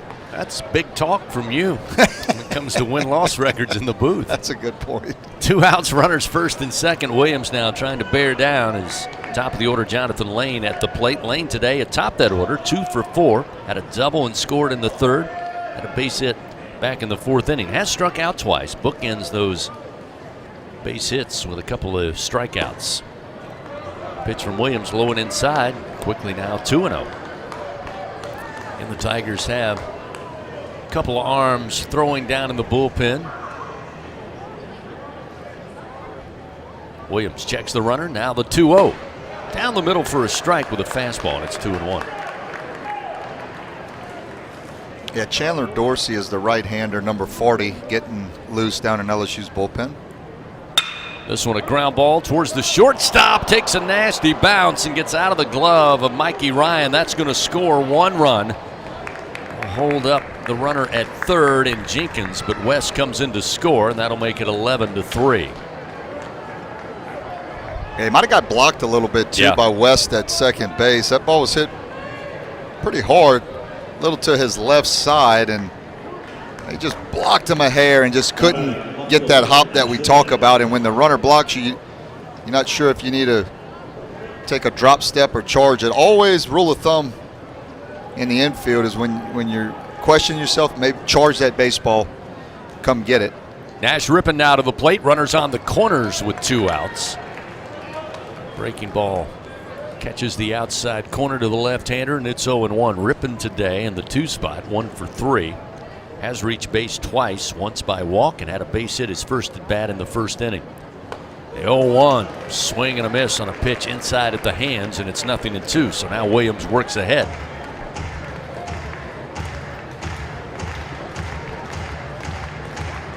Jenkins at third. Lane board on the air at first base. 2 outs. The 0-2 from Williams. Low and outside.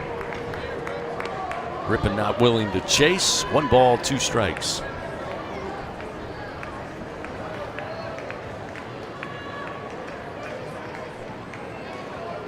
Runners on the corners take their lead. Here's the 1-2. Breaking ball just off the outside corner. Another close one there. Telling you.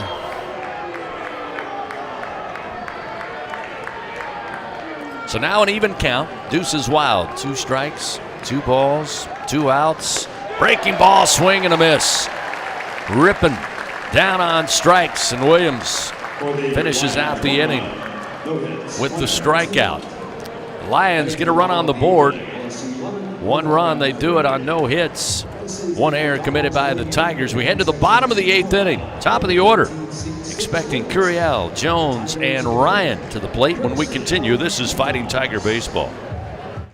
You're invited to a Louisiana Saturday night with award-winning multi-platinum singer-songwriter and LSU graduate Jordan Davis. Saturday, May 3rd, on the field inside legendary Tiger Stadium for the 2nd annual Bayou Traditions Gala. Don't miss this special Louisiana Saturday night. Enjoy delicious Louisiana cuisine, exciting live auction items, LSU coaches and student-athletes, and much more. It's a night of celebration to support our student-athletes. Get your table now at lsutaf.org/events. The Southeastern Conference. It's the land of legends, the places, the faces, and moments. And he's going for it. It's a touchdown! We've seen the confetti fall again and again. But we're not done. It's time for the next generation to make their mark and go from 14 deep to 16 strong. It's a whole new ball game in the SEC, and it just means more.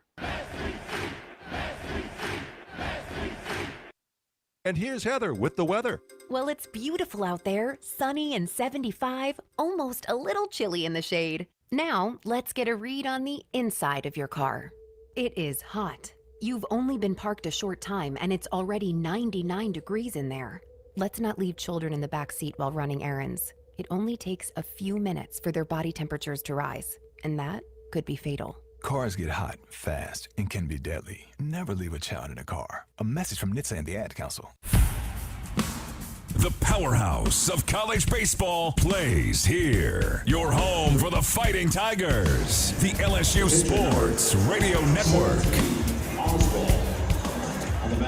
11-3 LSU with the lead here as we head to the bottom of the 8th inning over North Alabama. New pitcher on for the Lions. It'll be Gavin Oswald, a left-hander, taking his final warm-up tosses. Also defensive change at third base. Number 5, Jackson Ferrigno, take over at the hot corner as the Tigers at the top of the order here in the bottom of the 8th inning. See if any more substitutions called upon, and we'll see one. Curiel done for the day. Dalton Beck, senior out of Frisco, Texas. Beck will stand in, the left-handed hitter. Bat for the first time today and face Gavin Oswald.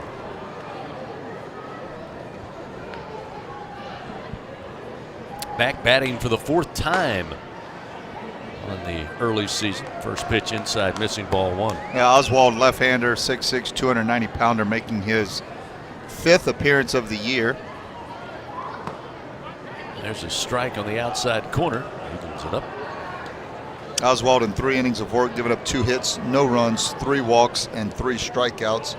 87-90 with the fastball. He goes fastball, slider, and he's going to throw that slider a bunch to the left-handers. This time it's fouled off the bat of Beck. Left side out of play. Now 1-2.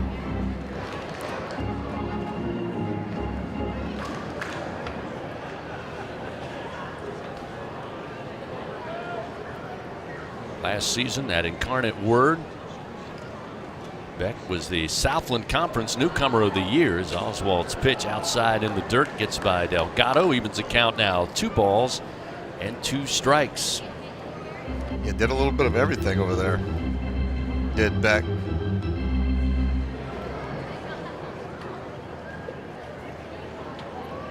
Got his first hit as a Tiger in that weekend against Omaha. This pitch inside now feels the count. 3-2. Went 1 for 1, drove in a run. He's got 1 ribby on the year. Payoff delivery from Oswald. Comes in low. They appeal down to third. They say Beck held back. A leadoff walk will put Beck aboard for the Tigers here to start the bottom of the 8th inning. Oswald walks the first batter he faces. That's the 4th walk given up on the year. And now pinch hitting for Jared Jones will be John Pearson. So there you go, Buzzy. Pearson with a chance to swing. Of course, the Pearson brothers on display Friday in Game 1. Pearson with his first home run, Josh that is, of the season. John Pearson, who on the early season is 4 for 7 at the plate, got his first round tripper. He swings for another, but comes up empty. It's 0-1. Yeah, we told you on Friday the brothers hit the home runs. The Pearson brothers hit those home runs in Friday's game. The first time since the Harris brothers homered in the same game in April of 2005, and the Harris brothers did it 3 times in their career. The 0-1. Miss low, 1 ball, 1 strike. Tigers with a runner at first, nobody out, leading 11-3. Lions today 3 runs, 9 hits, 1 error. The Tigers 11 runs on 9 Bingo Pest Product base hits. Also 1 error a moment ago. Oswald's 1-1 pitch. Pearson takes, called strike, 1-2.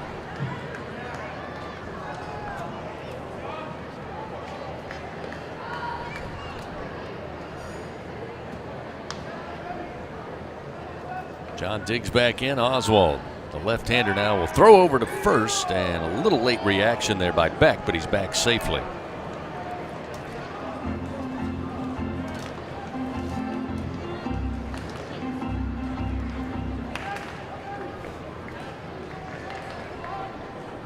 Pearson awaits. Oswald, the 1-2 pitch.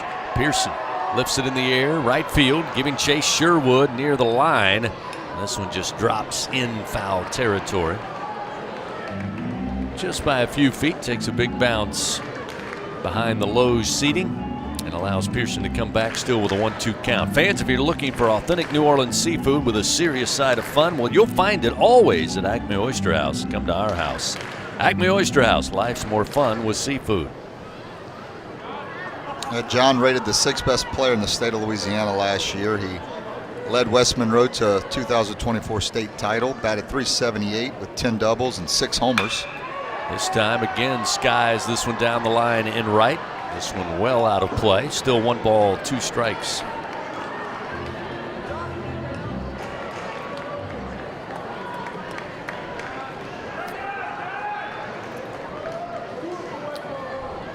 Oswald takes the new baseball, steps up on the rubber here with a 1-2 count. Runner at first, nobody out. The 1-2 to Pearson. Drives it to center field. Alex Wilson going back. The wind carried it near the track, and Wilson able to make the grab for the first out of the inning. Yeah, another one kept carrying and carrying in that jet stream, but Pearson just missed it to right center.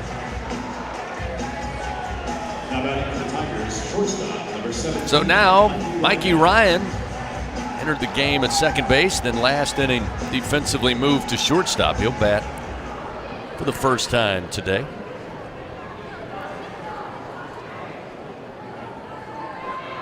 Mikey, the Rummel High School product, waiting on the first delivery, but Oswald going to keep an eye on Dalton Beck over at first base.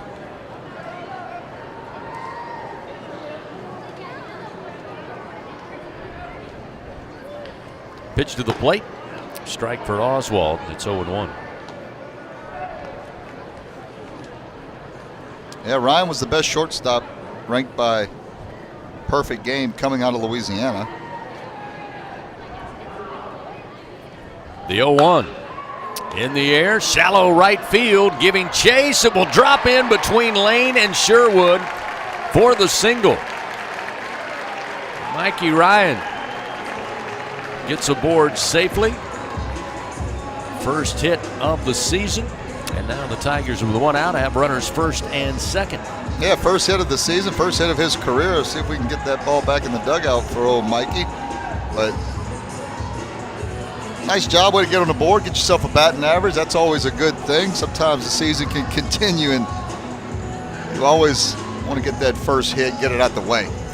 Ashton Larson will check in. He'll pinch hit here for Josh Pearson, who started the game in left field. Pearson today goes 1 for 3. It was a loud one. First career grand slam back there in the 6th inning. So now Larson stands in. Runners first and second here. Tigers got something cooking with 1 out here in the bottom of the 8th. Pitch to Larson at the belt for a strike, 0-1.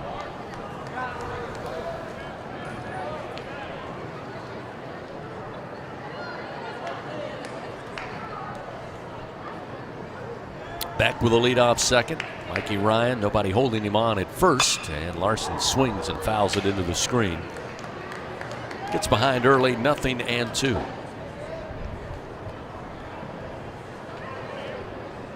Yeah, Larson really played well last year in SEC games, led the team with a .337 average during SEC play.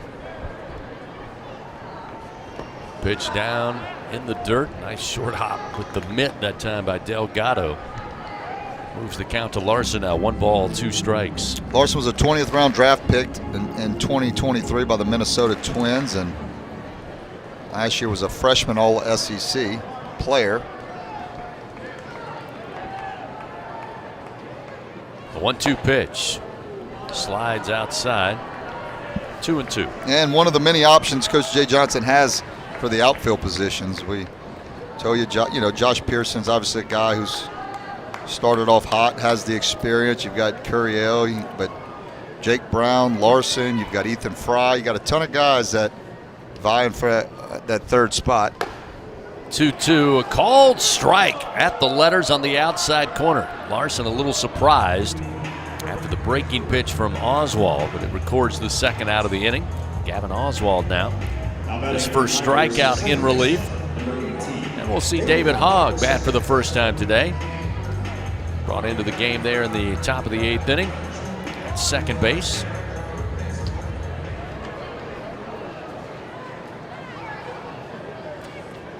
Oswald's first delivery. Down in the dirt. Delgado keeps it in front of him, and it's 1 ball, no strikes.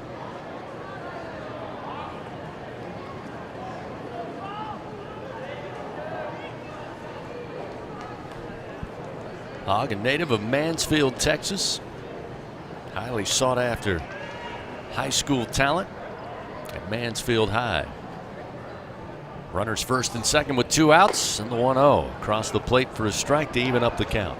I also played cornerback and wide receiver for Mansfield High, so two-way player, or I should say a two-sport athlete out of high school. Swings and fouls it back into the screen. Falls behind in the count. 1 ball, 2 strikes. Finished last year batting .411 for Mansfield High, a .534 on base percentage. Certainly has the knowledge using the bat. 1 ball, 2 strikes, 2 outs, runners first and second. Oswald's pitch. Hogg swings in the air, foul territory, first base side. Kraska gives it a quick glance, but it catches the overhang out of play. Count remains 1-2.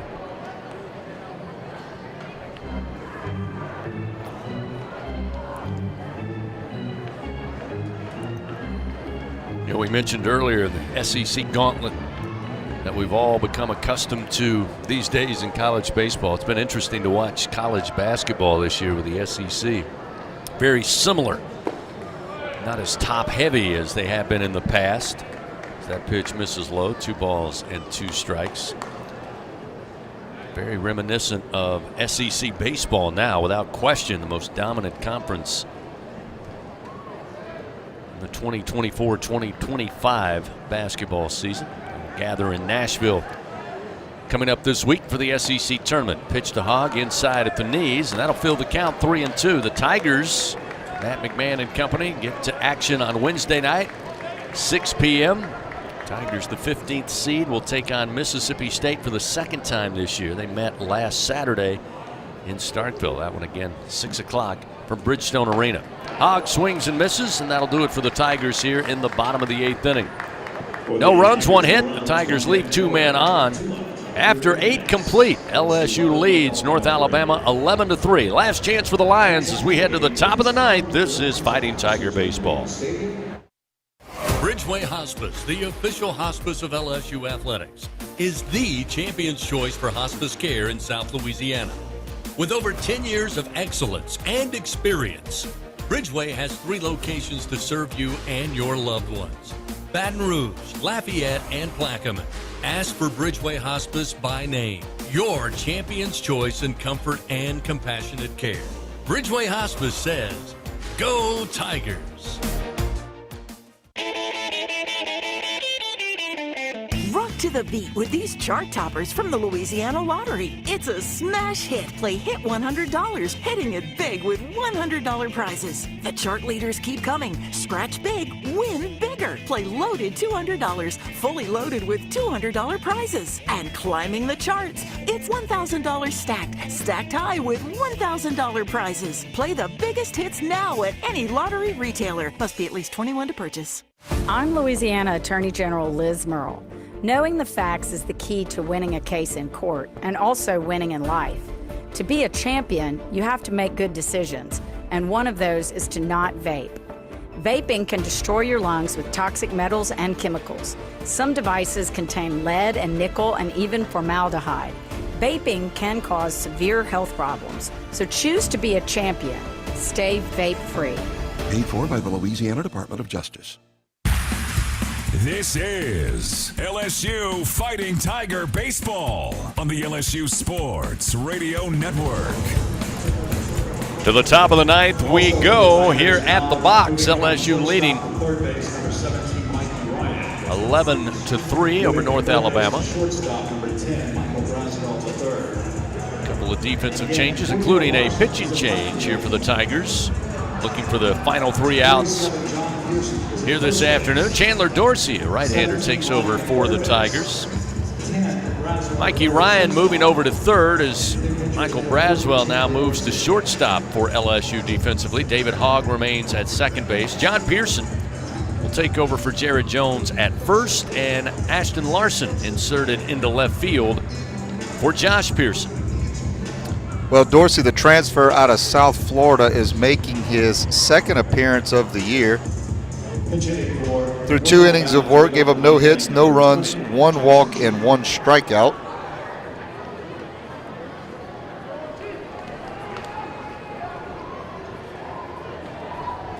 Dorsey's first delivery to Cheek, a pinch hitter for the Lions. Fastball low and inside, and it's 1-0. Jackson Cheek swings on the 1-0 pitch. Ground ball to the shortstop Braswell, and it scoots right up his glove and right up his arm. Be the second error of the day for the Tigers, and it allows Jackson Cheek, to reach base here in the top of the 9th inning. Again, Braswell entered the game at third base with Mikey Ryan moving over to short. Now they make the change, put Ryan at third and Braswell at short. So the second error of the game. That will bring the first baseman Kraska to the plate. Take a healthy cut, come up empty, and it's 0-1. Yeah, Dorsey will be 90-94 with the fastball. He's going to throw a curveball, slider, and a changeup. Going to go a lot of sliders to right-handed hitters. That's what he likes to do. Come in and throw a ton of sliders. Pitch missed inside at the knees. 1 ball, 1 strike. Pretty good looking pitch. Didn't miss by much. Last year at South Florida, he made 26 appearances. He had a 3.6 ERA. Struck out 41 guys in 30 innings. The 1-1. Off speed, but low and outside. 2 balls and 1 strike. Petey Kraska at the plate for the Lions. Hit into that double play back in the first inning. 4.63 variety. Then had a single back in the third, left stranded. Fly ball out in the 5th. And again in the 7th. This time he will absolutely hammer one into the corner. Comes off the wall at the ISC constructor sign. Going to be picked up by Costello. Runners will advance, and Kraska adds a double to his ledger today, and line drive rope into the wall in right field. So now the Lions runners second and third, nobody out here in the top of the 9th inning. Hey, well, Dorsey coming in, tip your hat. He's throwing a lot of strikes, pitching to contact. Tough first error on the leadoff hitter, and then leaves one up in the zone that Kraska was just able to rip down that right field line. That ball was hit as hard as any ball was today. Bryant Loving now will pinch hit. The sophomore out of Nashville stands in. First pitch, breaking ball, lifted in the air to right, but right at Ryan Costello. He'll make the grab. Tagging up from third will be Jackson Cheek. He will come in to score to now make it 11-4 LSU. So a sac fly RBI for Loving. Picks up his 4th ribby of the year. And with 1 out, 1 down, 2 to go for the Tigers here in the top of the 9th. We'll see another pinch hitter, Charlie Cochran, a junior out of Florence, Alabama. Yeah, Dorsey got his first appearance as an LSU Tiger earlier in the week against North Dakota State and did a nice job through 2 innings, struck out 1. And you heard Coach Jay Johnson say he's going to get more opportunities. He was proud of the way he threw the ball against North Dakota State. Breaking ball misses to Cochran. I stand corrected. Cochran came in to pinch hit back in the 8th inning, so this is his second at bat. He was caught looking his first time up. The 1-0. The breaking ball this time in the zone for a strike, 1-1.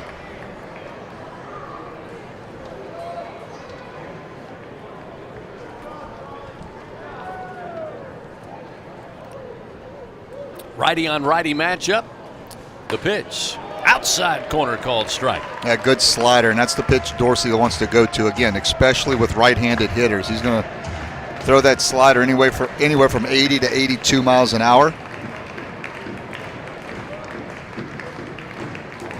Dorsey checks the runner in Kraska at second. Now the 1-2 pitch. Swing and a miss. Got away from Priester. He'll pick it up behind the plate. Throw down the line, and Pearson has it. 2 down, 1 to go for the Fighting Tigers of LSU. Went back to the slider with 2 strikes, just expanded the zone, went a little further out, and was able to get Cochran to chase it. Nice job by Priester staying with it, getting on the foul territory side of first base, really clearing himself to make a good throw over to Pearson at first. R.J. Sherwood now Trying to keep hope alive, and the pitch inside may have come off the helmet of Priester and then caroms towards the dugout, third base side. The pitch was inside to Sherwood. Not sure it came off the mitt.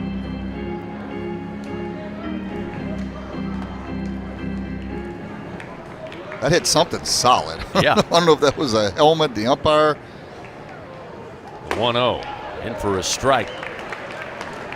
The breaking ball evens the count 1-1. Kraska, of course, able to advance to third. He stands down 90 feet away with 2 outs here in the top of the ninth. This one absolutely blasted to left field. That'll get Larson on his horse. He'll cut it off before the track, but that will bring Kraska in to score. That makes it 11-5 now. So Sherwood, his first knock of the day, picks up an RBI. That's his third of the season. So North Alabama not going quietly here, Buzzy, in the top of the ninth inning.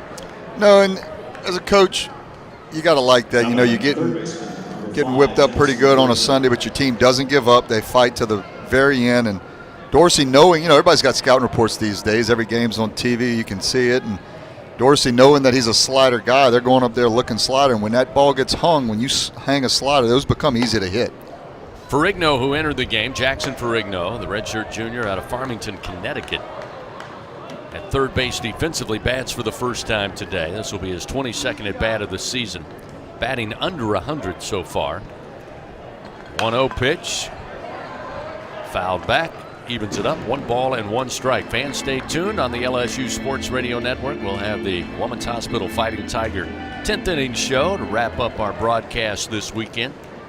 Get you the full stat rundowns, players and play of the game, as well as a visit with head coach Jay Johnson. The 1-1 fires it in there, and it just missed the inside corner. Another good-looking pitch, but ruled ball 2.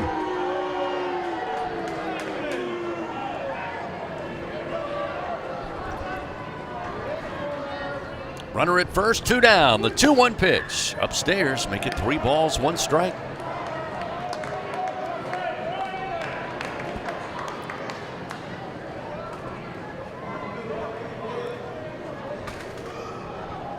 Sherwood with the RBI single down at first base. So here's the 3-1 pitch with 2 outs, and it's ball 4. So that will put Ferrigno aboard. Now runners first and second. Fastball missing inside at the belt.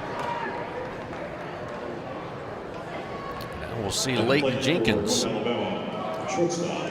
He's 0 for 3 today. Did reach base back in the 8th inning by way of walk.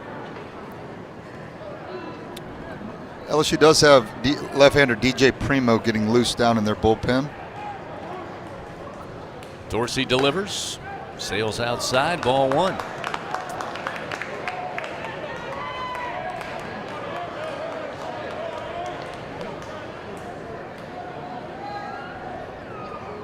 The 1-0 pitch, breaking ball, got just a piece of it. Oh, I heard the bat. Wait a minute. Runners were in motion, but they'll have to go back now as home plate umpire Christopher Griffith, for a second time, demonstratively letting everyone know. Caught a piece of the bat. Priester couldn't hold on, but it does even the count. 1 ball, 1 strike.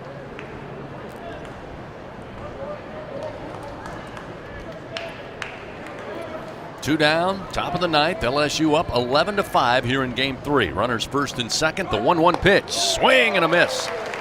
Fastball a little up in the zone. Inner part of the plate. Jenkins gave it a try, but came up empty. 1 ball, 2 strikes.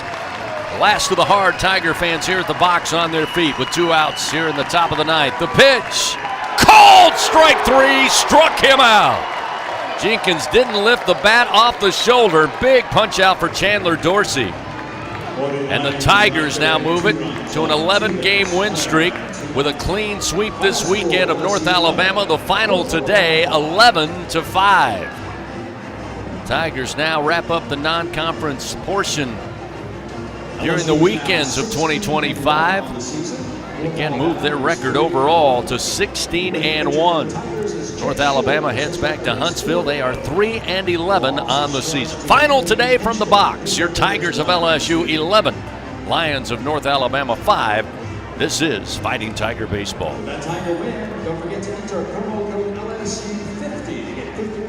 If you live in Louisiana, you know what the many plants up and down